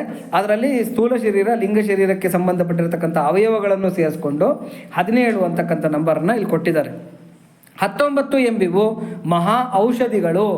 ನಮಗೆ ಮಹಾ ಆಪತ್ತುಗಳಿಂದ ತಪ್ಪಿಸ್ತಕ್ಕಂಥ ಔಷಧಿಗಳಿದಂತೆ 19 ಔಷಧಿಗಳು. ನಾಗಾರ್ಜುನ ಮಂತ್ರವೇ ಮುಂತಾದ ಗ್ರಂಥಗಳಲ್ಲಿ ತಿಳಿಸಿರುವ ಸಂಜೀವಿನಿ, ಪ್ರಾಣವಿರೂಪಿಣಿ, ವ್ರಣಗ್ನಿ, ಸಹದೇವಿ, ಬ್ರಾಹ್ಮಿ, ಮುಂಡಿ ಮುಂತಾದವುಗಳೆಂದು ವ್ಯಾಖ್ಯಾನದಲ್ಲಿ ವಿವರಿಸಲಾಗಿದೆ. ಇವು ಕೆಲವು ಆಗಿರತಕ್ಕಂಥ ಈ ಪ್ರಾಣನ ಉಳಿಸ್ತಕ್ಕಂಥ ಸಂಜೀವಿನಿ ಸಂಬಂಧಪಟ್ಟಿರತಕ್ಕಂಥ ಈ ಔಷಧಿಗಳು ಅಂತ. ಇನ್ನು ಇದರಲ್ಲೂ ರಾಮಾಯಣದಲ್ಲೂ ಬರುತ್ತಲ್ಲ ಸಂಜೀವಿನಿಗೆ ಸಂಬಂಧಪಟ್ಟಿರತಕ್ಕಂಥದ್ದು. ಇನ್ನು ವೈದ್ಯಶಾಸ್ತ್ರ ಪ್ರಸಿದ್ಧವಾಗಿರುವ ಮರ್ಮಸ್ಥಾನಗಳೇ 21 ಎಂಬುದರಿಂದ ಸೂಚಿತವಾಗಿರುವುದು. ಮರ್ಮಸ್ಥಾನಗಳು ಅಂತಂದರೆ ಏನು ಅಂದರೆ ಗುಹ್ಯ ಪ್ರದೇಶಗಳು ಅಂತಲ್ಲ, ಸೂಕ್ಷ್ಮವಾಗಿರತಕ್ಕಂಥ ಪ್ರದೇಶಗಳು. ಎಷ್ಟು 21 ಸೂಕ್ಷ್ಮವಾಗಿರತಕ್ಕಂಥ ಪ್ರದೇಶಗಳಿದೆಯಂತೆ ವೈದ್ಯಶಾಸ್ತ್ರದಲ್ಲಿ ಅವ್ರಿಗೆ ಬೇಕಾಗಿರತಕ್ಕಂಥದ್ದು. ಅದನ್ನು ಇಲ್ಲಿ ಹೇಳಿದ್ದಾರೆ. ಇನ್ನು ಜ್ವರ, ಅತಿಸಾರ ಮುಂತಾದ ಮಹಾರೋಗಗಳು 23. ಜ್ವರ, ಅತಿಸಾರ ಮುಂತಾದ ಮಹಾರೋಗಗಳು 23 ಇದೆಯಂತೆ. ಅವು 23 ಅಂತಕ್ಕಂಥ ನಂಬರನ್ನು ಹೇಳ್ತಾರೆ. ಊರ್ವಶಿ, ತಿಲೋತ್ತಮ, ಸುಕೇಶಿ, ಮಂಜುಘೋಷ ಮುಂತಾದ ಅಪ್ಸರ ಸ್ತ್ರೀಯರುಗಳೇ 25 ಮಂದಿ. 25 ಮಂದಿ ಅಪ್ಸರ ಸ್ತ್ರೀಯರಿದ್ದಾರೆ ಸ್ವರ್ಗದಲ್ಲಿ. ಆ 25 ಮಂದಿ ಅಪ್ಸರ ಸ್ತ್ರೀಯರಿಗೆ ಸಂಬಂಧಪಟ್ಟಿರತಕ್ಕಂಥ ಸಂಖ್ಯೆ 25 ಅಂತ. ಈ ಸ್ತ್ರೀಯರು ಸ್ವರ್ಗಲೋಕದಲ್ಲಿರುವಂತೆಯೇ ಶರೀರದೊಳಗೂ ಇರುವರು. ಉದಾಹರಣೆಗೆ ಮನಸ್ಸೇ ಊರ್ವಶಿಯು. ಮನಸ್ಸನ್ನು ಊರ್ವಶಿ ಅಂತ ಕರೀತಾರೆ. ಅಂದರೆ ನಾರಾಯಣನ ಅಂಶ ಸಂಭೂತೆ ಊರ್ವಶಿ. ಯಾಕೆಂದರೆ ನರನಾರಾಯಣರು ತಪಸ್ ಮಾಡ್ತಾ ಇರಬೇಕಾಗಿದ್ರೆ, ಇವತ್ತಿಗೂ ನೀವು ಬದ್ರಿಗೆ ಹೋದರೆ ಅದನ್ನು ಊರ್ವಶಿ ಪೀಠ ಅಂತಲೇ ಕರೀತಾರೆ. ಬದ್ರಿ ನಾರಾಯಣ ಇರ್ತಕ್ಕಂಥ ಆ ಪೀಠನ್ನು. ಅಲ್ಲಿ ನರನಾರಾಯಣರು ತಪಸ್ ಮಾಡ್ತಾ ಇದ್ರೆ ರಂಬೆ ಬಂದು ಊರ್ವಶಿ ಕುಂಡು. ಆ ರಂಬೆ ಬಂದು ಅವ್ರ ತಪಸ್ಸನ್ನು ಭಂಗ ಮಾಡಬೇಕು ಅಂತ ಪ್ರಯತ್ನ ಪಡ್ತಾಳೆ. ಆವಾಗ ನಾರಾಯಣ ಏನು ಮಾಡ್ತಾನೆ ಅಂತಂದರೆ, ನೀನು ನನ್ನ ತೊಡೆಗೆ ಸಮಾನ ಅಂತೇಳ್ಬಿಟ್ಟು ಹಿಂಗೆ ತೊಡೆ ನಿಂಗೆ 2 ಸಲ ಹಿಂಗೆ ಕೊಡುತ್ತಾನೆ. ಕೊಡುವ ಅಷ್ಟೊತ್ತಿಗೆ ಊರ್ವಶಿ ಹುಡ್ತಾಳೆ. ಊರು ಅಂದರೆ ಸಂಸ್ಕೃತದಲ್ಲಿ ತೊಡೆ ಅಂತ, ವಶಿ ಅಂತಂದರೆ ಆ ಊರನ್ನು ಹಿಂಗೆ ಉಜ್ಜಿದಾಗ ಹುಟ್ಟಿದವಳು ಊರ್ವಶಿ ಅಂತ ಹೇಳ್ಬಿಟ್ಟು ಅಂತ. ಹಂಗಾಗಿ ನಾರಾಯಣ ಅಂಶ ಸಂಭೂತೆ. ಆ ಊರ್ವಶಿ ಮನಸ್ಸಿಗೆ ಅಧಿದೇವತೆ ಅಂತೆ. ಹಾಗಾಗಿ ಒಂದೊಂದು ಅಪ್ಸರ ಸ್ತ್ರೀಯರು ಕೂಡ ನಮ್ಮ ಶರೀರದಲ್ಲಿರತಕ್ಕಂಥ ಒಂದೊಂದು ಅಂಗಗಳನ್ನು, ಇಂದ್ರಿಯಗಳನ್ನು ಪ್ರತಿನಿಧಿಸ್ತಾರೆ. ಬುದ್ಧಿಯೇ ತಿಲೋತ್ತಮೆಯು, ತಿಲೋತ್ತಮೆ ಅಂತಕ್ಕಂಥ ಅವಳು ಬುದ್ಧಿ ಅಂತ ಹೇಳ್ಬಿಟ್ಟು ಅಂತ. ನಾಲಿಗೆಯೇ ಸುಕೇಶಿಯು, ಕೇಶಿ ಅಂತಂದರೆ ಗೊತ್ತಲ್ವ, ಕೂದಲು ಅಂತ. ಸುಕೇಶಿ ಅಂತಂದರೆ ಒಳ್ಳೆ ಕೂದಲಿರ್ತಕ್ಕಂಥ ಅವಳು ಅಂತ. ಹೆಂಗೆ ಅಂತಂದರೆ ನಾಲಿಗೆ ಮೇಲೆ ಟೇಸ್ಟ್ ಬಡ್ಸ್ ಇರುತ್ತೆ. ಅದು ನಮಗೆ ಆ ಶರೀರ ರಚನಾಶಾಸ್ತ್ರ ನೋಡಿದಾಗ ಗೊತ್ತಾಗುತ್ತೆ ಅದು ಎಷ್ಟು ಸೂಕ್ಷ್ಮವಾಗಿರುತ್ತೆ ಅಂದರೆ ಅದು ಆ್ಯಕ್ಚುಲಾಗಿ ಕೂದಲುಗಳ ಥರನೇ ಇರುತ್ತೆ ನಾಲ್ಗೆ ಮೇಲೆ. ಅದಕ್ಕೆ ಸುಕೇಶಿ ಅಂತಕ್ಕಂಥ ಇವಳಂತ. ಕಿವಿಯೇ ಮಂಜುಘೋಷೆಯು, ಮಂಜುಘೋಷೆ ಅಂದರೆ ಒಳ್ಳೆ ಧ್ವನಿ ಇರ್ತಕ್ಕಂಥ ಅವಳು ಅಂತ. ಕಿವಿ ಮಂಜುಘೋಷೆ. ಹೀಗೆ ಒಂದೊಂದು ಇಂದ್ರಿಯಗಳಲ್ಲೂ ಕೂಡ ಇಂದ್ರಿಯಾಭಿಮಾನಿಗಳಾಗಿ ಆಯಾ ಅಪ್ಸರ ಸ್ತ್ರೀಯರು ಸೇರ್ಕೊಂಡಿರ್ತಾರಂತೆ. ಹಂಗಾಗಿ ಅಪ್ಸರ ಸ್ತ್ರೀಯರು ಅಂದರೆ ಸ್ವರ್ಗದಲ್ಲೇ ಇದ್ದಾರೆ ಅಂತ ತಿಳ್ಕೊಬೇಡಿ, ನಮ್ಮ ಶರೀರದಲ್ಲೂ ಕೂಡ ಇದ್ದಾರೆ. ಹೇ ದೇವತೆಗಳಿರ, ಇವರನ್ನೆಲ್ಲ ಕೂಡ ನಮಗೆ ಯಜ್ಞಕ್ಕಾಗಿ ಸಮರ್ಪಣೆಗಾಗಿ ಕೊಡ್ರಿ ಅಂತ ಕೇಳ್ತಾ ಇದ್ದಾರೆ. ಮುಂದುವರೆದು ಚಿತ್ರಸೇನಾದಿ ಗಂಧರ್ವರೇ 27 ಅಂದರೆ 27 ಮಂದಿ. ಚಿತ್ರಸೇನಾದಿ ಗಂಧರ್ವರು 27 ಮಂದಿ ಇದ್ದಾರಂತೆ, ಸಂಖ್ಯಾವಾಚ್ಯರಾಗಿರುತ್ತಾರೆ. ಜ್ಯೋತಿಷ್ಮತಿ ಮುಂತಾದ ವಿದ್ಯುತ್ ದೇವತೆಗಳೇ 29. ಜ್ಯೋತಿಷ್ಮತಿ ಅಂತಕ್ಕಂಥ ದೇವತೆಗಳು 29 ಮಂದಿ ಇರ್ತಾರಂತೆ. ಅವರನ್ನು ಇಲ್ಲಿ ಹೆಸರಿಸಲಾಗಿದೆ. 31 ಎಂಬುದು ಭೂರಾದಿ ಲೋಕಗಳನ್ನು ಸೂಚಿಸುವುದು. ಭೂರ್ ಭುವ ಸುವರ್ ಲೋಕ ಅಂತೆಲ್ಲ ಹೇಳ್ಕೊಂಡು ಹೋಗ್ತಾರಲ್ಲ, ಅವು 31 ಅಂತಕ್ಕಂಥ ಸಂಖ್ಯೆಯನ್ನು ಸೂಚಿಸುತ್ತೆ. 14 ಪ್ರಸಿದ್ಧ ಲೋಕಗಳ ಜೊತೆಗೆ ವೈಕುಂಠ ಲೋಕ, ಗೋಲೋಕ, ಮಣಿದ್ವೀಪ ಮುಂತಾದವುಗಳನ್ನು ಸೇರಿಸಿ 39 ಎಂದು ತಿಳಿಯಬೇಕು. 33 ಎಂಬುದು ದೇವತೆಗಳನ್ನು ಸೂಚಿಸುವ ಸಂಖ್ಯೆಯಾಗಿರುತ್ತದೆ. 33 ಕೋಟಿ ದೇವತೆಗಳು ನಾವೆಲ್ಲ ಕೇಳಿದ್ದೀವಿ. ಇಲ್ಲಿ ಕೋಟಿ ಅಂದರೆ ಕ್ರೋರ್ ಅಂತ ಅರ್ಥ ಮಾಡ್ಕೋಬಾರ್ದು. 33 ಸ್ಥರ ಅಂತ ಅಂದರೆ ಒಂದು ಏನು ಡೈಮೆನ್ಷನ್ ಅಂತ. 33 ಡೈಮೆನ್ಷನ್ ಅಂದರೆ ಸ್ಟೇಜಸ್ ಅಂತ. 33 ಸ್ಟೇಜು ದೇವತೆಗಳು ಅಂತ ಹೇಳ್ಬಿಟ್ಟು. ಯಾರ್ಯಾರು ಅಂತಂದರೆ 12 ಆದಿತ್ಯರು, 11 ರುದ್ರರು, ಎಷ್ಟಾದರೂ 23 ಆದರು. ಆಮೇಲಿಂದ ರುದ್ರರು, ವಸುಗಳು 8 ಜನ. 23 8 ಎಷ್ಟಾಯಿತು? 31. ಆಮೇಲೆ ಅಶ್ವಿನಿ ದೇವತೆಗಳು 30. ಇಷ್ಟೇ 33 ಕೋಟಿ. ಕೋಟಿ ಅಂದರೆ ಕ್ರೋರ್ ಅಂತಲ್ಲ, ಸಂಸ್ಕೃತದಲ್ಲಿ ಕೋಟಿ ಅಂದರೆ ಸ್ತರ ಅಂತ, ಸ್ಟೇಜ್ ಅಂತ. 33 ಕೋಟಿ ದೇವತೆಗಳು ಅಂತಂದರೆ 33 ಲೆವೆಲ್, 33 ವೆರೈಟಿ, ಒಂದು ಗುಂಪುಗಳು ಅಂತ. ರುದ್ರರೆಲ್ಲ ಒಂದು ಗುಂಪು, ವಸುಗಳೆಲ್ಲ ಒಂದು ಗುಂಪು, ಆದಿತ್ಯರೆಲ್ಲ ಒಂದು ಗುಂಪು, ಅಶ್ವಿನಿಗಳು ಒಂದು ಗುಂಪು. ಈ ಥರ 4 ಗುಂಪು. ಅಂದರೆ ಇದು 30 ಅಂದರೆ ಒಂದೊಂದು, ಇವಾಗ 84 ಲಕ್ಷ ಜೀವ ರಾಶಿಗಳು ಅಂತ ಹೇಳ್ತಾರಲ್ಲ, ಆ ಟೈಪು ರಾಶಿಗಳವರೆಲ್ಲ ಕೂಡ ದೇವತಾ ಪಂಕ್ತಿಗಳು. ಅದು 33 ಅಂತ ಹೇಳ್ಬಿಟ್ಟು ಅಂತ. 8 ಜನರು ವಸುಗಳು ನೋಡಿ, ಇಲ್ಲಿ ಅದನ್ನು ವ್ಯಾಖ್ಯಾನ ಮಾಡ್ತಾ ಇದ್ದಾರೆ ನೋಡಿ. 33 ಎಂಬುದು ದೇವತೆಗಳನ್ನು ಸೂಚಿಸುವ ಸಂಖ್ಯೆಯಾಗಿರುವುದು. 8 ಜನರು ವಸುಗಳು, 11 ಜನ ರುದ್ರರು, 12 ಜನ ಆದಿತ್ಯರು, 2 ಅಶ್ವಿನಿ ದೇವತೆಗಳು. ನಾನು ಹೇಳಿದ್ದನ್ನು ಇಲ್ಲೂ ಹೇಳ್ತಾ ಇದ್ದಾರೆ ವ್ಯಾಖ್ಯಾನಕಾರರು. ಹೀಗೆ 33 ದೇವತೆಗಳಾಗುವರು. ಈ ಎಲ್ಲ ವರ್ಗವು ಎಂದರೆ 1 ರಿಂದ 33ರವರೆಗಿನ ಗುಂಪುಗಳು ಎಲ್ಲವೂ ನನಗೆ ಯಜ್ಞಕ್ಕಾಗಿ ಉಂಟಾಗಲಿ ಎಂದು ಪ್ರಾರ್ಥಿಸಿದೆ. ನನಗೆ ಸಮರ್ಪಣೆಗಾಗಿ, ಯಜ್ಞಕ್ಕಾಗಿ ಉಂಟಾಗಲಿ ಅಂತ ಹೇಳ್ಬಿಟ್ಟು ಇಲ್ಲಿ ಪ್ರಾರ್ಥನೆಯನ್ನು ಮಾಡ್ಕೊಂಡಿದ್ದಾರೆ. ಮುಖ್ಯವಾಗಿ ಇಲ್ಲಿ ನಾಡಿಗಳು, ಲೋಕಗಳು, ರೋಗಗಳು, ಅಪ್ಸರೆಯರು ಮುಂತಾಗಿ ಯಾರನ್ನೇ ಹೇಳಿರಲಿ ಎಲ್ಲರೂ ದೇವತೆಗಳೇ ಎಂದು ಗ್ರಹಿಸಿ ಸಮಸ್ತ ದೇವತೆಗಳ ಸಹಾಯವೂ ನಾನು ಮಾಡುವ ಯಜ್ಞಕ್ಕೆ ಒದಗಿ ಬರಲಿ ಎಂದು ಪ್ರಾರ್ಥಿಸಲಾಗಿದೆ. ಈ ಬೆಸಸಂಖ್ಯೆಗಳು ದೇವತೆಗಳ ಹಾಗೂ ಅವರಿಗೆ ಸಂಬಂಧಪಟ್ಟ ವಸ್ತುಗಳ ಮತ್ತು ಸ್ಥಾನ ಧರ್ಮಾದಿಗಳ ವಿವರಗಳನ್ನು ಹೇಳುತ್ತವೆ. ಆಯಾ ದೇವತೆಗಳ ಸಾಯುಜ್ಯ ಪ್ರಾಪ್ತಿ ಎಂಬ ಕಾಮಗಳು ಇವುಗಳಿಂದ ಸೂಚಿತವಾಗಿದೆ. ಎಲ್ಲ ಕಾಮಗಳಿಗೂ ಆತ್ಮನೇ ಆಶ್ರಯನು. ಚಿದಾಕಾಶ, ದಹರಾಕಾಶ, ಚಿದಗ್ನಿ ಅಂತ ಏನೆಲ್ಲ ಮಾತಾಡ್ಕೊತಾ ಇದ್ದೀವಿ, ಇವನೇ ಆತ್ಮ. ಇವನೇ ಎಲ್ಲದಕ್ಕೂ ಆಶ್ರಯ. ಆತ್ಮ ಒಬ್ಬನಿದ್ರೆ ಎಲ್ಲದೂ ಕೂಡ ಭದ್ರವಾಗಿರುತ್ತೆ. ಆತ್ಮ ಇಲ್ಲ ಅಂದರೆ ಯಾವುದೂ ಇರೋದಿಲ್ಲ. ಆತ್ಮನಲ್ಲಿಯೇ ಸಮಸ್ತ ಕಾಮಗಳು ನೆಲೆಸಿರುವವು. ಆದ್ದರಿಂದ ಆತ್ಮಯಜ್ಞದ ಮೂಲಕ ಎಲ್ಲ ಕಾಮಗಳನ್ನು ತನ್ನ ಆತ್ಮನಲ್ಲಿಯೇ ಲಯ ಮಾಡಿಕೊಂಡವನು ಅಂದರೆ ಸಮರ್ಪಣೆ ಮಾಡಿಕೊಂಡವನು ಸರ್ವ ಕಾಮಗಳನ್ನು ಪಡೆದುಕೊಂಡವನಾಗಿ ಕಡೆಗೆ ಅಕಾಮನಾಗಿ ಬಿಡುವನು, ಅಂದರೆ ಬರಿಗೈ ದಾಸ ಆಗಿಬಿಡ್ತಾನೆ ಅಂತ.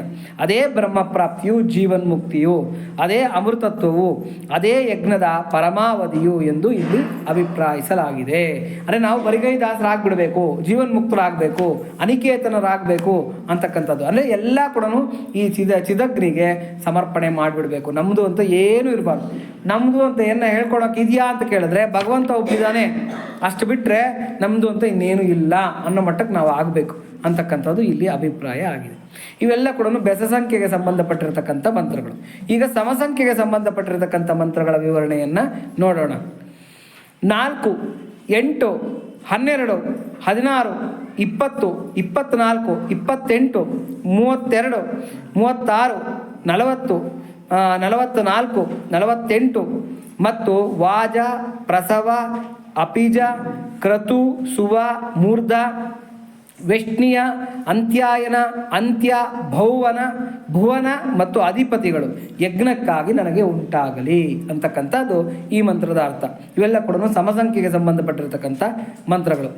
ಶ್ರೀ ವಿಷ್ಣು ಸೂರ್ಯಗಳ ಭಾಷ್ಯವನ್ನು ಅನುಸರಿಸಿ ಇಲ್ಲಿರುವ ಸಂಖ್ಯಾವಾಚಕಗಳಿಂದ ಸೂಚಿತವಾಗಿರುವ ಅರ್ಥವನ್ನು ವಿವರಣೆ ಮಾಡಲಾಗುವುದು. 4 ಎಂದರೆ ಧರ್ಮ, ಅರ್ಥ, ಕಾಮ, ಮೋಕ್ಷ. ಇದನ್ನು 4 ಅಂತ ಕರೆದಿದ್ದಾರೆ.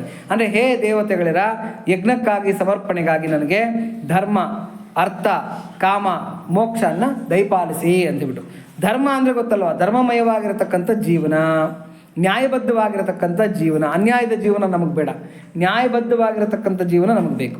ಅರ್ಥ ಅಂತಂದರೆ ಸೌಖ್ಯಗಳು ಅಂತ. ಅಂದರೆ ದುಡ್ಡು ಇರ್ಬೋದು, ಬಂಗಾರ ಇರ್ಬೋದು, ವಾಹನ ಸೌಖ್ಯ ಇರ್ಬೋದು, ಮನೆ, ಮಠ, ಇವೆಲ್ಲ ಕೂಡ ಅರ್ಥ ಅನ್ನಿಸ್ಕೊಳುತ್ತೆ.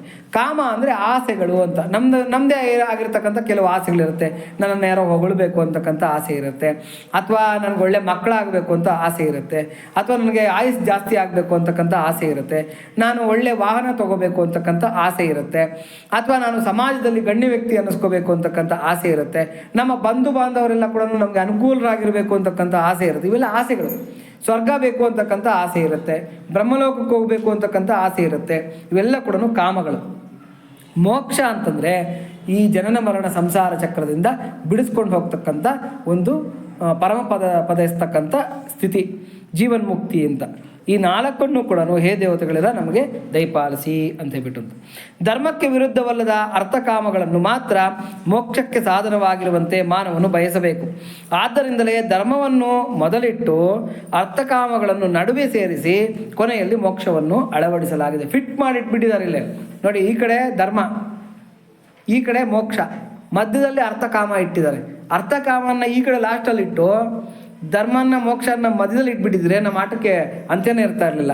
ಏನು ಬೇಕಾದ್ರೂ ಆಟ ಆಡೋಂಗೆ ಆಗ್ಬಿಡ್ತಾರೆ. ಆಗ ಅದಕ್ಕೆ ಧರ್ಮಕ್ಕೆ ವಿರುದ್ಧವಲ್ಲದ ಕಾಮ ನಾನೇ ಅಂತ ಹೇಳ್ತಾನೆ ಭಗವದ್ಗೀತೆಯಲ್ಲಿ. ಧರ್ಮ ವಿರುದ್ಧೋ ಭೂತೇಶು ಕಾಮೋಸ್ಮಿ ಭರತರ್ಷಭ ಅಂತ ಹೇಳ್ಬಿಟ್ಟಂತ. ಧರ್ಮಕ್ಕೆ ವಿರುದ್ಧವಲ್ಲದ ಕಾಮ ನಾನೇ ಅಂತ ಹೇಳ್ತಾರೆ. ಆಮೇಲೆ ಚತುರ್ವಿಧ ಭಜಂತೇಮ ಜನ ಸುಕೃತಿನೋ ಅರ್ಜುನ ಆರ್ತೋ ಜಿಜ್ಞಾಸುರ ಅರ್ಥಾರ್ಥಿ ಜ್ಞಾನೀಚ ಭರತರ್ಷಭ. ಧರ್ಮಮಯವಾಗಿರ್ತಕ್ಕಂಥ ಅರ್ಥ, ಧರ್ಮಮಯವಾಗಿರ್ತಕ್ಕಂಥ ಜೀವನ, ಧರ್ಮಮಯವಾಗಿರ್ತಕ್ಕಂಥ ಕಾಮ ಯಾರಿಗಿರುತ್ತೋ ಅವರು ಮೋಕ್ಷಕ್ಕೆ ಅರ್ಹರಾಗ್ತಾರೆ ಅಂತಕ್ಕಂಥದ್ದು ಇಲ್ಲಿ ಅಭಿಪ್ರಾಯ. 8 ಎಂದರೆ 4 ವೇದಗಳು ಮತ್ತು 4 ಉಪವೇದಗಳು ಎಂದು ಅರ್ಥ. 4 ವೇದಗಳು ನಮಗೆಲ್ಲ ಗೊತ್ತು. ಋಗ್ವೇದ, ಯಜುರ್ವೇದ, ಸಾಮವೇದ, ಅಥರ್ವಣ ವೇದ. ಇವು 4 ಕೂಡ 4 ವೇದಗಳು. ಇನ್ನು ಉಪವೇದಗಳು ಯಾವ್ದ್ಯಾವುದು ಅಂತಂದರೆ ಧನುರ್ವೇದ ನಾವೆಲ್ಲ ಕೇಳಿರ್ತೀವಿ. ಇವಾಗ ಇಲ್ಲ ಬಿಡಿ, ಅವೆಲ್ಲ ಎಕ್ಸ್ಟಿಂಕ್ಟ್ ಆಗಿಬಿಟ್ಟಿದೆ. ಮೊದಲಿಗಿತ್ತು, ಇವಾಗ ಅಭ್ಯಾಸ ಮಾಡೋರು ಇಲ್ಲ, ಹೇಳ್ಕೊಡೋರು ಇಲ್ಲ. ಧನುರ್ವೇದ, ಆಯುರ್ವೇದ ಅಷ್ಟೋ ಇಷ್ಟೋ ಉಳ್ಕೊಂಡಿದೆ ಅಲ್ಲಲ್ಲಿ. ಆಯುರ್ವೇದ, ಗಂಧರ್ವ ವೇದ ಅಂದರೆ ಸಂಗೀತ ವಿದ್ಯೆ, ಅದು ಅಷ್ಟೋ ಇಷ್ಟೋ ಉಳ್ಕೊಂಡಿದೆ. ಗಂಧರ್ವ ವೇದ, ಸ್ಥಾಪತ್ಯ ವೇದ ನಾವೆಲ್ಲ ಕೇಳಿರ್ತೀವಿ. ಇಂಜಿನಿಯರಿಂಗ್ ಅಂತ, ಶಿಲ್ಪ, ಇಂಜಿನಿಯರಿಂಗು, ವಾಸ್ತು, ಇವೆಲ್ಲ ಅಂದರೆ ದೇವಸ್ಥಾನಗಳನ್ನ ಹೆಂಗೆ ಕಟ್ಟಬೇಕು, ಮನೆಗಳನ್ನು ಹೆಂಗೆ ಕಟ್ಟಬೇಕು ಅಂತಕ್ಕಂಥ ಡಿಸೈನಿಂಗ್, ಆರ್ಕಿಟೆಕ್ಚರ್, ಇದನ್ನು ಸ್ಥಾಪತ್ಯ ವೇದ ಅಂತ ಕರೀತಾರೆ. ಇವೆಲ್ಲ ಸೇರಿ ಒಟ್ಟು 8 ವೇದಗಳಾಗುತ್ತೆ. ಹಾಗಾಗಿ 8 ವೇದಗಳು, 4 ಮೇನ್ ವೇದಗಳು ಮತ್ತು 4 ಉಪವೇದಗಳು ಸೇರಿ 8 ವೇದಗಳು. ಇವೆಲ್ಲದನ್ನು ಕೂಡ ಹೇ ದೇವತೆಗಳಿರ ನನಗೆ ಯಜ್ಞಕ್ಕಾಗಿ ಸಮರ್ಪಣೆಗಾಗಿ ನೀಡ್ರಿ. 6 ಅಂಗಗಳು, 6 ಶಾಸ್ತ್ರ ದರ್ಶನಗಳನ್ನು ಸೇರಿಸಿದರೆ 12 ಎಂಬ ಸಂಖ್ಯೆಯನ್ನು ಅರ್ಥೈಸಲಾಗಿರುತ್ತದೆ. 6 ಅಂಗಗಳು ಅಂದರೆ ವೇದಾಂಗಗಳು ಅಂತ ಇದೆ. ಆಮೇಲೆ ಷಡ್ ದರ್ಶನಗಳು ಅಂತ ಇದೆ. ಇವನ್ನೆಲ್ಲ ಸೇರಿಸಿದ್ರೆ ಎಷ್ಟು ಟೋಟಲ್ ಆಗುತ್ತೆ? 12 ಆಗುತ್ತೆ. ಇವಾಗ 6 ಅಂಗಗಳು ಯಾವ್ಯಾವುದು ಅಂತಂದರೆ ವೇದಾಂಗಗಳು ಶಿಕ್ಷಾ, ಜ್ಯೋತಿಷ್ಯ, ಛಂದಸ್ಸು, ವ್ಯಾಕರಣ, ಕಲ್ಪ, ನಿರುಕ್ತಿ ಇಷ್ಟು ಸೇರಿದ್ರೆ 6 ವೇದಾಂಗಗಳು ಅಂತ ಹೇಳ್ಬಿಟ್ಟು ಅಂತ. ಶಿಕ್ಷಾ ಅಂತಂದರೆ ಏನು ಅಂದರೆ ಉಚ್ಚಾರಣೆ ದೋಷ ಇಲ್ದಿರ ನಮ್ಮನ್ನು ನೀಟಾಗಿ ತಿದ್ದಿ ತಿಡಿ ಹೀಗೆ ಮಾತಾಡಬೇಕು, ಈ ಅಕ್ಷರನ ಹೀಗೆ ಉಚ್ಚಾರಣೆ ಮಾಡಬೇಕು, ಒತ್ತಕ್ಷರಗಳನ್ನು ಹೀಗೆ ಮಾಡಬೇಕು, ದೀರ್ಘಾಕ್ಷರಗಳನ್ನು ಹೀಗೆ ಮಾಡಬೇಕು ಅಂತ ನಮಗೇನು ಕಲಿಸ್ಕೊಡ್ತಾರೆ ಅದನ್ನು ಶಿಕ್ಷಾ ಅಂತ ಕರೀತಾರೆ. ಜ್ಯೋತಿಷ್ಯ ಅಂದರೆ ನಮಗೆಲ್ಲ ಗೊತ್ತು, ಅಂದರೆ ಜ್ಯೋತಿಷ್ಶಾಸ್ತ್ರ, ನವಗ್ರಹಗಳು, ನಕ್ಷತ್ರಗಳು ಇವುಗಳ ಕುರಿತಾಗಿರ್ತಕ್ಕಂಥ ಜ್ಞಾನ. ಛಂದಸ್ಸು ಅಂತಂದರೆ ಆರೋಹಣ ಅವರೋಹಣಕ್ಕೆ ಸಂಬಂಧಪಟ್ಟಿರ್ತಕ್ಕಂಥ ಛಂದಸ್ಸು. ಇವಾಗ ನಾವು ಹೇಳುವಾಗ 2 ಗೆರೆ ಇದ್ದರೆ ಆ ಅಂತ ಹೇಳಬೇಕು, ಈ ಥರ ಎಲ್ಲ ಹೇಳ್ತೀವಲ್ಲ, ಮೇಲೆ ಎತ್ತಬೇಕು, ಕೆಳಗಿಳಿಸ್ಬೇಕು, ಇದನ್ನು ಛಂದಸ್ಸು ಅಂತ ಕರೀತಾರೆ. ನಿರುಕ್ತಿ ಅಂದರೆ ತಾತ್ಪರ್ಯ. ಇವಾಗ ಏನೋ ಒಂದು ವರ್ಡ್ ಬಂತು ಅಂದರೆ ಅದಕ್ಕೆ ಮೀನಿಂಗ್ ಹೇಳ್ತಾ ಇದ್ದಾರೆ ಅಂದರೆ ಅದನ್ನು ನಿರುಕ್ತಿ ಅಂತ ಕರೀತಾರೆ. ವ್ಯಾಕರಣ ಅಂದರೆ ಗ್ರಾಮರ್. ಕಲ್ಪ ಅಂದರೆ ಕಾಲಗಣನೆ, ಅಂದರೆ ಇವತ್ತು ನಾವೇನು ಪಂಚಾಂಗ ಅಂತ ಕರಿತೀವಿ ಅದನ್ನು ಕಲ್ಪ ಅಂತ, ಅಂದರೆ ಕಲ್ಪದ ಒಂದು ಭಾಗ ಪಂಚಾಂಗ ಅಂತ, ಅಂದರೆ ಕಾಲಗಣನೆ ಅಂತ ಹೇಳ್ಬಿಟ್ಟು ಅಂತ. ಇವೆಲ್ಲ ಕೂಡ ವೇದಾಂಗಗಳು. ಇನ್ನು ದರ್ಶನಗಳು, ಷಡ್ ದರ್ಶನಗಳು ಯಾವ್ಯಾವುದು ಅಂತಂದರೆ ನ್ಯಾಯ, ವೈಶೇಷಿಕ, ಸಾಂಖ್ಯ, ಯೋಗ, ಮೀಮಾಂಸ, ವೇದಾಂತ ಇವೆಲ್ಲ ಕೂಡ ಷಡ್ ದರ್ಶನಗಳು ಅಂತ. ನ್ಯಾಯ ಅಂದರೆ ಹೋಲಿಕೆಗಳು, ಅಂದರೆ ಯಾವ ಥರ ಇವಾಗ ನೋಡಿ ಮಾರ್ಜಾಲ ಕಿಶೋರ ನ್ಯಾಯ, ಮರ್ಕಟ ಕಿಶೋರ ನ್ಯಾಯ ಈ ಥರ ಎಲ್ಲ ಹೇಳ್ತಾ ಹೋಗ್ತೀವಿ. ಅಂದರೆ ಹೋಲಿಕೆ ಮಾಡಿ ಹೇಳ್ತಕ್ಕಂಥದ್ದು ಯಾವುದಾದ್ರೂ ಒಂದು ವಿಚಾರ ಹೇಳಬೇಕಾಗಿದ್ದರೆ ಅದನ್ನು ನ್ಯಾಯ ಅಂತ ಕರೀತಾರೆ. ವೈಶೇಷಿಕ ಅಂತಂದರೆ ಲಾಜಿಕ್ ಇರಬೇಕಂತ. ಯಾವತ್ತು ಲಾಜಿಕ್ ಇಲ್ದಿರ ಇದ್ದರೆ ಅದು ಸರಿ ಹೋಗೋದಿಲ್ವಂತೆ. ಏನಾಗೋದು ಅಂತಂದರೆ ಒಬ್ಬ ಗುರು ಇದ್ದಂತೆ, ಆ ಗುರು ಹತ್ರಕ್ಕೆ ಗ್ರಾಮರ್ ಹೇಳಿಸ್ಕೊಳ್ತಕ್ಕಂಥ ಅವನು ಒಬ್ಬ, ಅಂದರೆ ವ್ಯಾಕರಣ ಹೇಳಿಸ್ಕೊತಕ್ಕಂಥವನು ಒಬ್ಬ, ಲಾಜಿಕ್ ಅಂದರೆ ಈ ವೈಶೇಷಿಕ ಹೇಳಿಸ್ಕೊತಕ್ಕಂಥ ಅವನು ಒಬ್ಬ, ಆಮೇಲೆ ವೇದ ಮಂತ್ರಗಳನ್ನು ಹೇಳಿಸ್ಕೊತಕ್ಕಂಥ ಅವನು ಒಬ್ಬ. 3 ಜನ ವಿದ್ಯಾರ್ಥಿಗಳು ಒಬ್ಬ ಗುರುಗಳ ಹತ್ರಕ್ಕೆ ಬರೋರಂತೆ. ಈ ಗುರುಗಳು ಏನು ಮಾಡೋರಂತೆ ಅಂತಂದರೆ ಈ ಗ್ರಾಮರ್ ಹೇಳಿಸ್ಕೊಳೋರಿಗೆ, ವೇದ ಮಂತ್ರಗಳನ್ನು ಹೇಳಿಸ್ಕೊಳೋರಿಗೆ ವೇದ ಮಂತ್ರಗಳು ಹೇಳಿಸ್ಕೊಳೋರಿಗೆ ಬರೋರಿಗೆ ಏನು ಮಾಡೋರಂತೆ, ಬಾವಿಲಿ ನೀರು ಸೇರ್ತಾ ಗಿಡಗಳಿಗೆ ನೀರು ಹಾಕ್ದ ಮಂತ್ರಗಳನ್ನು ಹೇಳ್ಕೊಂಡವ್ರಂತೆ ಅವ್ರಿಗೆ. ಆಮೇಲೆ ಈ ಗ್ರಾಮರ್ ಹೇಳಿಸ್ಕೊಂಡವ್ನಿಗೆ ಬರ್ತಾರಲ್ಲ ಆವಾಗ ಊಟಕ್ಕೆ ಕೂತ್ಕೊಂಡಾಗ ಊಟ ಮಾಡ್ತಾ ಏನೋ ಕೆಲಸಗಳು ಮಾಡ್ಕೊತ ಗುರುಗಳು ಹೇಳ್ಕೊಡೋರಂತೆ. ಆದರೆ ಈ ವೈಶೇಷಿಕ ಅಂದರೆ ಲಾಜಿಕ್ ಹೇಳಿಸ್ಕೊಡೋದಕ್ಕೆ ಬರ್ತಾರಲ್ಲ ಅವ್ರ ಹತ್ರ ಮಾತ್ರ ಹಿಂಗೆ ಸ್ಟ್ರೈಟಾಗಿ ಕೂತ್ಕೊಂಡು ಅಲರ್ಟಾಗಿ ಹೇಳ್ಕೊಡೋರಂತೆ ಗುರುಗಳು. ಇದನ್ನು ಗುರುಪತ್ನಿ ಗಮನಿಸೋರಂತೆ. ಗುರುಪತ್ನಿ ಗಮನಿಸಿ ಒಂದು ದಿವಸ ಗುರುಗಳನ್ನ ಕೇಳಿದ್ರಂತೆ, ಅಲ್ಲ ನೀವು ಏನು ಹಿಂಗೆ ಮಾಡ್ತಾ ಇದ್ದೀರಲ್ಲ ಪಾಪ, 3 ಜನ ವಿದ್ಯಾರ್ಥಿಗಳು ಬರ್ತಾರೆ, ಇಬ್ರಿಗೆ ನೋಡಿದ್ರೆ ಏನೋ ಕೆಲಸ ಮಾಡ್ತಾ ಕೇರ್ಲೆಸ್ ಆಗಿ ಹೇಳ್ಕೊಡ್ತೀರಾ, ಆ ಲಾಜಿಕ್ ಕಲಿಯೋನಿಗೆ ಮಾತ್ರ ಅಷ್ಟೊಂದು ಇದ್ರಾಗ ಹೇಳ್ಕೊಡ್ತೀಯಲ್ಲ, ಏನು ಇದಕ್ಕೆ ಸಮಾಚಾರ ಅಂತ ಹೇಳ್ಬಿಟ್ಟು ನಿನಗೆ ಅದನ್ನು ಹೇಳಿದ್ರೆ ಅರ್ಥ ಆಗಲ್ಲ, ಮಾಡಿ ತೋರಿಸ್ತೀನಿರು ಅಂತ ಹೇಳ್ಬಿಟ್ಟು ಹೆಂಡ್ತಿಗೆ ಹೇಳಿದ್ರಂತೆ. ಏನು ಅಂತಾರೆ, ನಾನು ಅಡುಗೆ ಮನೆಯಲ್ಲಿ ಸತ್ತೋಗ್ಬಿಟ್ಟಿದ್ದೀನಿ ಅಂತ ಹೇಳ್ಬಿಟ್ಟು ಈ ಥರದ ಕಾರಣ ಹೇಳು. ಯಾರ್ಯಾರು ಬಂದು ಏನೇನು ಅಂದರೆ ಏನೇನು ಉದ್ಗಾರಗಳು ತೆಗಿತಾರೆ ಅನ್ನೋದನ್ನು ನೋಟ್ ಮಾಡ್ಕೋ ಅಂತ ಹೆಂಡ್ತಿಗೆ ಹೇಳದ್ನಂತೆ ಗುರು. ಆಯಿತು ಅಂತ ಹೆಂಡ್ತಿ ಒಪ್ಕೊಂಡ್ಲಂತೆ. ಇವನೇನು ಮಾಡೋದಂತೆ, ಚೆನ್ನಾಗಿ ತಿಂಡಿ ತಿನ್ಬಿಟ್ಟು ಗುರು ಅಡುಗೆ ಮನೆಯಲ್ಲಿ ಹಿಂಗೆ ಸತ್ತಂಗೆ ಶವಾಸನ ಹಾಕೊಂಡು ಬಿದ್ದೋಗ್ಬಿಟ್ನಂತೆ. ಅಯ್ಯಯ್ಯೋ ಅಂತ ಪಡ್ಕೊಂಡೋಗಿ ಶುರು ಮಾಡೋದಂತೆ. ಯಾರೋ ಗುರುಪತ್ನಿ, ಅಯ್ಯೋ ನಮ್ಮ ಯಜಮಾನ್ರು ಹೋಗ್ಬಿಟ್ರಪ್ಪ ಅಂತ ಹೇಳ್ಬಿಟ್ಟು ಅಂತ. ಕಡೆಗೆ ಒಬ್ಬೊಬ್ಬರೇ ಬಂದರಂತೆ. ಫಸ್ಟು ವ್ಯಾಕರಣ ಹೇಳಿಸ್ಕೊತಾ ಇದ್ನಲ್ಲ ಆತ ಬಂದಂತೆ. ಅಮ್ಮ ಏನಾಗಿದೆ ಗುರುಗಳಿಗೆ ಹಿಂಗೆ ಮಲ್ಕೊಂಡ್ಬಿಟ್ಟಿದ್ದಾರೆ ಅಂತ. ಏನಪ್ಪ ಹೇಳಿ, ತಿಂಡಿ ತಿಂತಾ ಇದ್ರು, ಓತಿಕೆತ ಮೂಗಲ್ ದೂರ ಬಿಟ್ಟು ನಿಮ್ಮ ಗುರುಗಳು ತೀರ್ಕೊಂಡ್ಬಿಟ್ರು ಅಂತ. ಓತಿಕೇತ ಮೂಗಲ್ಲಿ ತೂರೋದು, ಇದು ಯಾವ ಸಂಧಿ, ಯಾವ ಸಮಾಸ, ಯಾವುದು ಅಂತ ಹೇಳ್ಬಿಟ್ಟು ಅದನ್ನ ಹುಡ್ಕೊಂಡ್ಬಿಟ್ಟು ಅಂದಂತ. ಯಾರೋ ವ್ಯಾಕರಣ ಹೇಳಿಸ್ಕೊತಾ ಇದ್ದವನು ಅವ್ರಿಗೆ ಅದೇ ಅಷ್ಟೇ ಯೋಚನೆ ಅವನಿಗೆ. ಆಮೇಲೆ ವೇದ ಮಂತ್ರಗಳನ್ನು ಹೇಳಿಸ್ಕೊತಾ ಇದ್ನಲ್ಲ ಅವ್ನು ಬಂದಂತ. ಏನಮ್ಮ ಗುರುಗಳು ಯಾಕೆ ಹಿಂಗೆ ಮಲ್ಕೊಂಡ್ಬಿಟ್ಟಿದ್ದಾರೆ ಅಂತ. ಅಪ್ಪ ಓತಿಕೆತ ಮೂಗಲ್ ದೂರ ಬಿಡ್ತು, ಸತ್ತೋಗ್ಬಿಟ್ರು ನಿಮ್ಮ ಗುರುಗಳು ಅಂತ ಹೇಳಿದ್ರಂತೆ. ಓತಿಕೆತ ಮೂಗಲ್ ದೂರ್ತು, ಇದು ಯಾವ ವೇದದಲ್ಲಿದೆ, ಯಾವ ಛಂದಸ್ನಲ್ಲಿದೆ, ಇದು ಹೆಂಗೆ, ಇದು ಎಲ್ಲಿ ನೋಡಿದ್ದೀವ, ನಾವೆಲ್ಲ ಕೇಳಿದ್ದೀವ, ಹುಡ್ಕೊಂಬರ್ಬೇಕು ಅಂತ ಅವನು ಹೊಟ್ಟೋದಂತ. ಕಡೆಗೆ ಲಾಜಿಕ್ ಹೇಳಿಸ್ಕೊತಾ ಇದ್ನಲ್ಲ, ಯಾವುದೋ ಈ ವೈಶೇಷಿಕ ಹೇಳಿಸ್ಕೊತಾ ಇದ್ನಲ್ಲ ಅವ್ನು ಬಂದಂತೆ ಸ್ಟೂಡೆಂಟ್. ಆವಾಗ ಹೇಳದಂತೆ, ಯಾಕಮ್ಮ ಗುರುಗಳು ಮಲ್ಕೊಂಡ್ಬಿಟ್ಟಿದ್ದಾರೆ. ಅಪ್ಪ ಓತಿಕೇತ ಮೂಗಲ್ ದೂರ ಬಿಡ್ತು, ತಿಂಡಿ ತಿನ್ನುವಾಗ ನಿಮ್ಮ ಗುರುಗಳಿಗೆ ತೀರ್ಕೊಂಡ್ಬಿಟ್ರು ಅಂತ ಹೇಳೋದು. ಓತಿಕೇತ ಇಷ್ಟು ಗಾತ್ರ ಇರುತ್ತೆ, ಮೂಗಿನ ಹೊಳ್ಳೆ ಇಷ್ಟು ಗಾತ್ರ ಇರುತ್ತೆ. ಮೂಗಿನ ಹೊಳ್ಳೆನಲ್ಲಿ ಓತಿಕೇತ ದೂರೋಕ್ಕಾಗುತ್ತಾ? ಇದು ನಂಬೋಕ್ಕಾಗ್ತಕ್ಕಂಥ ಮಾತೇನಾ? ಇದರಲ್ಲಿ ಲಾಜಿಕ್ಕು ಮ್ಯಾಚ್ ಆಗ್ತಾ ಇಲ್ಲ ನೀವು ಹೇಳೋದು. ಹಾಗಾಗಿ ಗುರುಗಳು ಸತ್ತಿಲ್ಲ, ಏನೋ ನಾಟಕ ಆಡ್ತಾ ಇದ್ದಾರೆ. ಗುರುಗಳೇ ಎದ್ದೇಳಿ ಸಾಕು, ನಿಮ್ಮ ಡ್ರಾಮಾ ಸಾಕು, ಎದ್ದೇಳಿ, ನಂಗೆ ಗೊತ್ತಾಗೋಯ್ತು ನಿಮ್ಗೆ ಏನಾಗಿಲ್ಲ ಅಂತೇಳ್ಬಿಟ್ಟು ಅಂತ ಇವ್ನು ಯಾರು ವೈಶೇಷಿಕ ನ್ಯಾಯ ಲಾಜಿಕ್ ಕೇಳಿಸ್ಕೊಂತ ಇದ್ನಲ್ಲ ಅವನು ಹೇಳದ್ನಂತೆ. ಆವಾಗ ನಗ್ತಾ ಗುರುಗಳೆದ್ದು ಹೇಳಿದ್ರಂತೆ, ಈಗ ಗೊತ್ತಾಯ್ತಾ ಅವ್ರಿಬ್ಬರಿಗೆ ಯಾಕೆ ಕೇರ್ಲೆಸ್ ಆಗಿ ಹೇಳ್ಕೊಡ್ತಾ ಇದ್ದೆ, ಇವ್ನಿಗೆ ಯಾಕೆ ಅಲರ್ಟ್ ಆಗಿ ಹೇಳ್ಕೊಡ್ತಾ ಇದ್ದೆ ಅಂತ. ಅಂದರೆ ಲಾಜಿಕ್ ಅಂತಕ್ಕಂಥದ್ದು ಅಷ್ಟು ಮುಖ್ಯ ಅಂತ, ಅದನ್ನೇ ಇಲ್ಲಿ ವೈಶೇಷಿಕ ಅಂತ ಹೇಳ್ತಾರೆ. ಲಾಜಿಕ್ ಸುಮ್ಮನೆ ತಮಾಷೆಗೆ ಹೇಳ್ತೀನಿ. ಗುರುಗಳು ಹೇಳಿದ್ರಂತೆ, ಲಾಜಿಕ್ ಪಾಠ ಮಾಡ್ತಾ ಇದ್ರಂತೆ.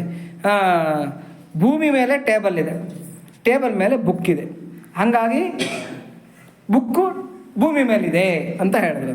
ಇದು ಲಾಜಿಕ್ಕು ಅಂತ ಸುಮ್ಮನೆ ತಮಾಷೆಗೆ ಹೇಳ್ತಾ ಇದ್ದೀನಿ, ಅಪಾರ್ಥ ಮಾಡ್ಕೋಬೇಡ್ರಿ. ಅಂದರೆ ಲಾಜಿಕ್ ಅಂದರೆ ಹೆಂಗೆ ಅಂತ. ಲಾಜಿಕ್ ಅಂದರೆ ಏನು ಅಂದರೆ ಭೂಮಿ ಮೇಲೆ ಟೇಬಲ್ ಇದೆ, ಟೇಬಲ್ ಮೇಲೆ ಭೂಮಿ ಮೇಲೆ ಮೇಜ್ ಇದೆ, ಮೇಜ್ ಮೇಲೆ ಪುಸ್ತಕ ಇದೆ, ಹಾಗಾಗಿ ಪುಸ್ತಕ ಎಲ್ಲಿದೆ, ಭೂಮಿ ಮೇಲಿದೆ. ಇದು ಲಾಜಿಕ್ಕು ಅಂತ. ಯಾವುದಾದ್ರೂ ಮಕ್ಕಳೇ ಯಾರು ಒಂದು ಎಕ್ಸಾಂಪಲ್ ಹೇಳ್ರೋ ಅಂತ ಹೇಳಿದ್ರಂತೆ. ಯಾರೋ ತಲಹಾಟೆ ಆಗಿರ್ತಕ್ಕಂಥ ಒಬ್ಬ ವ್ಯಕ್ತಿ ವಿದ್ಯಾರ್ಥಿ ಎದ್ಬಿಟ್ಟು ಹೇಳಿದಂತೆ, ಗುರುಗಳೇ ನೀವು ನಿಮ್ಮ ಮಗಳನ್ನು ಪ್ರೀತಿಸ್ತೀರ, ನಾನು ನಿಮ್ಮ ಮಗಳನ್ನು ಪ್ರೀತಿಸ್ತೀನಿ, ಹಂಗಾಗಿ ನನ್ನನ್ನು ಯಾರು ಪ್ರೀತಿಸ್ತಾ ಇದ್ದೀರಾ, ಗುರುಗಳು ಪ್ರೀತಿಸ್ತಾ ಇದ್ದಾರೆ, ಹಂಗಾಗಿ ಇದು ಲಾಜಿಕ್ಕು ಅಂತ ಹೇಳದಂತೆ. ಆವಾಗ ಗುರುಗಳು ಹೇಳದಂತೆ, ಆಯ್ತೋ ಇದು ಸರಿ ಇಲ್ಲ, ನೀನು ಹೇಳ್ತಾ ಇರ್ತಕ್ಕಂಥ ಎಕ್ಸಾಂಪಲ್ ಸರಿ ಇಲ್ಲ. ಅಂದರೆ ತಲಹಾಟೆ ವಿದ್ಯಾರ್ಥಿಗಳು ಅದನ್ನು ಅಪಾರ್ಥ ಮಾಡ್ಕೊಳ್ತಕ್ಕಂಥ ಚಾನ್ಸಸ್ ಇರುತ್ತೆ. ಲಾಜಿಕ್ ಅಂತಕ್ಕಂಥದ್ದು ತುಂಬ ಇಂಪಾರ್ಟೆಂಟ್ ಆಗಿರ್ತಕ್ಕಂಥದ್ದು, ಅದನ್ನು ಅರ್ಥ ಮಾಡ್ಕೊಳೋದು ತುಂಬ ಕಷ್ಟ ಅಂತ ಹೇಳ್ಬಿಟ್ಟು. ಹಾಗೇನೆ ಸಾಂಖ್ಯ ಅಂದರೆ ಅತೀಂದ್ರಿಯವಾಗಿರ್ತಕ್ಕಂಥ ವಿಚಾರಗಳು, ಅಂದರೆ ಇಂದ್ರಿಯಾತೀತವಾಗಿರ್ತಕ್ಕಂಥ ವಿಚಾರಗಳ ಕುರಿತು ಚರ್ಚೆ ಮಾಡ್ತಕ್ಕಂಥದ್ದನ್ನು ಸಾಂಖ್ಯ ಅಂತ ಕರೀತಾರೆ. ಸಾಂಖ್ಯ ಯೋಗ ನಾವೆಲ್ಲ ಕೇಳಿರ್ತೀವಿ, ಕಪಿಲರ ಸಾಂಖ್ಯ ಯೋಗ, ಇವೆಲ್ಲ ಭಗವದ್ಗೀತೆಯಲ್ಲೂ ಸಾಂಖ್ಯ ಯೋಗ ನೋಡಿ. ಅದಕ್ಕೆ ಸಾಂಖ್ಯ ಯೋಗದಲ್ಲಿ ಅತೀಂದ್ರಿಯವಾಗಿರ್ತಕ್ಕಂಥ ವಿಚಾರಗಳನ್ನು ಹೆಚ್ಚು ಚರ್ಚೆ ಮಾಡ್ತಾರೆ. ಇಂದ್ರಿಯ ಗೋಚರವಾಗದೇ ಇರತಕ್ಕಂಥದ್ದು, ಇಂದ್ರಿಯಾತೀತವಾಗಿರ್ತಕ್ಕಂಥದ್ದು, ಅದನ್ನು ಸಾಂಖ್ಯ ಅಂತ ಕರೀತಾರೆ. ಯೋಗ ಅಂದರೆ ಶಾರೀರಿಕ ಮಾನಸಿಕಕ್ಕೆ ಸಂಬಂಧಪಟ್ಟಿರತಕ್ಕಂಥ ಒಂದು ಬ್ಯಾಲೆನ್ಸಿಂಗ್, ಏನೋ ಒಂದು ಸಮತ್ವ. ಅದಕ್ಕೆ ಸಮತ್ವಂ ಯೋಗ ಮುಚ್ಚತೆ ಅಂತ ಹೇಳ್ತಾರೆ. ಹಾಗಾಗಿ ಸಮತ್ವವನ್ನು ಯಾವುದು ಚರ್ಚೆ ಮಾಡುತ್ತೆ ಅದನ್ನು ಯೋಗ ಅಂತ ಕರೀತಾರೆ.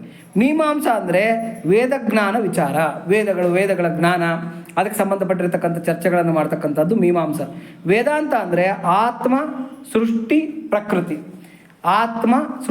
ಪ್ರಕೃತಿ ಇವು ಮೂರರ ಬಗ್ಗೆ ಯಾವ್ದು ಚರ್ಚೆ ಮಾಡುತ್ತೋ ಅದನ್ನು ವೇದಾಂತ ಅಂತ ಕರೀತಾರೆ.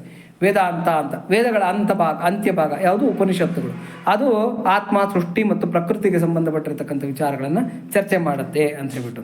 ಹೀಗೆ ಇವೆಲ್ಲ ಸೇರಿದ್ರೆ 12 ಅಂತ ಆಗುತ್ತೆ. ಸ್ವಲ್ಪ ಹೊತ್ತು ಇದನ್ನು ಮುಗಿಸ್ಬಿಡೋಣ, ಏಕಾದಶ ಮುಗಿಸ್ಬಿಟ್ರೆ ಇನ್ನು ಕನ್ಕ್ಲೂಷನ್ ಮಾತ್ರ ಇರುತ್ತೆ, ಅದನ್ನು ಭಾನುವಾರಕ್ಕೆ ಇಟ್ಕೊಳ್ಳೋಣ. ಆಮೇಲೆ ಏನಾಗುತ್ತೆ, ಇವುಗಳು ಕೂಡ ಬ್ರಹ್ಮವಿಜ್ಞಾನಕ್ಕೆ ಸಾಧನಗಳಾಗಿವೆ. ಶಿಕ್ಷಾ, ವ್ಯಾಕರಣ, ಛಂದಸ್ಸು, ನಿರುಕ್ತ, ಜ್ಯೋತಿಷ, ಕಲ್ಪ ಎಂಬ 6 ಅಂಗಗಳು. ಸಾಂಖ್ಯ ಮತ್ತು ಯೋಗ, ನ್ಯಾಯ, ವೈಶೇಷಿಕ, ಪೂರ್ವಮೀಮಾಂಸಾ, ಉತ್ತರ ಮೀಮಾಂಸಾ ಎಂಬ 6 ದರ್ಶನಗಳು ಸೇರಿ 12 ಆಗುತ್ತದೆ. ಇನ್ನು 16 ಎಂದರೆ ಮಹಾಸಿದ್ಧಿಗಳು ಅಂತ. 16 ಅಂತಕ್ಕಂಥದ್ದು ಮಹಾಸಿದ್ಧಿಗಳು. ಅವು ಯಾವುವೆಂದರೆ ದೂರಶ್ರವಣಾದಿ 5 ಜ್ಞಾನೇಂದ್ರಿಯ ಸಿದ್ಧಿಗಳು. ದೂರಶ್ರವಣ, ದೂರದರ್ಶನ, ದೂರಾಗ್ರಹಣ ಮತ್ತು ದೂರದಲ್ಲಿ ಮಾತಾಡ್ತಕ್ಕಂಥದ್ದು, ಅಲ್ಲಿ ಇಲ್ಲಿ ಮಾತಾಡಿದ್ದನ್ನು ಇನ್ನೆಲ್ಲೋ ಕೇಳಿಸೋ ಥರ ಮಾಡ್ತಕ್ಕಂಥದ್ದು, ದೂರಸ್ಪರ್ಶ, ಇವೆಲ್ಲ ಕೂಡ ಸೇರಿದರೆ 5 ಆಗುತ್ತೆ. ವಾಕ್ಸಿದ್ಧಿಯೇ ಮೊದಲಾದ 5 ಕರ್ಮೇಂದ್ರಿಯ ಸಿದ್ಧಿಗಳು. ಸ್ಥಾಪತ್ಯ, ಪರ್ಜನ್ಯ, ಜ್ಯೋತಿ, ಆಯು, ಪರೋಕ್ಷ ಬ್ರಹ್ಮವಿದ್ಯೆಗಳೆಂಬುವು 5.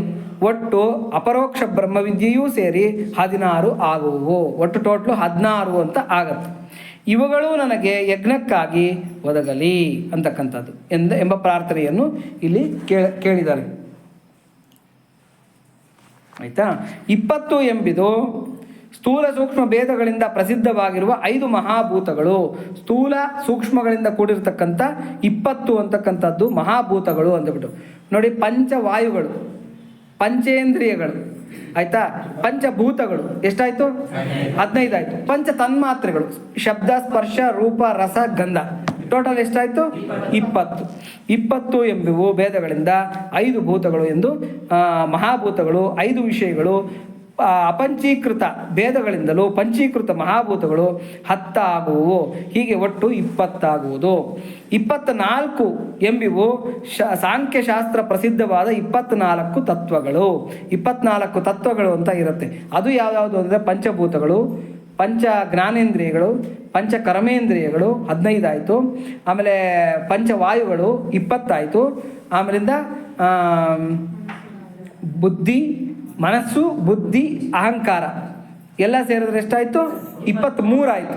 24ನೇವನು ಪರಮಾತ್ಮ, ಅಂದರೆ ಆತ್ಮ ಅಂತ ಏನು ಕರೀತಾರೆ ಅವನು 24ನೇ ತತ್ವ. ಟೋಟಲ್ 24 ಎಂಬಿವು ಸಾಂಖ್ಯಶಾಸ್ತ್ರ ಪ್ರಸಿದ್ಧವಾದ 24 ತತ್ವಗಳು. 28 ಎಂಬಿವು ತಿರ್ಯಕ್ ಪ್ರಾಣಿಗಳಲ್ಲಿ ಕಂಡುಬರುವ 28 ಭೇದಗಳು. ತಿರ್ಯಕ್ ಪ್ರಾಣಿಗಳು ಅಂದರೆ ಪ್ರಾಣಿ ವರ್ಗ. ಆ ಪ್ರಾಣಿ ವರ್ಗದಲ್ಲಿ ಕಂಡುಬರ್ತಕ್ಕಂಥ 28 ಭೇದಗಳು. ಗೋವು, ಆಡು, ಕೋಣ ಮುಂತಾಗಿ ಈ 28 ಭಾಗವತಾದಿ ಪುರಾಣ ಗ್ರಂಥಗಳಲ್ಲಿ ವರ್ಣಿಸಿರುತ್ತದೆ. 32 ಎಂಬುದು ಸೃಷ್ಟಿ ಭೇದಗಳನ್ನು ಪ್ರತಿನಿಧಿಸುತ್ತದೆ. 8 ದೇವಸರ್ಗಗಳು, 6 ಸ್ಥಾವರ ಸರ್ಗಗಳು, ಕೌಮಾರ ಮಾನುಷ್ಯ ಸರ್ಗಗಳು 2, ಇಂದ್ರಿಯ ಸರ್ಗಗಳು, ಜ್ಞಾನಕ್ರಿಯಾ ಭೇದಗಳಿಂದ 10, 3 ಗುಣಸರ್ಗಗಳು, ಅಹಂಕಾರ ಸರ್ಗಗಳು 3, ಹೀಗೆ 32 ಆಗುವು. 32 ಸರ್ಗ ಅಂದರೆ ಸೃಷ್ಟಿ ಅಂತ. ಸೃಷ್ಟಿ ಹೆಂಗಾಯಿತು, ಯಾವ್ಯಾವ ಕಾಲದಲ್ಲಿ ಏನೇನಾಯಿತು, ಇವನ್ನೆಲ್ಲ ಅಧ್ಯಯನ ಮಾಡ್ತಕ್ಕಂಥದ್ದು 32 ಆಗುತ್ತೆ. ಗಾಯತ್ರಿಗೆ 6 ಅಕ್ಷರಗಳು 4 ಪಾದಗಳಿಂದ 24 ಅಕ್ಷರಗಳು ಆಗಿವೆ. ಗಾಯತ್ರಿಗೆ 24 ಅಕ್ಷರಗಳು, ಒಂದು ಪಾದಕ್ಕೆ 6 ಅಕ್ಷರ ಇರುತ್ತೆ. ಆದರೆ ಗಾಯತ್ರಿಗೆ 3 ಪಾದ ಅಂತ ಹೇಳ್ತಾರೆ. ಗಾಯತ್ರಿ ತ್ರಿಪದ, ತ್ರಿಪದ ಗಾಯತ್ರಿ ಅಂತ ಹೇಳ್ತಾರೆ. 8 ಅಕ್ಷರ. ಓಂ ಭೂರ್ಭುವಃ ಸ್ವಃ ಅದು 8 ಅಕ್ಷರ ಬರುತ್ತೆ. ತತ್ಸವಿತುರ್ವರೆಣ್ಯಂ ಭರ್ಗೋ ದೇವಸ್ಯ ಧೀಮಹಿ ಧಿಯೋ ಯೋ ನ ಪ್ರಚೋದಯಾತ್. ಭೂರ್ಭುವಃ ಇಲ್ಲ. ತತ್ಸವಿತುರ್ವರೆಣ್ಯಂ 8 ಅಕ್ಷರಗಳು, ಮೊದಲನೇ ಪಾದ.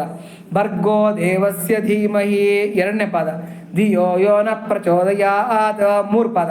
ಹೀಗೆ ಗಾಯತ್ರಿಗೆ 24 ಅಕ್ಷರಗಳಿಗೆ 3 ಪಾದ, 8 ಅಕ್ಷರಕ್ಕೆ ಒಂದೊಂದು ಪಾದ ಅಂತ ಹೇಳ್ತಾರೆ.